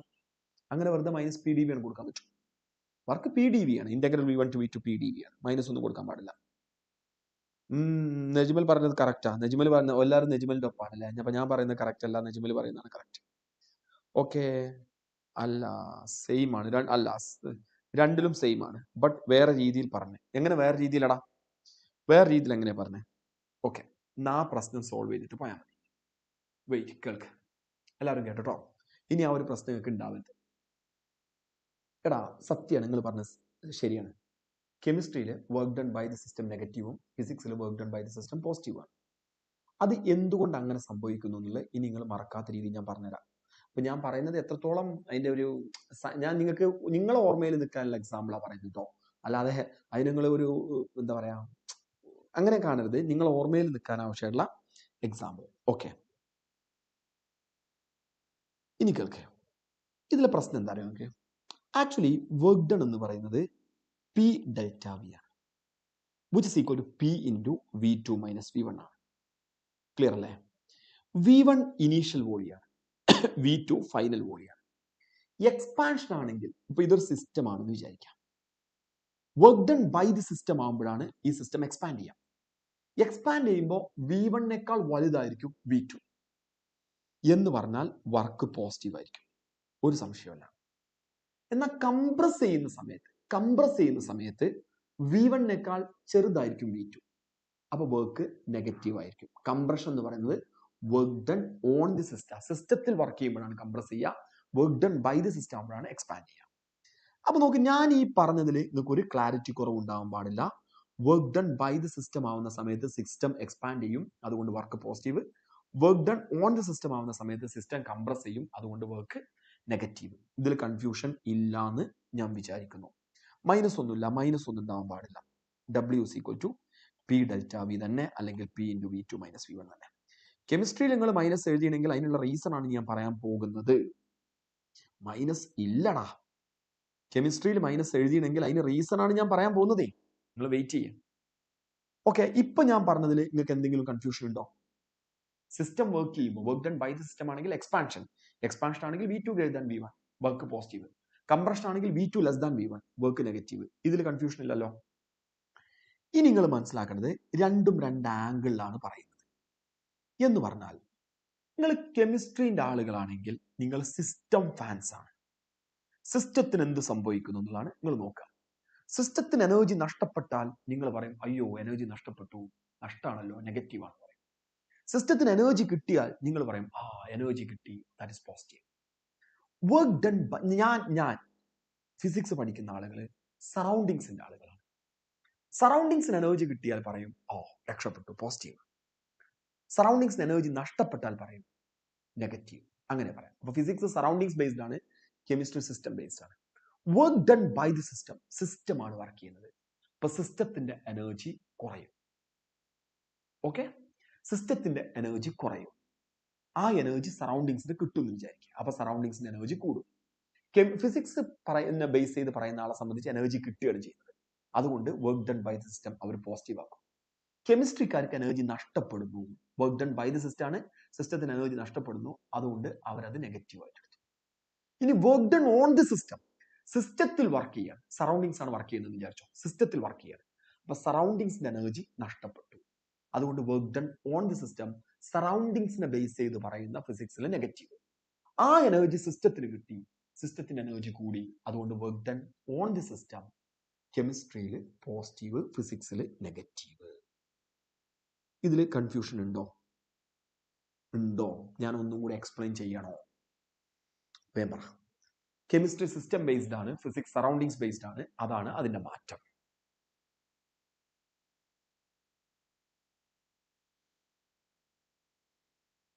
ഓക്കെ, സെറ്റ് ആയില്ലടാ? ഇങ്ങനെ എനിക്ക് നിങ്ങളടുത്ത് പറയാൻ പറ്റുള്ളൂ. ഓക്കെ, അത്ര സിമ്പിൾ ആയിട്ട് അങ്ങനെ നമുക്ക് എക്സ്പ്ലെയിൻ ചെയ്യാം കേട്ടോ. ഇതിൽ ഇനി കൺഫ്യൂഷൻ ഇല്ലല്ലോ. അപ്പൊ ഇനി നിങ്ങൾ കെമിസ്ട്രിയിൽ വർക്ക് നെഗറ്റീവ് അല്ലേ, ഫിസിക്സിൽ എങ്ങനെ പോസിറ്റീവ് ആയിട്ട് അതൊന്നും ആലോചിക്കണ്ട. കെമിസ്ട്രി സിസ്റ്റം ബേസ്ഡ് ആണ്, ഫിസിക്സ് സറൗണ്ടിങ്സ് ബേസ്ഡ് ആണ്. അത്രേ ഉള്ളൂ കേട്ടോ. ഓക്കെ, നമുക്കിനി അടുത്ത ക്വസ്റ്റ്യൻ കിടക്കാം.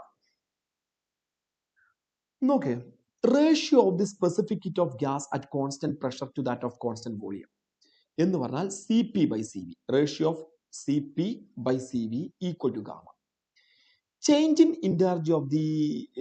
energy of mass of gas when the volume changes from V to 2V at constant pressure. എടാ, കോൺസ്റ്റന്റ് പ്രഷറിൽ വോളിയം V1 നിന്ന് V ന്ന് 2Vയിലോട്ട് പോകുമ്പോൾ ചേഞ്ച് ഇൻ എനർജി കണ്ടുപിടിക്കണം. Change in energy. ഞാൻ ഇതിനെക്കുറിച്ച് കുറച്ച് കാര്യങ്ങൾ പറയാം. ഒരു 3 മിനിറ്റ് ഇതിനെക്കുറിച്ച് സംസാരിക്കാം. കേൾക്കാം. അത് കേട്ടാൽ ശരിക്കും കേട്ടാൽ നമുക്ക് ഈ ക്വസ്റ്റ്യൻ അല്ല എല്ലാ ക്വസ്റ്റ്യനും ചെയ്യാൻ പറ്റും കേട്ടോ. നിങ്ങൾ മോളാർ സ്പെസിഫിക് ഹീറ്റ് കപ്പാസിറ്റി എന്ന് കേട്ടിട്ടുണ്ടാവും. മോളാർ സ്പെസിഫിക് ഹീറ്റ് കപ്പാസിറ്റി, അതിനെക്കുറിച്ച് ഞാൻ ഒന്നും പറയുന്നില്ല. മോളാർ സ്പെസിഫിക് ഹീറ്റ് കപ്പാസിറ്റി, ശരിയല്ലേ? എന്താ മോളാർ സ്പെസിഫിക് ഹീറ്റ് കപ്പാസിറ്റി എന്ന് പറഞ്ഞാൽ? ഒരു മോൾ ഗ്യാസിന്റെ ടെമ്പറേച്ചർ ഒരു മോൾ സബ്സ്റ്റൻസിന്റെ ടെമ്പറേച്ചർ 1 ഡിഗ്രി സെൽഷ്യസ് കൂട്ടാൻ ആവശ്യമുള്ള ഹീറ്റ് നമ്മൾ വിളിക്കുന്ന പേരാണ് molar specific heat capacity. 1 gram സബ്സ്റ്റൻസിന്റെ ടെമ്പറേച്ചർ 1 ഡിഗ്രി സെൽഷ്യസ് കൂട്ടാൻ ആവശ്യമുള്ള ഹീറ്റിനെ വിളിക്കുന്ന പേരാണ് സ്പെസിഫിക് ഹീറ്റ് കപ്പാസിറ്റി. അത് അവിടെ നിൽക്കട്ടെ. അപ്പോൾ അത് നമ്മളൊരു വിഷയമല്ലല്ലോ. അതിന് നിങ്ങൾക്ക് അറിയും തന്നെയാണ് വിചാരിക്കുന്നത്. നിങ്ങൾ കെമിസ്ട്രിയിലൊക്കെ പഠിച്ചിട്ടുണ്ടാവും. ഈ മോളാർ സ്പെസിഫിക് ഹീറ്റ് കപ്പാസിറ്റി രണ്ടായിട്ട് ക്ലാസിഫൈ ചെയ്യാം. എടാ, ഗ്യാസ് കോൺസ്റ്റന്റ് പ്രഷറിൽ ഹീറ്റ് അബ്സോർബ് ചെയ്യുകയാണെങ്കിൽ നമ്മൾ അതിനെ CP എന്ന് വിളിക്കും. ഗ്യാസ് കോൺസ്റ്റന്റ് വോളിയത്തിൽ ഹീറ്റ് അബ്സോർബ് ചെയ്യുകയാണെങ്കിൽ നമ്മൾ അതിനെ CV എന്ന് വിളിക്കും. CPയും CVയും.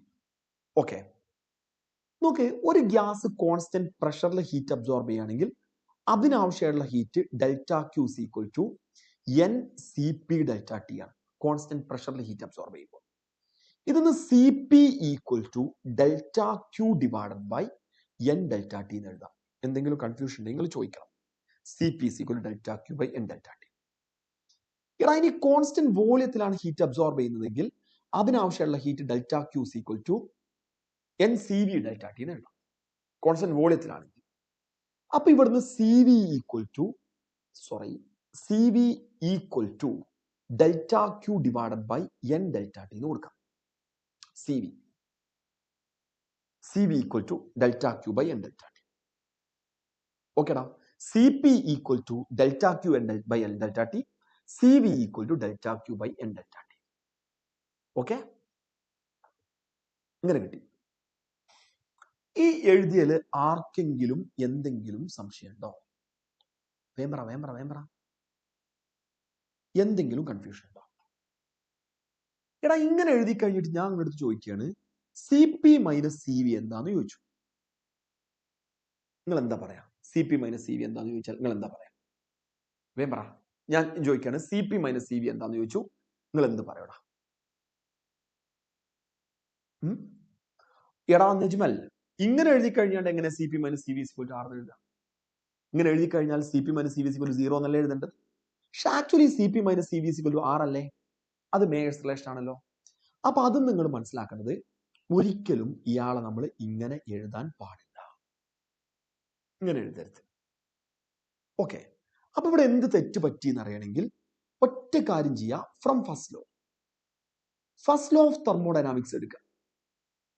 ഫസ്റ്റ് ലോ ഓഫ് തെർമോഡൈനാമിക്സ് പറയുന്നത് delta Q is equal to delta U plus P delta V ആണ്. ക്ലിയർ അല്ലേ? ഇവിടുത്തെ ഒരു പ്രത്യേകത, ഇത് കോൺസ്റ്റന്റ് വോളിയത്തിലാണ്. എടാ കോൺസ്റ്റന്റ് വോളിയത്തിലാണെങ്കിൽ പി ഡെൽറ്റ വിന്റെ വാല്യൂ എന്താ? 0 ആണ്. ഓക്കെ, അങ്ങനെ വരുമ്പോ delta Q is equal to delta U ആണ്. ശരിയല്ലേ? അപ്പൊ കോൺസ്റ്റന്റ് വോളിയത്തിലാണെങ്കിൽ നമ്മൾ അവിടെ ഡെൽറ്റ ക്യൂ എന്നല്ല കൊടുക്കേണ്ടത്, പകരം ഡെൽറ്റ യു എന്നാണ് കൊടുക്കേണ്ടത്. That is C V equal to delta U by N delta T. ശരിക്കും ശ്രദ്ധിക്കണം കേട്ടോ, ശരിക്കും ശ്രദ്ധിക്കണം. C V equal to delta U by N delta T. ഇങ്ങനെ എഴുതിക്കൂടെ? എടാ ഇവിടുന്ന് ഇനി പറയുന്നതാണ് ഏറ്റവും important. Delta U equal to N C V delta T എന്ന് എഴുതാം. അപ്പൊ അത് ഇന്റേണൽ എനർജി ചേഞ്ച് കണ്ടുപിടിക്കാനുള്ള ഇക്വേഷൻ ആണ് delta U which is equal to N C V delta T. ഒരു പ്രാവശ്യത്തെ നീറ്റ് എക്സാമിന്റെ ക്വസ്റ്റ്യൻ ഞാൻ പറയാം. സിമ്പിൾ ക്വസ്റ്റ്യൻ, ഉറപ്പായിട്ട് നിങ്ങൾ തെറ്റിക്കും. വെല്ലുവിളിക്കുകയാണ്, നിങ്ങൾ തെറ്റിക്കും കേട്ടോ. ഇങ്ങനെ ആവുമ്പോൾ നിങ്ങൾ തെറ്റിക്കൂല. നോക്കാം. ക്വസ്റ്റ്യൻ ഇതാണ്: delta U equal to N C V delta T is applicable for delta U equal to N C V delta T is applicable for. First option ഞാൻ പറയാം, ഐസോതേർമൽ പ്രോസസ്. ഇത് എ ഓപ്ഷൻ. പെട്ടെന്ന് type ചെയ്യണം ഏതാന്നുള്ളത്. A option isothermal process, B option isochoric process, C option isobaric process, D option iso adiabatic process. Once again, I repeat, delta U is equal to NCV delta T is applicable for, wait. Delta U is equal to NCV delta T is applicable for A option isothermal process, B option isocoric process, C option isobaric process, D option എന്താ പറയുന്നടാ all thermodynamic process. All thermodynamic process. ഈ എല്ലാ പ്രോസസ്സിലും apply ചെയ്യാൻ പറ്റും. എന്താ answer വരിക? Isochoric. തെറ്റാണ്. എനിക്കറിയാം നിങ്ങൾ അതാ പറയുള്ളൂ എന്നുള്ളത്. അതാണ് നീറ്റിന്റെ പ്രശ്നം. എല്ലാ തെർമോഡൈനാമിക് പ്രോസസിന്റെയും ഇന്റർജി ചേഞ്ച് കണ്ടുപിടിക്കാനുള്ള ഇക്വേഷൻ ആണ് N C V delta T.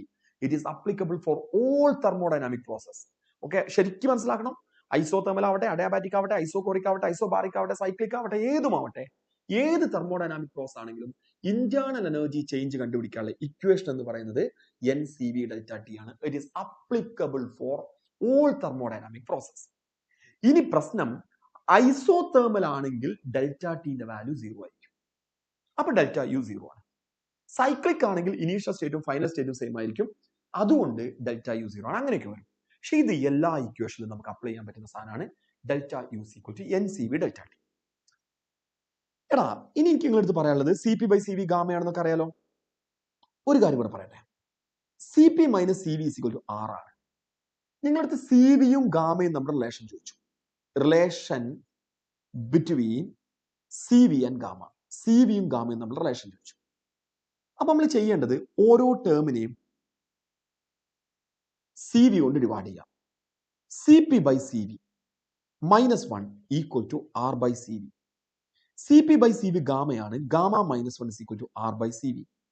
ഇതിന്ന് R is equal to C V C V equal to R divided by gamma minus 1. C V is equal to R by gamma minus 1. ഓക്കേടാ, ഇങ്ങനെ കിട്ടി. ഇനി relation between C P and gamma ചോദിച്ചു എന്ന് വിചാരിക്കാം. Relation between C P and gamma. Listen, simple. C P by C V is equal to gamma. Cp is equal to gamma Cv. That is Cp is equal to gamma R divided by gamma minus 1. This is relation between Cp and gamma. Clear ആണല്ലോ? എടാ ഇനി നമുക്ക് നമ്മളെ ക്വസ്റ്റ്യൻക്ക് വരാം. Ratio specific heat of gas, okay, at constant pressure to that of constant volume is gamma. Cp by Cv gamma ആണ്. Change in energy of mass of gas when volume changes from V to 2V at constant pressure P. നോക്കാം. Change in energy കണ്ടുപിടിക്കാനുള്ള equation delta U is equal to N C V delta T. Delta ടിക്ക് പകരം ഞാൻ T2 minus T1 എന്ന് കൊടുത്തു. അതിലൊരു സംശയമില്ലല്ലോ. ഇനി നോക്കിയോ, ലിസൺ. ഇത് നമുക്ക് nr/γ-1 into T2 minus T1 എഴുതാം. ഞാൻ ഓപ്ഷനിക്ക് നോക്കി, ഓപ്ഷനിൽ ഗാമേന്റെ ടേമിലാണ്. അപ്പൊ സി വിക്ക് പകരം r/γ-1 കൊടുത്തു. nr/γ-1 into T2 minus T1. എടാ സംഭവം കോൺസ്റ്റന്റ് പ്രഷറിലാണ്. ടെമ്പറേച്ചർ T1 T2 ആയിട്ട് മാറുകയാണ്. നിങ്ങൾ ആലോചിച്ച് നോക്കുക, ശ്രദ്ധിച്ച് നിങ്ങൾക്ക് ഇപ്പോ P V equal to nRT എന്നുള്ളതാണ് ideal gas equation. Pressure constant ആണ് PV1. അപ്പൊ നമുക്ക് എഴുതാൻ പറ്റുന്നത് nRT1 ആണ്. ശരിയല്ലേ? PV2 ഈക്വൽ ടു എങ്ങനെ എഴുതാം? nRT2. ഇതിന് സംശയമില്ലല്ലോ. ഇതിന്ന് ഇത് മൈനസ് ചെയ്താൽ, അതായത് PV2 minus PV1 is equal to nRT2 minus nRT1. കുഴപ്പമില്ലടാ. That is listen, P into V2 minus V1 is equal to nR into T2. nR into T2 minus T1. ഇങ്ങനെ എഴുതാലോ. P V2 ന് പകരം 2V ആണ്, V1 ന് പകരം V ആണ്. which is equal to nR into T2 minus T1. Wait. But nR into T2 minus T1 is equal to PV. അത് ഞാൻ ഇവിടെ സബ്സ്റ്റിറ്റ്യൂട്ട് ചെയ്തു. അപ്പൊ നമുക്ക് W is equal to delta U is equal to nR T2 minus T1 ന് പകരം ഇത് അവിടെ എഴുതിയിട്ടുണ്ട്. nR T2 minus T1 ന് പകരം PV. Delta W is equal to PV divided by gamma minus 1. PV by gamma minus 1. Sound കുറവാണെന്ന് പറയുന്നുണ്ടോ? ഒറ്റ മിനിറ്റ് കേട്ടോ. PV divided by gamma minus 1. ഏത് ഓപ്ഷനാടാ? എ. ഓക്കെ ആണല്ലോ.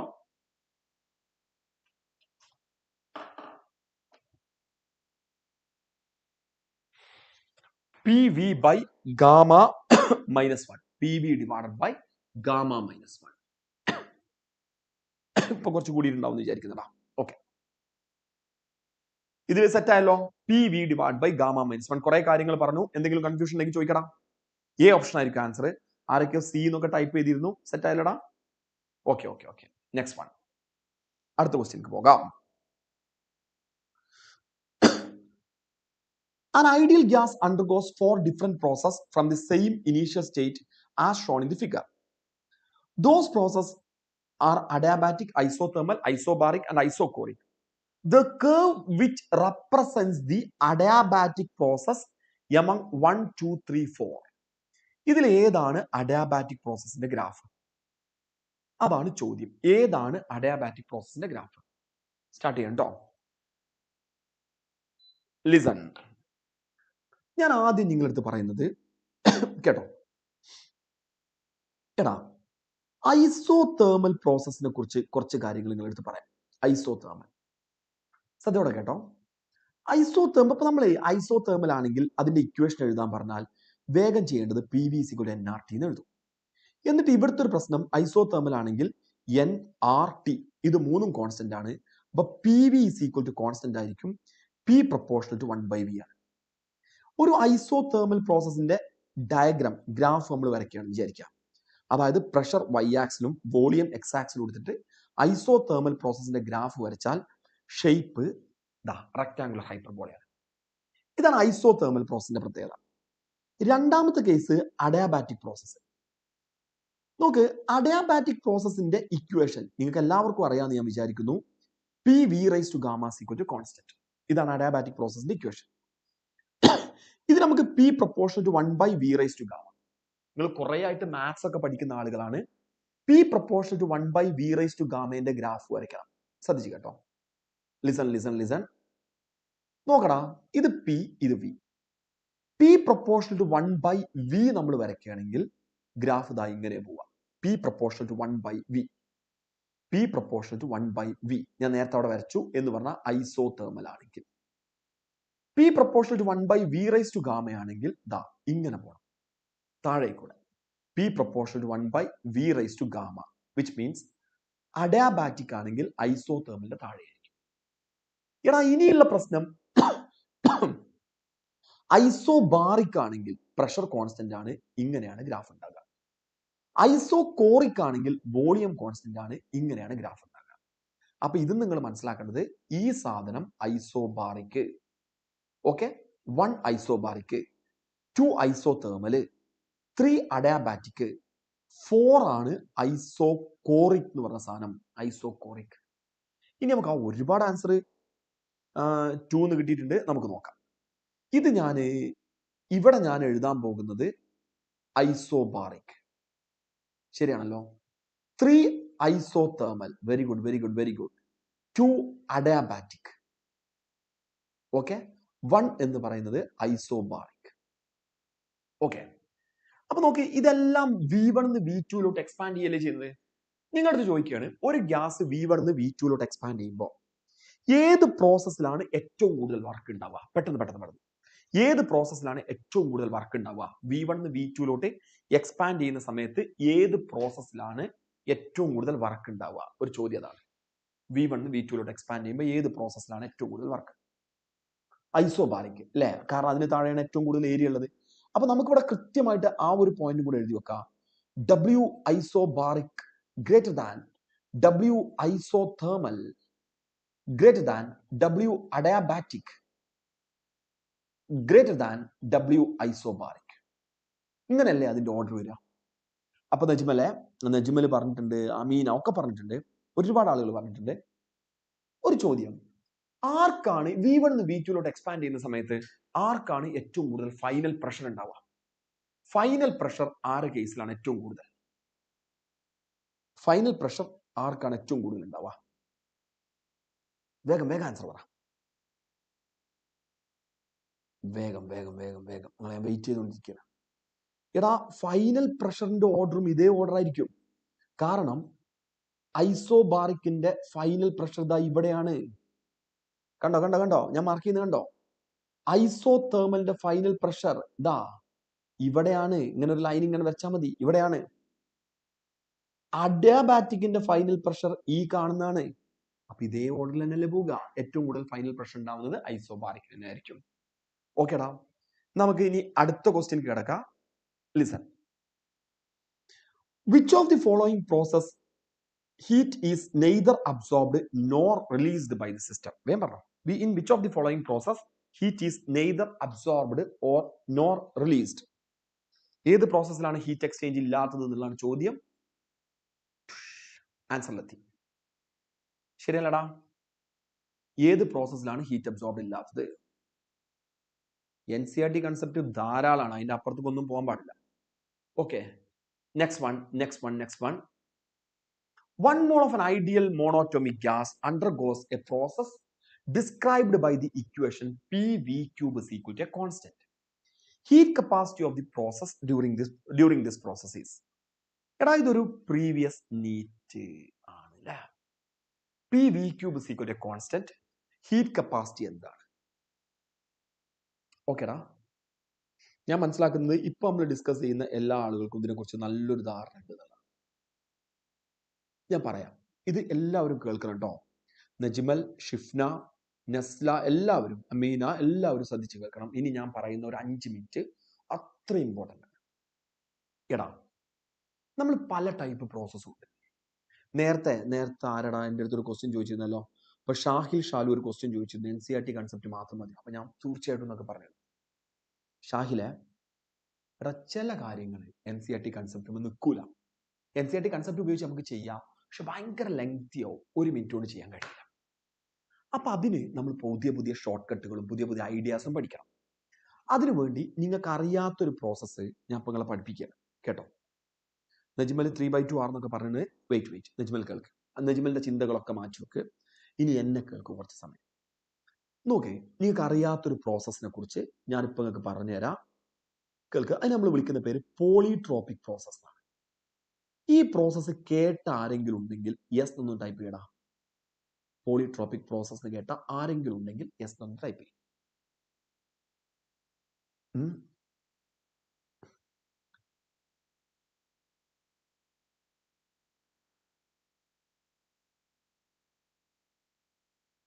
ആരെങ്കിലും ഉണ്ടോ?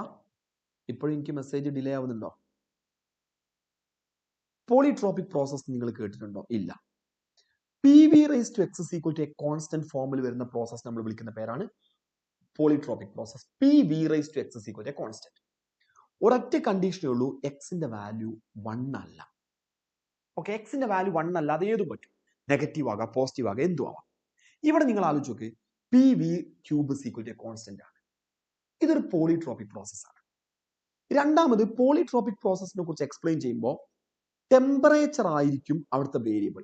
ടെമ്പറേച്ചർ ആണ് വേരിയബിൾ. ഷിഫ്റ്റിന് അതൊക്കെ വിട്, ടെമ്പറേച്ചർ ആണ് വേരിയബിൾ. ഇതിലൊരു കോംപ്ലിക്കേഷൻ ഉള്ളതുകൊണ്ടാണല്ലോ ഞാൻ അതിനെ സ്റ്റിക്ക് ഓൺ ചെയ്യുന്നത്. ടെമ്പറേച്ചർ ആണ് ഇതിന്റെ വേരിയബിൾ കേട്ടോ. അപ്പൊ പോളിട്രോപിക് പ്രോസസിന്റെ രണ്ട് കണ്ടീഷൻ മനസ്സിലാക്കി. PV raised to x is equal to constant ആയിരിക്കും, ടെമ്പറേച്ചർ വേരിയബിൾ ആയിരിക്കും. ഇനി ഇത്തരത്തിലുള്ള ഒരു പ്രോസസ്സ് കിട്ടിക്കഴിഞ്ഞാൽ, ഒരു പോളിട്രോപിക് പ്രോസസ്സ് കിട്ടിക്കഴിഞ്ഞാൽ അതിന്റെ വർക്ക് ഡൺ കണ്ടുപിടിക്കാനും സ്പെസിഫിക് ഹീറ്റ് കപ്പാസിറ്റി കണ്ടുപിടിക്കാനും ഒരു സിമ്പിൾ റിലേഷൻ. ആ റിലേഷൻ എങ്ങനെ വന്നു എന്ന് പോലും ഞങ്ങൾക്ക് പറഞ്ഞുതരും, കാരണം നിങ്ങൾ ഇത് മറക്കാൻ പാടില്ല. ആദ്യം ഇതിന്റെ വർക്ക് ഡൺ ആണ് കണ്ടുപിടിക്കുന്നത്, അതിനുശേഷം സ്പെസിഫിക് ഹീറ്റ് കപ്പാസിറ്റി കണ്ടുപിടിക്കാം. എടാ, വർക്ക് ഡൺ കണ്ടുപിടിക്കാനുള്ള general equation integral V1 to V2 P dV ആണല്ലോ. Integral V1 to V2 P dV. Okay, ഇനി എന്താ പോളിട്രോപിക് പ്രോസസിന്റെ equation? PV raised to x is equal to a constant എന്ന് പറഞ്ഞാൽ P equal to KV raised to minus x. എടാ, അത് ഇവിടെ substitute ചെയ്താൽ W is equal to integral V1 to V2 KV raised to minus x dV. വിക്ക് പകരം ഞാൻ KV raised to minus x കൊടുത്തു. That is W is equal to K നെ പുറത്തെടുത്തു. ഇനി അവിടെ ഉള്ളത് integral V1 to V2 V raised to minus x dV ആണ്. V raised to minus x dV നെ ഇന്റഗ്രേറ്റ് ചെയ്താൽ V raised to minus x plus 1 divided by minus x plus 1 കിട്ടും. എടാ, ലിമിറ്റ് വരുന്നത് V1 to V2 ആണ് കേട്ടോ. ഞാനൊരു സ്റ്റെപ്പും കൂടെ ഇവിടെ കാണിക്കാം. W is equal to K divided by ആ മൈനസ് എക്സ് പ്ലസ് 1 പുറത്തെടുത്തു, 1 മൈനസ് എക്സ് എഴുതി, ബ്രാക്കറ്റിൽ V raised to 1 minus x. Limit ആണെങ്കിൽ V1 to V2. Listen listen listen. എടാ, ഇതിന്ന് W is equal to K by 1 minus x, അല്ലെങ്കിൽ അപ്പുറത്തെ പേജിൽ എഴുതാട്ടോ. W is equal to K divided by 1 minus x. Limit കൊടുക്കുമ്പോൾ V2 raised to 1 minus x minus V1 raised to 1 minus x. ഇങ്ങനെ വന്നു. എടാ, അതിന്ന് 1 by 1 minus x into K ബ്രാക്കറ്റിനകത്തോട്ട് multiply ചെയ്താൽ K into V2 raised to 1 minus x minus K into V1 raised to 1 minus x. ഇങ്ങനെ എഴുതാം. ഇവിടുത്തെ പ്രത്യേകത, ലിസൺ ലിസൺ, ഡെറിവേഷൻ നിങ്ങൾ പഠിക്കേണ്ട, അവസാന റിസൾട്ട് മാത്രം, പക്ഷെ നിങ്ങളെ ബോധ്യപ്പെടുത്താനാണ് ഞാൻ ഇതൊക്കെ പറയുന്നത്. ഇവിടുത്തെ equation PV raised to x is equal to constant ആണ്. അങ്ങനെ പറഞ്ഞാൽ P1 V1 raised to x is equal to P2 V2 raised to x is equal to P3 V3 raised to x is equal to എല്ലാം constant ആയിരിക്കും ഇല്ലടാ. അപ്പൊ ഞാനൊരു കാര്യം ചെയ്തു, W is equal to listen 1 by 1 minus x. Kക്ക് പകരം V2ന്റെ അടുത്തുള്ള Kക്ക് പകരം P2 V2 raised to x കൊടുത്തു. ഓക്കേടാ. ഇനി അവിടെ ഉള്ളത് V2 raised to 1 minus x ഇങ്ങനെ വരും. ഓക്കെ ഓക്കേടാ. ഇനി ഇത് കഴിഞ്ഞാൽ അവിടെ ഒരു V1 ഉണ്ടല്ലോ. V1ന്റെ അടുത്തുള്ള Kക്ക് പകരം മൈനസ് K, സോറി, ആ Kക്ക് പകരം P1 V1 raised to x കൊടുക്കാം. Listen, P1 V1 raised to x. ഇനി അവിടെ V1 raised to 1 minus x കൂടെ ഉണ്ട്. ഇത് ചെയ്താൽ W is equal to 1 by 1 minus x. എടാ, P2 ഫസ്റ്റ് ടേം P2. ഈ V2 raised to x ഉം V2 raised to 1 minus x കൂടെ ചേർന്നാൽ V2 minus P1 V1 raised to x ഉം V1 raised to 1 minus x കൂടെ ചേർന്നാൽ P1 V1. Okay, ഇങ്ങനെ നമുക്ക് കിട്ടി. ഓക്കെ, എടാ, ഇതിന്ന് W is equal to 1 by 1 minus x. P2 V2 പകരം NR T2 minus P1 V1 പകരം NR T1. എഴുതി കൂടെ, PV is equal to NR, P1 V1 is equal to NR T1, P2 V2 is equal to NR T2. NR outside എടുത്താൽ W is equal to NR into T2 minus T1 divided by 1 minus x. Clear അല്ലേ?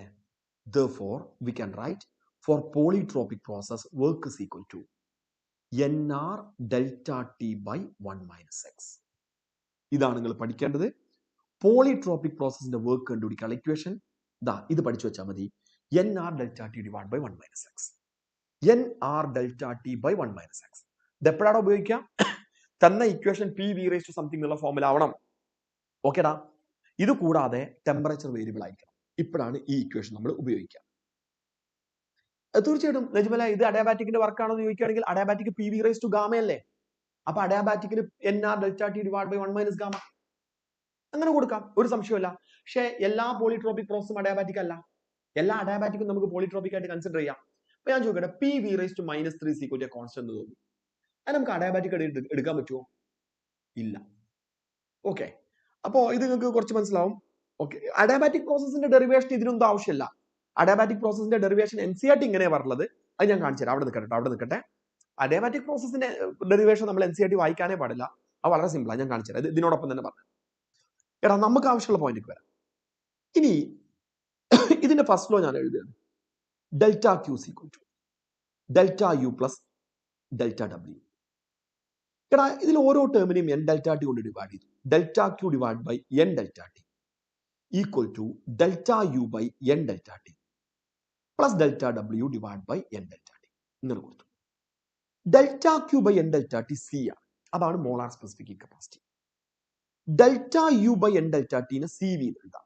Plus polytropic പ്രോസസ്സിന്റെ work nr delta T divide by 1 minus X. അപ്പൊ delta ഡബ്ല്യുവിന് പകരം ദാ nr delta T divide by 1 minus X എന്ന് എഴുതി. അവിടെ ഇനി n ഡെൽറ്റ ടി കൂടെ കൊടുത്തു. ലിസൺ, ഈ n ഡെൽറ്റ ടിയും ഈ n ഡെൽറ്റ ടിയും ക്യാൻസൽ ചെയ്യും. അപ്പൊ നോക്കടാ, ഇവിടുത്തെ molar specific heat capacity C V plus R by 1 minus X. ഇതാണ് equation. C V by R plus 1 minus X. T C V divide by R plus 1 minus X. Wait, ഇതിന് വേണമെങ്കിൽ ചിലപ്പോൾ നിങ്ങൾ ഓപ്ഷനിൽ ഇങ്ങനെയൊക്കെ കാണും. അതൊന്നും കേട്ട് പേടിക്കരുത്. C is equal to R by gamma minus 1 plus R by 1 minus X. ഓക്കേടാ, R by gamma minus 1 plus R by 1 minus X ഇങ്ങനെ എഴുതാം. ഇനി ഇതിലെ 3 കാര്യങ്ങൾ നിങ്ങൾക്ക് ക്ലാരിറ്റി വരുത്താനുണ്ട്. ഞാൻ ആ 3 എണ്ണത്തേക്കാണ് വരുന്നത്. സമയം കുറച്ച് പോകും, എന്നാൽ ശ്രദ്ധിച്ച് കേൾക്കുക. ഇതിലൊരു ക്ലാരിറ്റി വേണം കേട്ടോ. ആദ്യം നമ്മളെ ക്വസ്റ്റ്യന്റെ solution. 1 mole of ideal monatomic gas undergoing a process described by the equation PV cube is equal to a constant. Heat capacity of the gas during this process. ഇത് കാണുമ്പോൾ നിങ്ങൾ മനസ്സിലാക്കണം, ഇത് പോളിട്രോപ്പിക് പ്രോസസ് ആണ്. അതിന്റെ ഹീറ്റ് കപ്പാസിറ്റി കണ്ടുപിടിക്കാനുള്ള equation C equal to C V plus R ആണ്. Clear അല്ലേ? ഇവിടെ പറഞ്ഞിട്ടുണ്ട് മോണോറ്റോമിക് ഗ്യാസ് ആണെന്ന് പറഞ്ഞിട്ടുണ്ട്. സോറി, ഹീറ്റ് കപ്പാസിറ്റി കണ്ടുപിടിക്കണമെങ്കിൽ സി വി പ്ലസ്, ഞാൻ എഴുതിയപ്പോൾ തെറ്റി, ആർ ബൈ 1 മൈനസ് എക്സ്. ഇങ്ങനെയല്ലേ നമ്മൾ പഠിച്ചേ? C V plus R by 1 minus X. ഓക്കെടാ. ഇനി ഈ ക്വസ്റ്റ്യനിൽ എക്സിന്റെ വാല്യൂ 3 ആണ് അല്ലേ? മോണോ അറ്റോമിക് ആയതുകൊണ്ട് സി വിക്ക് പകരം 3/2 ആർ, അത് നിങ്ങൾക്ക് അറിയും, plus R by 1 minus 3. Clear അല്ലടാ? Therefore, C equal to 3R by 2 minus R by 2. ശരിയല്ല? R by 1 minus 3 എന്ന് പറഞ്ഞാൽ minus R by 2. 3R by 2 minus R by 2. That is C equal to R. നിങ്ങൾ ആരെങ്കിലും പ്രതീക്ഷിച്ച equation answer ആണോ വന്നത്? ആണോ? അല്ലല്ലോ. ഞാൻ നേരത്തെ എനിക്ക് തോന്നുന്നു ഷിഫ്റ്റിനെയാണ് പറഞ്ഞത് 5/2 R. ഷിഫ്റ്റിനെ ചെയ്ത പണി എനിക്ക് മനസ്സിലായി. മോണോറ്റോമിക് ഗ്യാസ് ആയപ്പോൾ 3/2 R. ഷിഫ്റ്റിനെ വിചാരിച്ചു സി പി ആണ് ചോദിച്ചത്, മോണോറ്റോമിക്കിന്റെ സി പി ആണ് ചോദിച്ചതെന്ന് വിചാരിച്ചു. 3/2 R plus R, that is 5/2 R. അങ്ങനെ കൊടുത്തു. അല്ല, ഇത് പോളിട്രോപ്പിക് പ്രോസസ് ആണ്. ഓക്കേടാ? ഓക്കെ, ശരിയായോ? R ആണ് ആൻസർ കേട്ടോ. ഇനി ഇപ്പൊ ഇത് നോക്കിയിട്ടാണ് നമ്മൾ പ്രോസസ് ഏതാന്ന് പറയാം. ആ ഇക്വേഷൻ ഒന്ന് മനസ്സിലാക്കും ഇത് ഏത് പ്രോസസ് ആണെന്നുള്ളത്. നോക്കണം. ഇനി നെജ്മൽ നേരത്തെ ഒരു അഡാബാറ്റിക് പ്രോസസ്സിനെ പോലെ ഉണ്ട് എന്ന് പറഞ്ഞു. പിന്നെ അതിൽ ഷിഫ്റ്റിനെയോ ആരോ ടൈപ്പ് ചെയ്തു അഡാബാറ്റിക് പ്രോസസ്സിന്റെ ഡെറിവേഷൻ പോലെ ഉണ്ടല്ലോ.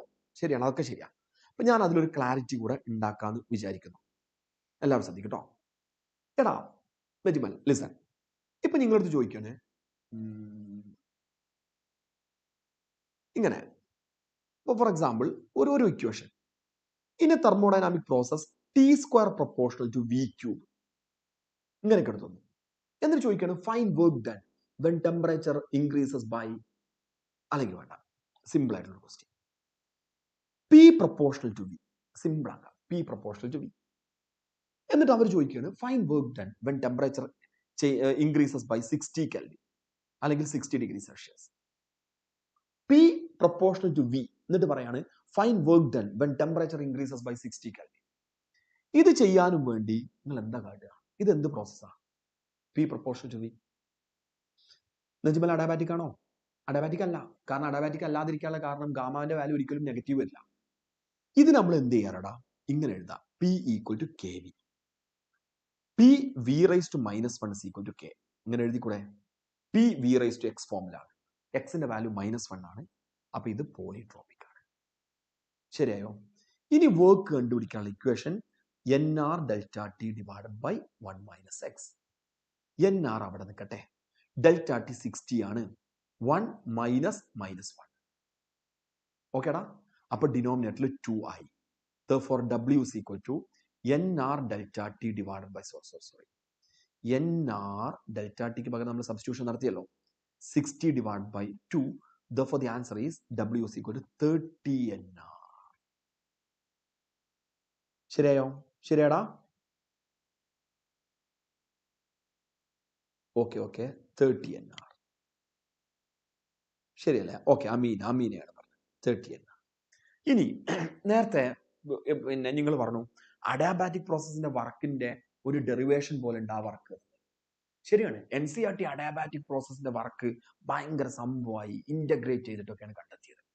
വർക്കിന്റെ ഇക്വേഷൻ നിങ്ങളത് വായിച്ചിട്ടുണ്ട്. എനിക്ക് സന്തോഷമായി നിങ്ങൾ അത് പറഞ്ഞതുകൊണ്ട്. പക്ഷേ നിങ്ങൾ ബോർഡ് എക്സാമിന് വേണ്ടിയിട്ടാണ് അത് പഠിക്കുന്നത്. ഇപ്പൊ നിങ്ങൾ എല്ലാവരും സെക്കൻഡ് ഇയർ ആണ്. അപ്പൊ ഇനി നമ്മൾ അഡാബാറ്റിക് വർക്ക് പ്രോസസ്സിന്റെ വർക്ക് നിങ്ങൾ അങ്ങനെയൊന്നും കാണണ്ട. It's very simple. നോക്ക്, അഡാബാറ്റിക് പ്രോസസ്സിന്റെ ഫസ്റ്റ് ലോ എന്താ? Delta Q equal to delta U plus delta W. Entrance എക്സാമിന് പ്രിപ്പയർ ചെയ്യുന്ന ഒരു കുട്ടി അഡാബാറ്റിക് പ്രോസസ്സിന്റെ വർക്കിന് അങ്ങനെ തന്നെ കാണരുത്. അത് ബൈഹാർട്ട് ചെയ്യേണ്ട ആവശ്യമില്ല. വളരെ സിമ്പിളാണ്. Delta Q equal delta U plus delta W. Adiabatic process ആണെങ്കിൽ ലിസൺ, ഡെൽറ്റ ക്യൂന്റെ വാല്യൂ 0 ആണല്ലോ. അപ്പൊ ഇതിന്റെ ഫസ്റ്റ് ലോ എന്ന് പറയുന്നത് 0 is equal to delta U plus delta W എന്ന് എഴുതാം. എടാ, അഡാബാറ്റിക് പ്രോസസ്സിന്റെ work delta W is equal to minus delta U. ഇതാണ് അഡാബാറ്റിക് പ്രോസസ്സിന്റെ വർക്ക്. കഴിഞ്ഞു. Delta W is equal to minus delta U. അപ്പൊ നിങ്ങൾ പറയും, NCERT ഇങ്ങനെയൊന്നല്ല, വേറെ എന്തൊക്കെ സാധനം തന്നിട്ടുണ്ട്. ഞാൻ NCERTക്കുള്ള ഇക്വേഷൻ വരുന്നത് delta W is equal to, നേരത്തെ ഞങ്ങൾ അടുത്ത് പറഞ്ഞു, for any thermodynamic process delta U എന്ന് പറയുന്നത് NCV ഡെൽറ്റ ടി ആണ്. ശരിയല്ലേ? That is delta W is equal to minus NCV delta ടിക്ക് പകരം T2 മൈനസ് T1. ഒന്ന് വൃത്തിക്ക് എഴുതിയാൽ delta W is equal to NCV T1 minus T2. ഇങ്ങനെ എഴുതിക്കൂടെ? ഇതാണ് അഡാബാറ്റിക്കിന്റെ വർക്ക്. NCERTയിൽ ഇങ്ങനെ ഒരു ഇക്വേഷനും ഇല്ല. NCERT കൊടുത്ത ഇക്വേഷൻ കാണി ഞാൻ വരുന്നത് delta W is equal to N R by gamma minus 1 into T1 minus T2. ഇതാണ് NCERT കൊടുത്ത ഇക്വേഷൻ. എന്താണ് ചെയ്തത്? CV equal to R by gamma minus 1. ഓക്കേടാ, അത് ഇന്റഗ്രേറ്റ് ചെയ്യേണ്ട ആവശ്യമില്ല. വളരെ സിമ്പിൾ ആയിട്ട് നമുക്ക് കിട്ടും കേട്ടോ. പിന്നെ NCERT വേറൊരു കാര്യം കൂടെ പറഞ്ഞിട്ടുണ്ട്. അതും കൂടെ വേണമെങ്കിൽ പറയാം. ഇതിനെ NR_T1 മൈനസ് NR_T2 എന്ന് എഴുതാം. ന്യൂമറേറ്ററിനെ NR_T1 മൈനസ് NR_T2 എന്ന് എഴുതാം. NR_T1നെ P1V1 മൈനസ് NR_T2നെ P2V2 divided by gamma minus 1.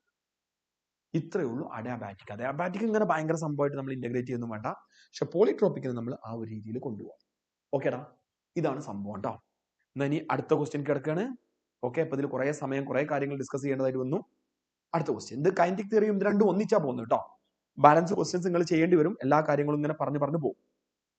A monatomic gas at a pressure P having volume V expands isothermally to a volume 2V and then adiabatically to a volume 16V. Ratio of final pressure of the gas.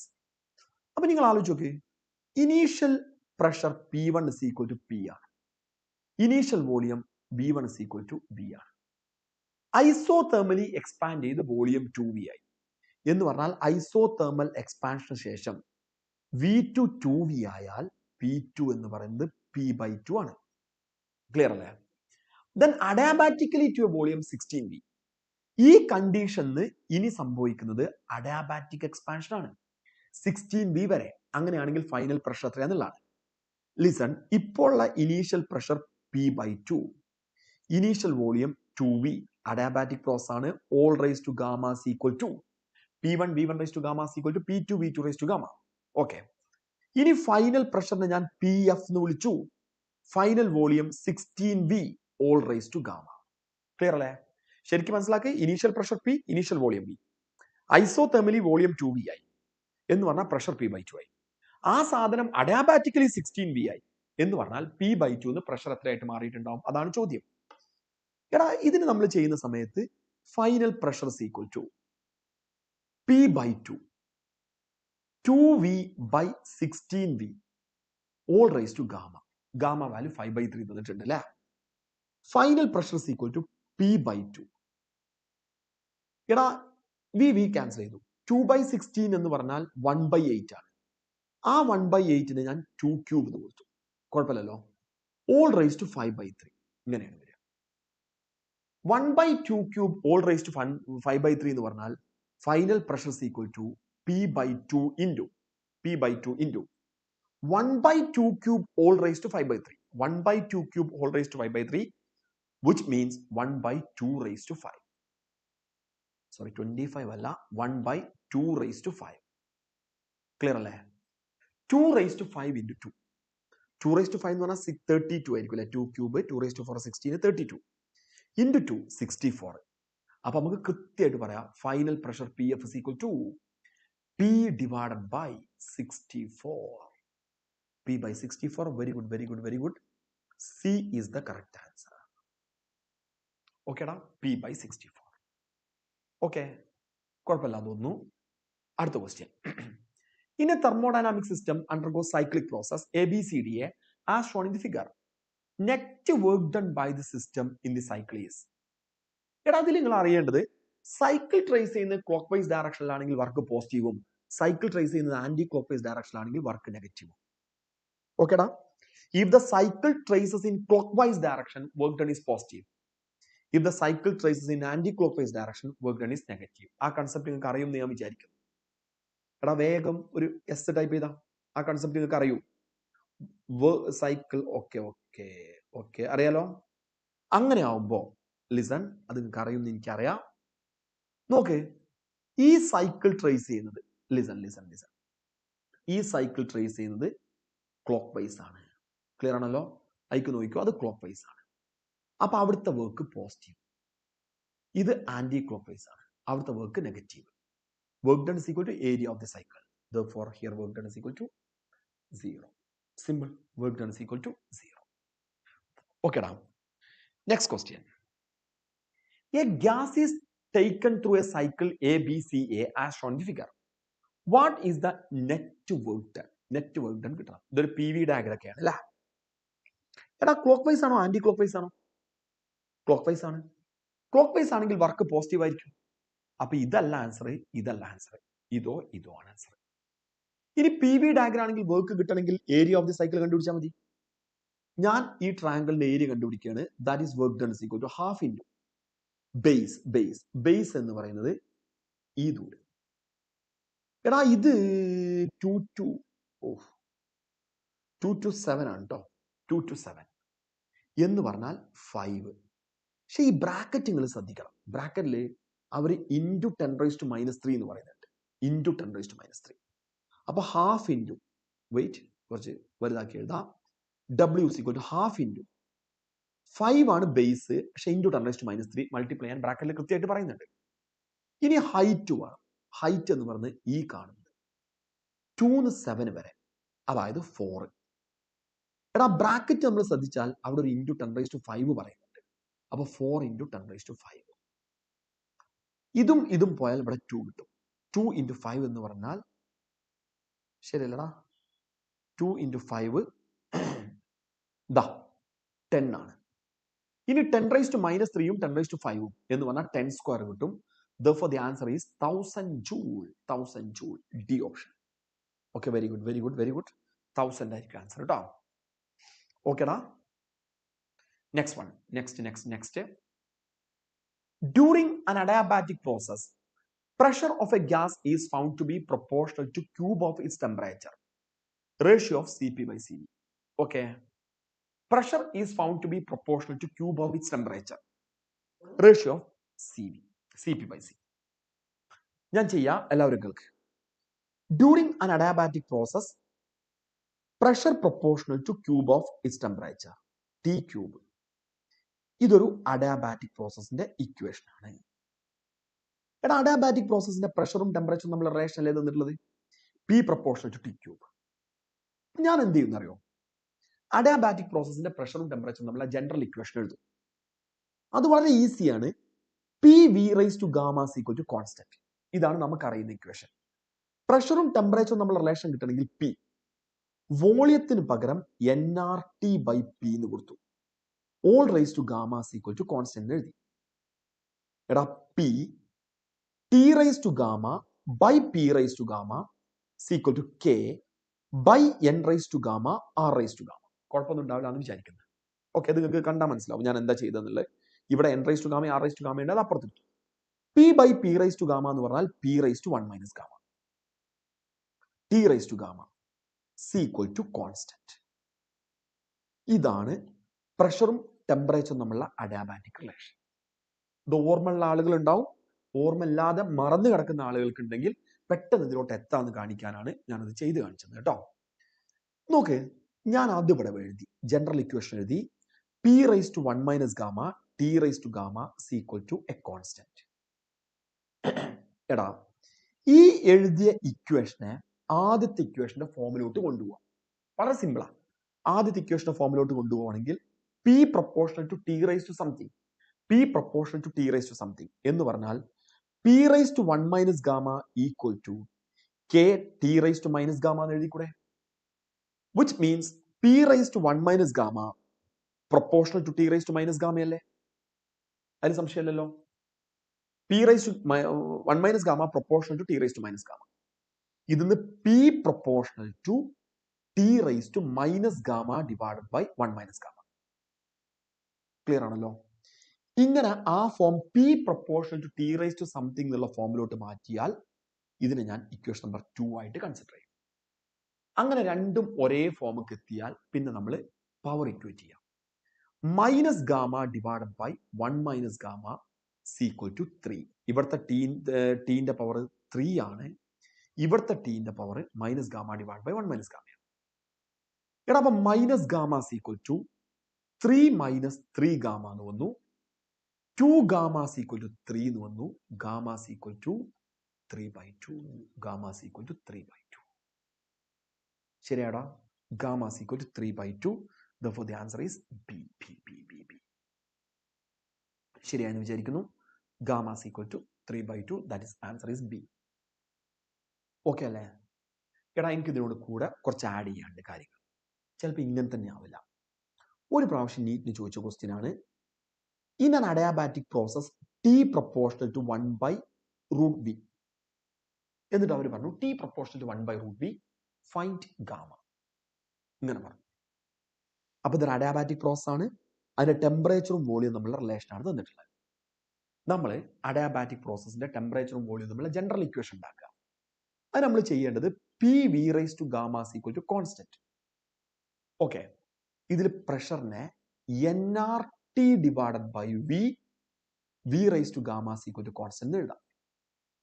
Listen, T V raise to gamma by V equal to K by NR. ഇങ്ങനെ എഴുതിക്കൂടെ? എടാ, ഇവിടുന്ന് T V raise to gamma minus 1 equal to constant. Okay, ഇതാണ് ടെമ്പറേച്ചറും volume തമ്മിലുള്ള adiabatic relation. ഞാൻ അത് ഇവിടെ കൊടുത്തു. T V raise to gamma minus 1 equal to constant. എടാ, അതിനുശേഷം ഈ ഇക്വേഷനെ ഈ ഗിവൺ ഇക്വേഷനെ ഇക്വേഷൻ നമ്പർ 1ന്റെ ഫോമിലേക്ക് മാറ്റണം. ആർക്കൊക്കെ പെട്ടെന്ന് ആൻസർ കിട്ടിയിട്ടുണ്ട്? T equal to K by V raise to gamma minus 1, അല്ലെങ്കിൽ T proportional to 1 by V raise to gamma minus 1. രണ്ടും ഒരേ ഫോമിലായി ഇക്വേഷൻ നമ്പർ 2. ലിസൺ, എടാ, ഇവിടെ വിന്റെ പവർ ഗാമ മൈനസ് 1 ആണ്, ഇവിടെ വിന്റെ പവർ 1/2 ആണ്. അപ്പൊ gamma minus 1 equal to 1/2, gamma equal to 3/2. ഓക്കെടാ? ഇനി എനിക്ക് ചോദിക്കാനുള്ളത്, ഇത് ഏത് ഇക്വേഷൻ തന്നാലും അന്ന് ഗാമ ഇനി കണ്ടുപിടിച്ചൂടെ? നമുക്ക് ഏത് ഇക്വേഷൻ കിട്ടിയാലും ഇനി ഗാമ കണ്ടുപിടിക്കാൻ അറിയണം. ഓക്കെ അല്ലടാ? സെറ്റ് അല്ലേ? ഇതിൽ കൺഫ്യൂഷൻ ഇല്ലല്ലോ? Okay okay okay okay okay ആണെന്ന് വിചാരിക്കുന്നു. ഓക്കെ ആണെന്ന് വിചാരിക്കുന്നു. ഓക്കെ, നമുക്ക് അടുത്ത ക്വസ്റ്റ്യൻ പോട്ടോ. Which of the following relation does not give equation of an adiabatic process where terms have their usual meaning? ഇതിൽ ഏതാണ് അഡിയാബാറ്റിക് പ്രോസസിന്റെ ഇക്വേഷൻ അല്ലാത്തത്? തൊട്ട് മുമ്പ് ഞാൻ എല്ലാം പറഞ്ഞു കഴിഞ്ഞു. P raised to 1 minus gamma T raised to gamma is equal to constant. It's an adiabatic relation. PV raised to gamma is equal to constant. It's an adiabatic relation. TV raised to gamma minus 1 is equal to constant. It's an adiabatic relation. P raised to gamma T raised to gamma alla P raised to 1 minus gamma T raised to gamma ആണ്. It's not an adiabatic relation. Okay, now therefore the answer is D. Next one. 1 mole of an ideal gas goes from an initial state A to the final state B via two processes. First undergo isothermal expansion from V to 3V, and then its volume is reduced from 3V to 2V at constant pressure. The correct graph ആണ് വേണ്ടല്ലേ? ഇവിടെ ആദ്യത്തെ process isothermal expansion ആണ്. ആഹാ, answer ഒക്കെ പെട്ടെന്ന് വരുന്നുണ്ട്. Isothermal expansion വിന്ന് 3Vയിലോട്ട്. അടുത്തത് അറ്റ് കോൺസ്റ്റന്റ് പ്രഷർ 3Vന്ന് വിയിലോട്ടുള്ളത് ഐസോബാറിക് കംപ്രഷൻ ആണ്. ഞാൻ ഫസ്റ്റ് പ്രോസസ് തന്നെ നോക്കി. എന്ന് ബിയിലോട്ട് പോകുന്നത് ഫസ്റ്റ് ഓപ്ഷനില് അഡിയാബാറ്റിക് എക്സ്പാൻഷൻ ആണ്. അപ്പൊ ഇതല്ല, ഇത് തെറ്റാണ്. രണ്ടാമത്തെ ഓപ്ഷനില് എടാ വിന്ന് 3Vയിലോട്ട് പോകുന്നത് ഐസോതേർമലാണ്. എന്നാൽ തിരിച്ചു വരുന്ന പ്രോസസ് എന്ന് പറയുന്നത് ഐസോബാറിക് അല്ല. അപ്പൊ അതുകൊണ്ട് ഇതും തെറ്റാണ്. അടുത്ത ഓപ്ഷൻ നോക്കിയപ്പോ ഏന്ന് ബിയിലോട്ട് പോകുന്നത് വിന്ന് 3Vയിലോട്ട് പോകുന്നത് ഐസോതേർമലേ അല്ല, ആണെങ്കിൽ റെക്ടാങ്കുലർ ഹൈപ്പർബോള ആയിരിക്കും. അപ്പൊ ഇതും തെറ്റാണെന്ന് എനിക്ക് ബോധ്യപ്പെട്ടു. അടുത്ത കേസിക്ക് പോയപ്പോ വിന്ന് 3Vയിലോട്ട് പോകുന്നത് ഐസോതേർമൽ, കാരണം റെക്ടാങ്കുലർ ഹൈപ്പർബോള ഷേപ്പ്. 3Vന്ന് വിയിലോട്ട് പോകുന്നത് ഐസോബാറിക്. ഓക്കേടാ, കോൺസ്റ്റന്റ് പ്രഷറിൽ. Therefore the answer is D. D option ആയിരിക്കും കറക്റ്റ് ആൻസർ. ശരിയല്ലേ? എടാ next one listen. Delta U and delta W represents increase in energy and work done by the system respectively in a thermodynamical process. Which of the following is true? Delta U equal to minus delta W in an adiabatic process. Which of the following is true എന്നാണ് ചോദ്യം. ഇത് true ആണ്. അല്ലേ? Delta U is equal to delta W in an isothermal process. അല്ല, isothermal പ്രോസസ്സിനെ നമുക്ക് ഇവിടെ എഴുതാം. ഐസോതേർമൽ പ്രോസസ്സിന്റെ ഫസ്റ്റ് ലോ എന്ന് പറയുന്നത് delta Q is equal to delta U plus delta W. Temperature constant ആണെങ്കിൽ ഡെൽറ്റ യുവിന്റെ വാല്യൂ 0 ആയിരിക്കും. അപ്പൊ ഐസോതേർമൽ പ്രോസസ്സിൽ ഡെൽറ്റ യു 0 ആണ്. Delta Q equal to delta W. ഇതാണ് isothermal process. Delta U equal to delta W in adiabatic process. ഇത് തെറ്റാണ്. Delta U equal to minus delta W in isothermal process. അപ്പൊ അല്ല, A option ആണ് answer കേട്ടോ. ഓക്കേടാ, A option ആണ് answer. Next one. അപ്പൂന് എന്ത്? Okay, next. A monoatomic gas at pressure P1 and volume V1 is compressed adiabatically to 1/8 of its original volume. Final pressure simple അല്ലേടാ? Adiabatic compression ആണ്, പ്രഷറും volume തന്നിട്ടുണ്ട്. അപ്പൊ P1 V1 raised to gamma is equal to P2 V2 raised to gamma. ഇതാണ് equation. Initial pressure P1, initial volume V1. Final pressure കണ്ടുപിടിക്കണം. Final volume 1/8 of its initial volume V1 raised to gamma കിട്ടും. എടാ ഇതിന്ന് വളരെ simple ആണ്. V1 raised to gamma V1 raised to gamma ഒക്കെ cancel ചെയ്ത് പോയാൽ P2 is equal to 8 raised to gamma P1 വരും. P2 is equal to 8 raised to gamma P1. എടാ മോണോറ്റോമിക് ആണ്, ഗാമന്റെ വാല്യൂ 5/3 ആണ്. അപ്പൊ P2 is equal to 8ന് പകരം 2 cube all raised to 5/3 into P1. എടാ 2 raised to 5 ആണ് അവിടെ വരിക അല്ലെ? 2 raised to 5 എന്ന് പറഞ്ഞാൽ 32. അപ്പൊ P2 is equal to 32 P1. എനിക്ക് കിട്ടിയ ആൻസർ ഡി ആണ്. കമന്റ് ബോക്സിൽ എത്ര ഡി ഉണ്ട് നോക്കട്ടെ. ഓക്കെ, നിറയെ ഡി വരുന്നുണ്ട്. Very good. എടാ അടുത്ത ക്വസ്റ്റ്യൻ കേൾക്കാം. In a thermodynamic process which of the following statement is true? Thermodynamic പ്രോസസ്സിൽ ഏതാണ് ശരിയായിട്ടുള്ളത്? In an isochloric process pressure remains constant തെറ്റ്. In an isothermal process temperature remains constant ശരി. In an adiabatic process, PV raised to gamma is equal to constant. ശരി. In an adiabatic process, the system is insulated from the surroundings. ശരി. അപ്പൊ തെറ്റായിട്ടുള്ളത് A ആണ്. അതാണ് നമ്മളെ answer. Okay ഓക്കെടാ, തെറ്റായിട്ടുള്ളല്ലേ ചോദ്യം? എന്തുകൊണ്ട് ബി എന്ന്? Not true, not true, not true. Okay, next one. Q, E and W denote respectively heat added, change in energy and work done in a closed cycle. Then cyclic process ആണെങ്കിൽ initial സ്റ്റേറ്റും final സ്റ്റേറ്റും same ആണ്. അങ്ങനെയാണെങ്കിൽ energy change 0 ആയിരിക്കും. എന്ന് പറഞ്ഞാൽ ഇന്റെ value 0 ആയിരിക്കും. Therefore the answer is A. Simple. Clear ആണല്ലോ? Energy change 0 ആയിരിക്കും. E equal to 0. ഓക്കെടാ, next one. Listen. Efficiency of an ideal heat engine working between freezing point and boiling point of water. ഓക്കെടാ, നിങ്ങൾക്ക് റെഫ്രിജറേറ്ററിൽ confusion ഉണ്ടോ? ആദ്യത്തെ ചോദ്യം, refrigerator അറിയാത്തതായിട്ടുള്ള പ്രശ്നമുണ്ടോ? Refrigerator അറിയണമെങ്കിൽ ഹീറ്റ് എഞ്ചിനും പഠിക്കണം. അതുകൊണ്ടാണ് ഞാൻ ചോദിച്ചത്. നജ്മൽ ആരോമാണ് നേരത്തെ റെഫ്രിജറേറ്റർ വേണോ എന്നൊക്കെ ചോദിച്ചിരുന്നത്. റെഫ്രിജറേറ്റർ വേണം. റെഫ്രിജറേറ്ററിൽ കൺഫ്യൂഷൻ ഉണ്ടോ എന്നുള്ളതാണ് ചോദ്യം. ഓക്കെ, എന്നാ ഒരു മിനിറ്റ് കേൾക്ക്. ജസ്റ്റ് ഒരു മിനിറ്റ് എല്ലാവരും കേൾക്കട്ടോ. ഞാൻ ആദ്യം ഹീറ്റ് എഞ്ചിനും റെഫ്രിജറേറ്ററും ഒന്ന് കമ്പയർ ചെയ്ത് കാണിച്ചു തരാം. ഹീറ്റ് എഞ്ചിൻ രസകരമായിട്ടൊരു സംഭവമാണ്. ഹീറ്റ് എഞ്ചിനും റെഫ്രിജറേറ്ററും. ഓക്കെ, പെട്ടെന്ന് പറയാം കേട്ടോ. അറിയുന്ന ആളുകളൊക്കെ ഉണ്ട്, അപ്പൊ അവരെ സമയം നമ്മൾ മെനക്കെടുത്തണ്ട. പെട്ടെന്ന് പറയാം. ഹീറ്റ് എഞ്ചിൻ ആണെങ്കിൽ നമ്മൾ ഇങ്ങനെയാണ് പിക്ചർ വരയ്ക്കുക അല്ലെ. 3 വട്ടപൂജ്യം വരയ്ക്കും. എന്നിട്ട് ഇയാൾ നമ്മൾ വിളിക്കുന്ന പേര് സോഴ്സ് എന്നാണ്. ഇതിന്റെ ടെമ്പറേച്ചർ T1 കെൽവിൻ എഴുതി. ഇത് നമ്മൾ വിളിക്കുന്ന പേര് സിങ്ക് എന്നാണ്. ഇതിന്റെ ടെമ്പറേച്ചർ T2 കെൽവിൻ എന്ന് കൊടുത്തു. ഈ സാധനം വർക്കിംഗ് സബ്സ്റ്റൻസ് ആണ്. നമ്മളെ കാറൊക്കെയാണ് അത്. വർക്കിംഗ് സബ്സ്റ്റൻസിലൊക്കെ ഒരുപാട് കാര്യങ്ങൾ പറയാനുണ്ട്. പക്ഷെ നമുക്ക് അതിനുള്ള സമയം ഇല്ലാത്തതുകൊണ്ട് ഞാനത് വിട്ടു. ഇനി ഒരു ഹീറ്റ് എഞ്ചിനിൽ സാധാരണ സംഭവിക്കുന്നത്, ഹയർ ടെമ്പറേച്ചറുള്ള സോഴ്സിൽ നിന്ന് Q1 എമൗണ്ട് ഹീറ്റ് എടുത്തു.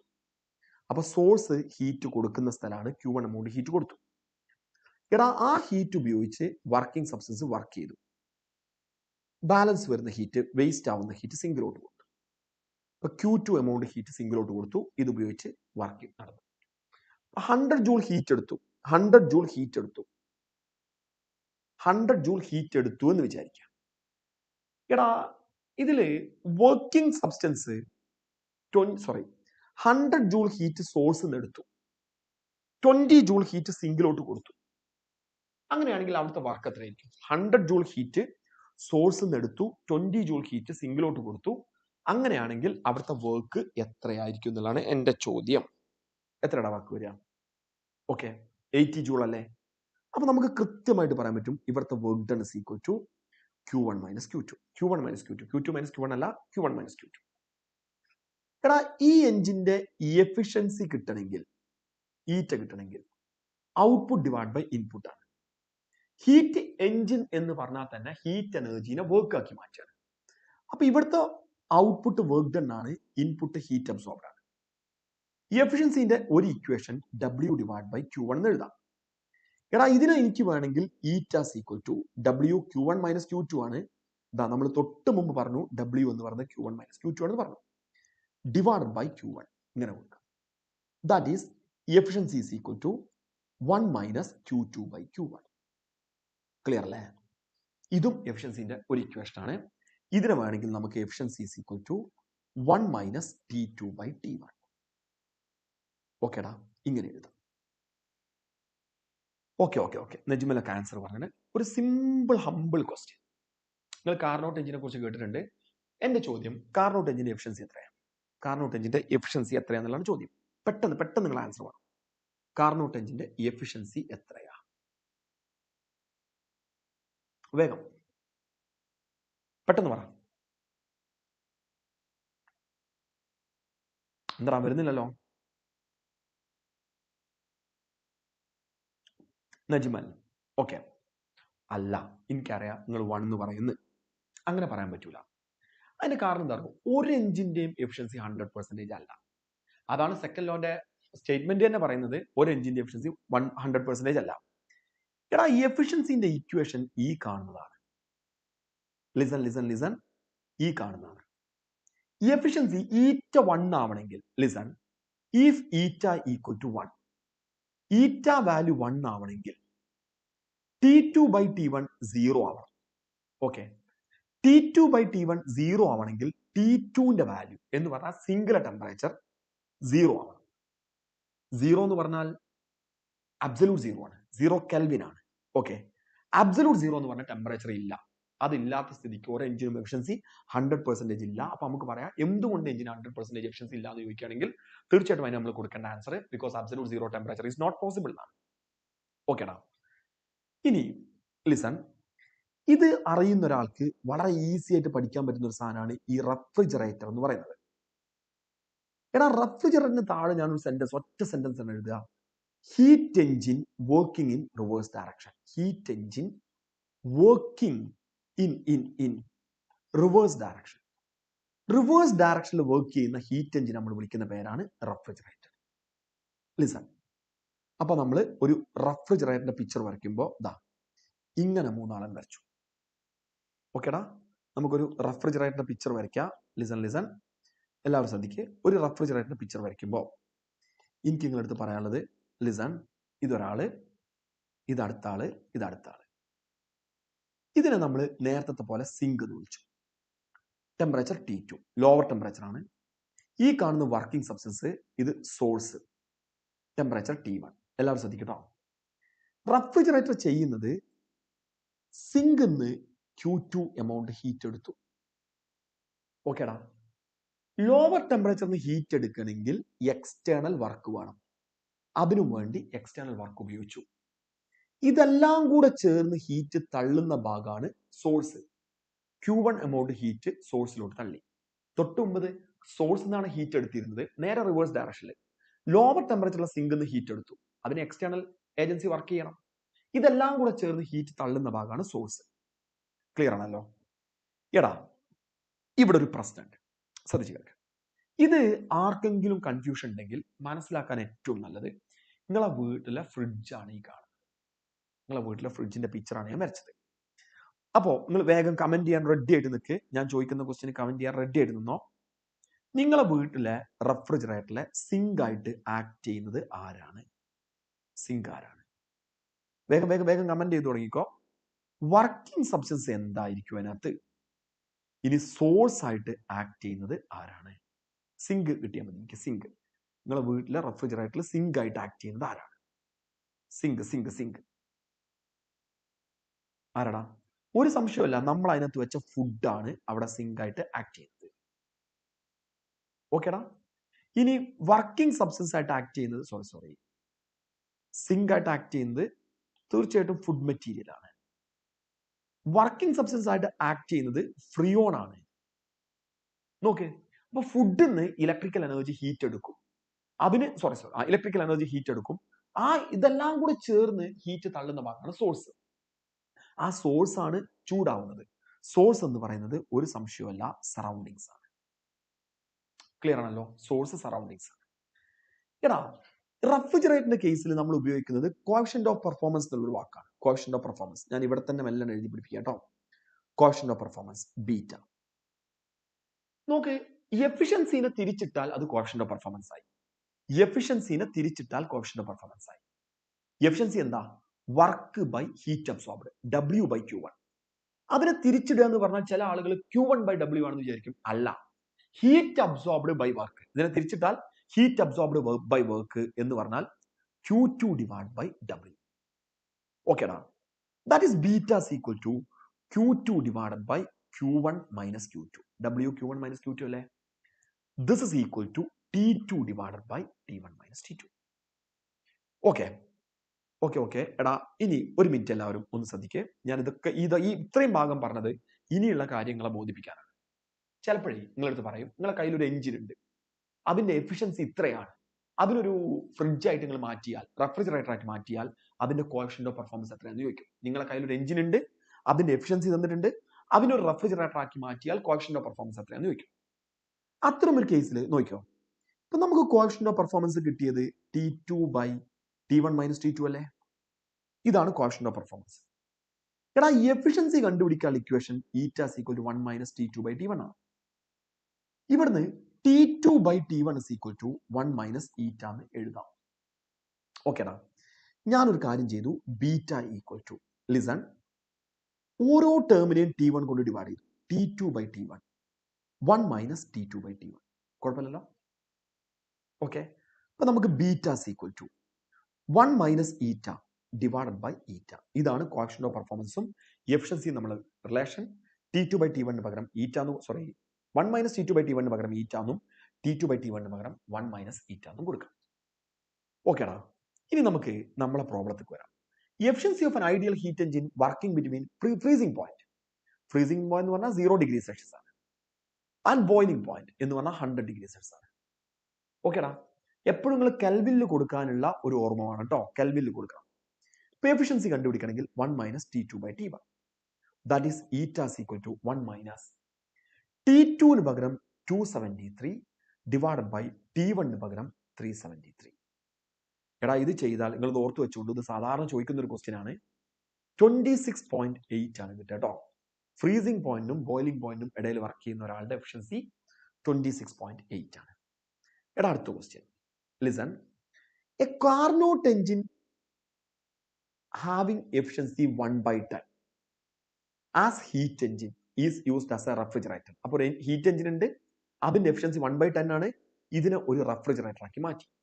If the work done on the system is 10 joule, work done 10 joule ആണെങ്കിൽ amount of energy absorbed from the reservoir at lower temperature. Work 10 joule ആണ്. Amount of energy absorbed from the reservoir at lower temperature. ഒരു refrigerator അതിന്റെ lower ടെമ്പറേച്ചറിലുള്ള റിസർവോയറിന് absorb ചെയ്ത energy എന്ന് പറഞ്ഞാൽ Q2 ആണ് കണ്ടുപിടിക്കുക. Q2 എങ്ങനെ കണ്ടുപിടിക്കാം? എഫിഷ്യൻസി തന്നിട്ടുണ്ട്, W തന്നിട്ടുണ്ട്, Q2 ആണ്.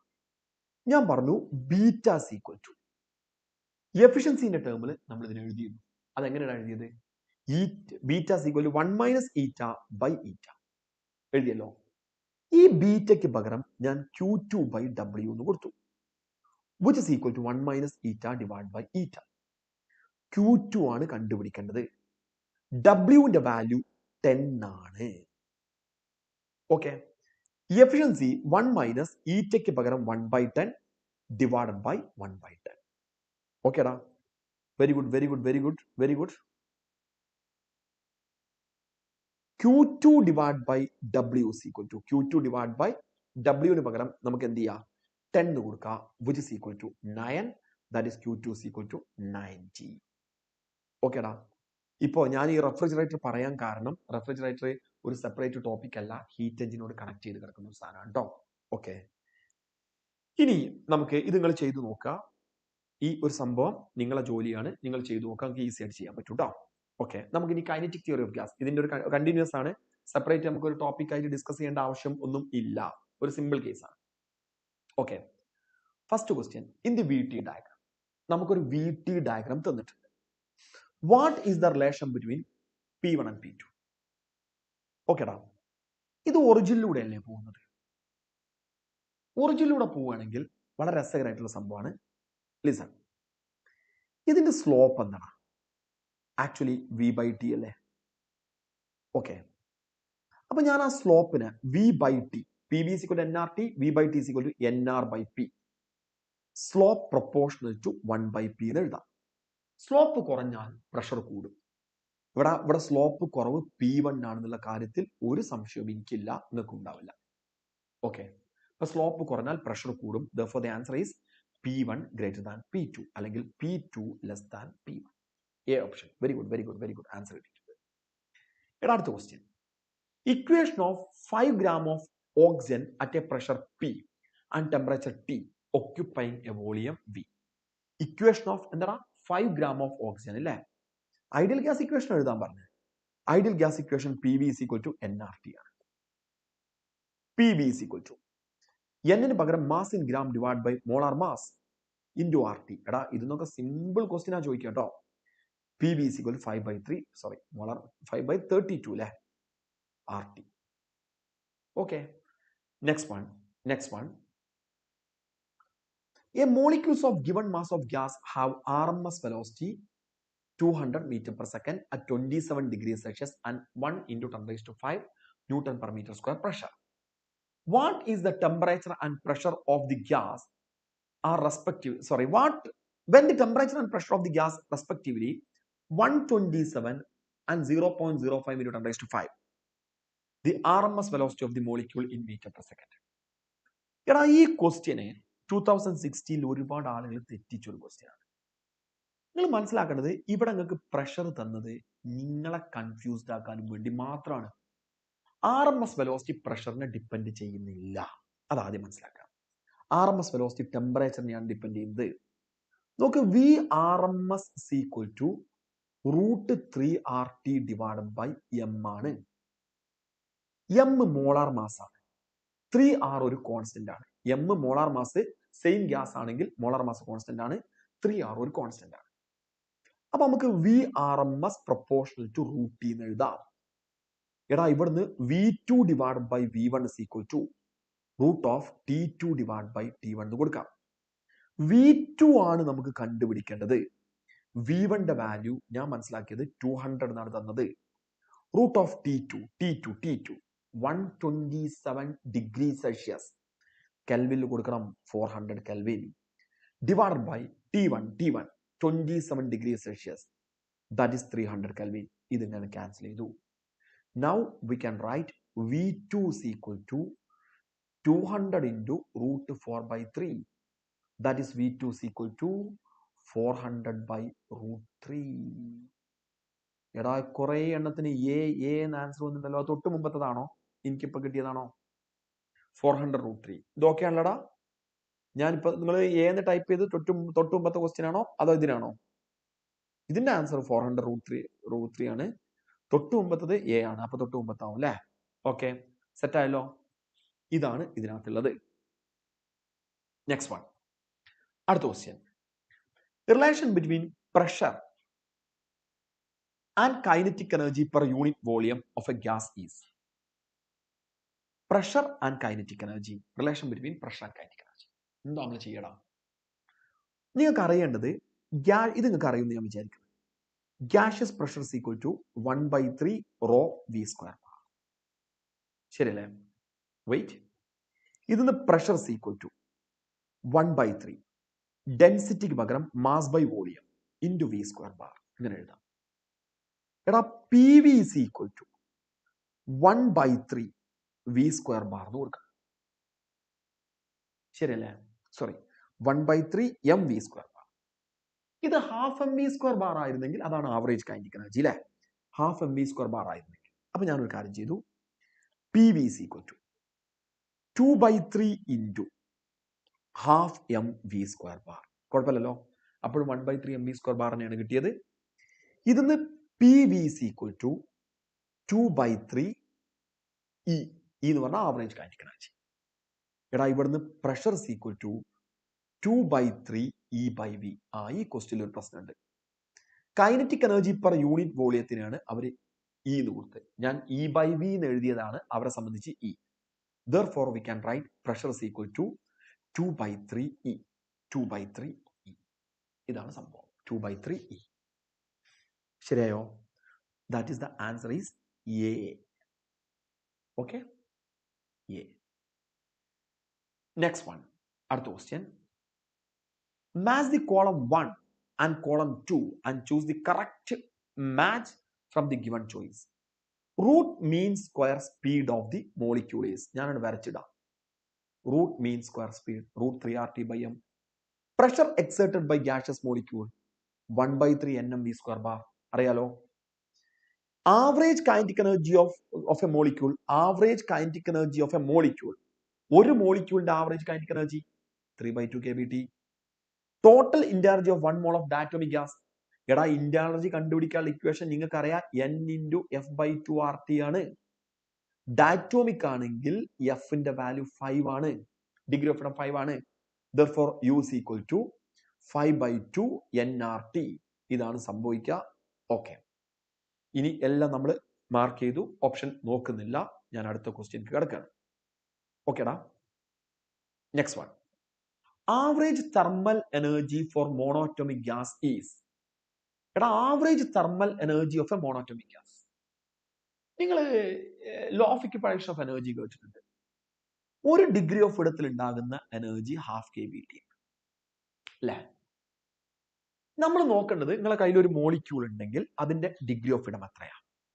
മോണോറ്റോമിക് ഗ്യാസ് ആണെങ്കിൽ ഡിഗ്രി ഓഫ് ഫ്രീഡം 3, ഡാറ്റോമിക് ആണെങ്കിൽ 5, പോളിയറ്റോമിക് ആണെങ്കിൽ 6, അങ്ങനെ പോകും. നിങ്ങൾക്കറിയാം. അപ്പോൾ ഒരു ഡിഗ്രി ഓഫ് ഫ്രീഡത്തിൽ half K B T energy ഉണ്ട്. മോണോറ്റോമിക് ആണെങ്കിൽ 3 ഡിഗ്രി ഓഫ് ഫ്രീഡം ഉണ്ട്. അപ്പോൾ ഇതിൽ ഹാഫ് കെ ബി ടി, ഇതിലും ഹാഫ് കെ ബി ടി, ഇതിലും half K B T. Monatomic ഗ്യാസിന്റെ total energy 3/2 K B T, അതായത് ബി ഓപ്ഷൻ ആയിരിക്കും ആൻസർ. ഓക്കേടാ, F/2 K B T. Very good. എടാ അടുത്ത question, number of translational degree of freedom of for an diatomic gas. പെട്ടെന്ന് answer ചെയ്യും. Number of translational degree of freedom of diatomic gas. Okay okay okay. തൊട്ട് മുമ്പത്തതാണോ ഇപ്പത്താണോ നിങ്ങൾ B type ചെയ്യുന്നത്? തൊട്ട് മുമ്പത്താവും. എടാ number of translatory degree of freedom of diatomic gas. ആ നമ്പർ ഒന്ന് ടൈപ്പ് ചെയ്താ. Number of translatory degree of freedom of diatomic gas. Najmal, number of translatory degree of freedom of diatomic gas. Translatory degree of freedom. Diatomic gas ന്റെ translatory degree of freedom. Listen. തെറ്റി. ഞങ്ങളൊക്കെ എടുത്ത് type ചെയ്യിക്കുമ്പോൾ തന്നെ എനിക്ക് ഉറപ്പാണ് നിങ്ങളെ തെറ്റിപ്പിക്കണം എന്ന് വിചാരിച്ചത്. അപ്പോ വെരി ഗുഡ് 3 ആണ്. ഡാറ്റോമിക് ആവട്ടെ, മോണോറ്റോമിക് ആവട്ടെ, പോളിയറ്റോമിക് ആവട്ടെ, ട്രാൻസ്ലേറ്ററി ഡിഗ്രി ഓഫ് ഫ്രീഡം എല്ലാവർക്കും 3 ആണ്. എല്ലാവർക്കും 3 ആണ്.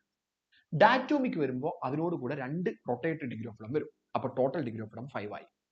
പോളിയറ്റോമിക് വരുമ്പോൾ അതിനോട് കൂടെ 3 റൊട്ടേറ്ററി ഡിഗ്രി ഓഫ് ഫ്രീഡം വരും. അപ്പൊ ട്രാൻസ്ലേറ്ററി 3, റൊട്ടേറ്ററി 3, ടോട്ടൽ 6. ഡാറ്റോമിക് ആണെങ്കിൽ translatory degree of freedom 3, rotatory degree of freedom 2, total 5. മോണോറ്റോമിക് ആണെങ്കിൽ ട്രാൻസ്ലേറ്ററി ഡിഗ്രി ഓഫ് ഫ്രീഡം മാത്രമേ ഉള്ളൂ 3. ശരിയായോ? ഓക്കെ ആടാ, ഓക്കെ ആയോ? അപ്പൊ എല്ലാ ആളുകളുടെയും ട്രാൻസ്ലേറ്ററി ഡിഗ്രി ഓഫ് ഫ്രീഡം എന്ന് പറയുന്നത്, ട്രാൻസ്ലേഷണൽ ഡിഗ്രി ഓഫ് ഫ്രീഡം എന്ന് പറയുന്നത് 3 ആയിരിക്കും. ഓക്കെ. ഇനി അത് മാറരുത് കേട്ടോ. ഞാൻ നിങ്ങളെ കൊണ്ട് ചെയ്യിക്കുമ്പോൾ എടാ നിങ്ങളെ കമന്റ് മെസ്സേജിന് ശേഷം ഞാൻ ആ പ്രോബ്ലത്തിൽ കിടക്കുകയാണെങ്കിൽ അതിനകത്ത് അതിൽ എന്തെങ്കിലും ഉണ്ട് എന്നുള്ളതാണ്. നിങ്ങളൊന്ന് ആലോചിക്കണം. Okay. Polyatomic gas with n degree of freedom has a mean energy per molecule is given by. ഒരു polyatomic gas ആണ്, n degree of freedom ഉണ്ട്, mean energy per molecule. ഒരു മോളിക്യൂളിന്റെ എനർജി എന്തായിരിക്കും? F/2 kBt. അല്ലേടാ, n/2 kBt. n/2 kBt. ഏതാ answer? n/2 kBt. ഓക്കേടാ. പോളിയറ്റോമിക് ഗ്യാസിന് n ഡിഗ്രി ഓഫ് ഫ്രീഡം ഉണ്ട്. അപ്പൊ തീർച്ചയായിട്ടും ഒരാളുടെ പോളിയറ്റോമിക് ഗ്യാസ് ആണ്, n ഡിഗ്രി ഓഫ് ഫ്രീഡം ഉണ്ട്. ഒരു മോളിക്യൂളിന്റെ എനർജി n/2 kBt ആയിരിക്കും. ഓക്കെ. എടാ next one, value of Cp/Cv of hydrogen, helium and another ideal diatomic gas X whose molecules are not rigid but have an additional vibrational mode are respectively. Value of degree of freedom of hydrogen, value of Cp/Cv of hydrogen. Hydrogen diatomic ആണ്, അതിന്റെ Cp/Cv 7/5 ആണ്. അപ്പൊ answer listen, ഇതാവാ. എടാ മറ്റത് മോണോറ്റോമിക് ആണ്, degree of freedom 5/3 ആണ്. ഇതാവാ. പിന്നെന്താ, another ideal diatomic gas ആണ് X whose molecules are not rigid, non rigid ആണ്. അപ്പൊ വൈബ്രേഷൻ കൺസിഡർ ചെയ്യണം. വൈബ്രേഷൻ കൺസിഡർ ചെയ്ത് കഴിഞ്ഞാൽ ഉറപ്പായിട്ടും അഡീഷണൽ 2 ഡിഗ്രി ഓഫ് ഫ്രീഡം കൂടെ വരും. ക്ലിയർ അല്ലേ? എന്ന് പറഞ്ഞാൽ ഒരിക്കലും 7/5 ആവില്ല, അതിനേക്കാൾ കൂടുതലായിരിക്കും വൈബ്രേഷണൽ മോഡ് കൺസിഡർ ചെയ്യുമ്പോൾ. therefore the answer is A. ശരിയല്ലേ? എടാ ഇനി ഇതിൽ കുറച്ച് ക്വസ്റ്റ്യൻസ് കൂടെ ഉണ്ട്. അത് ഒരു 5 ക്വസ്റ്റ്യൻ ഉണ്ടാവും. അത് നിങ്ങളെ ജോലിയാണ്, നിങ്ങൾ ചെയ്ത് നോക്കണം. ഓക്കേടാ. അപ്പൊ തൽക്കാലം നമുക്ക് ഇവിടെ അവസാനിപ്പിക്കാം. നിങ്ങളടുത്ത് ഞാൻ മറ്റേ ആൻസർ പ്രതീക്ഷിക്കുന്നുണ്ട്, അത് നിങ്ങൾ എനിക്ക് കമന്റ് ചെയ്യണം കേട്ടോ. ഓക്കെ. അപ്പൊ നമുക്ക് തൽക്കാലം അവസാനിപ്പിക്കാം. Okay, thank you. Happy new year. ഓക്കേടാ. ഓക്കെ, താങ്ക് യു കേട്ടോ. ഓക്കെ, നമുക്ക് അവസാനിപ്പിക്കാൻ ഒന്നും ചോദിക്കാനില്ല എന്ന് വിചാരിക്കുന്നു. Okay, thank you. Happy new year എല്ലാവർക്കും. Happy new year. അടുത്ത വർഷം നമുക്ക് പൊളിക്കണം. അടുത്ത വർഷമാണ് നമ്മളെ നീറ്റ് വരുന്നത്. അത് നമുക്ക് എന്തായാലും ഉഷാറാക്കണം കേട്ടോ. ഓക്കേടാ. കലോറിമെട്രി എന്താണെന്നുള്ള അല്ല, define 1 calorie. Okay, define 1 calorie. അത് നിങ്ങൾ ആൻസർ കണ്ടെത്തണം. അതിലൊരു രസകരമായിട്ടുള്ളൊരു ട്വിസ്റ്റ് ഉണ്ട്. അതുകൊണ്ട് ഞാൻ അങ്ങനെ വീണ്ടും നിങ്ങളടുത്ത് പറയാൻ കാരണം അതിനകത്ത് രസകരമായിട്ടുള്ള ഒരു സംഭവം ഉണ്ട്.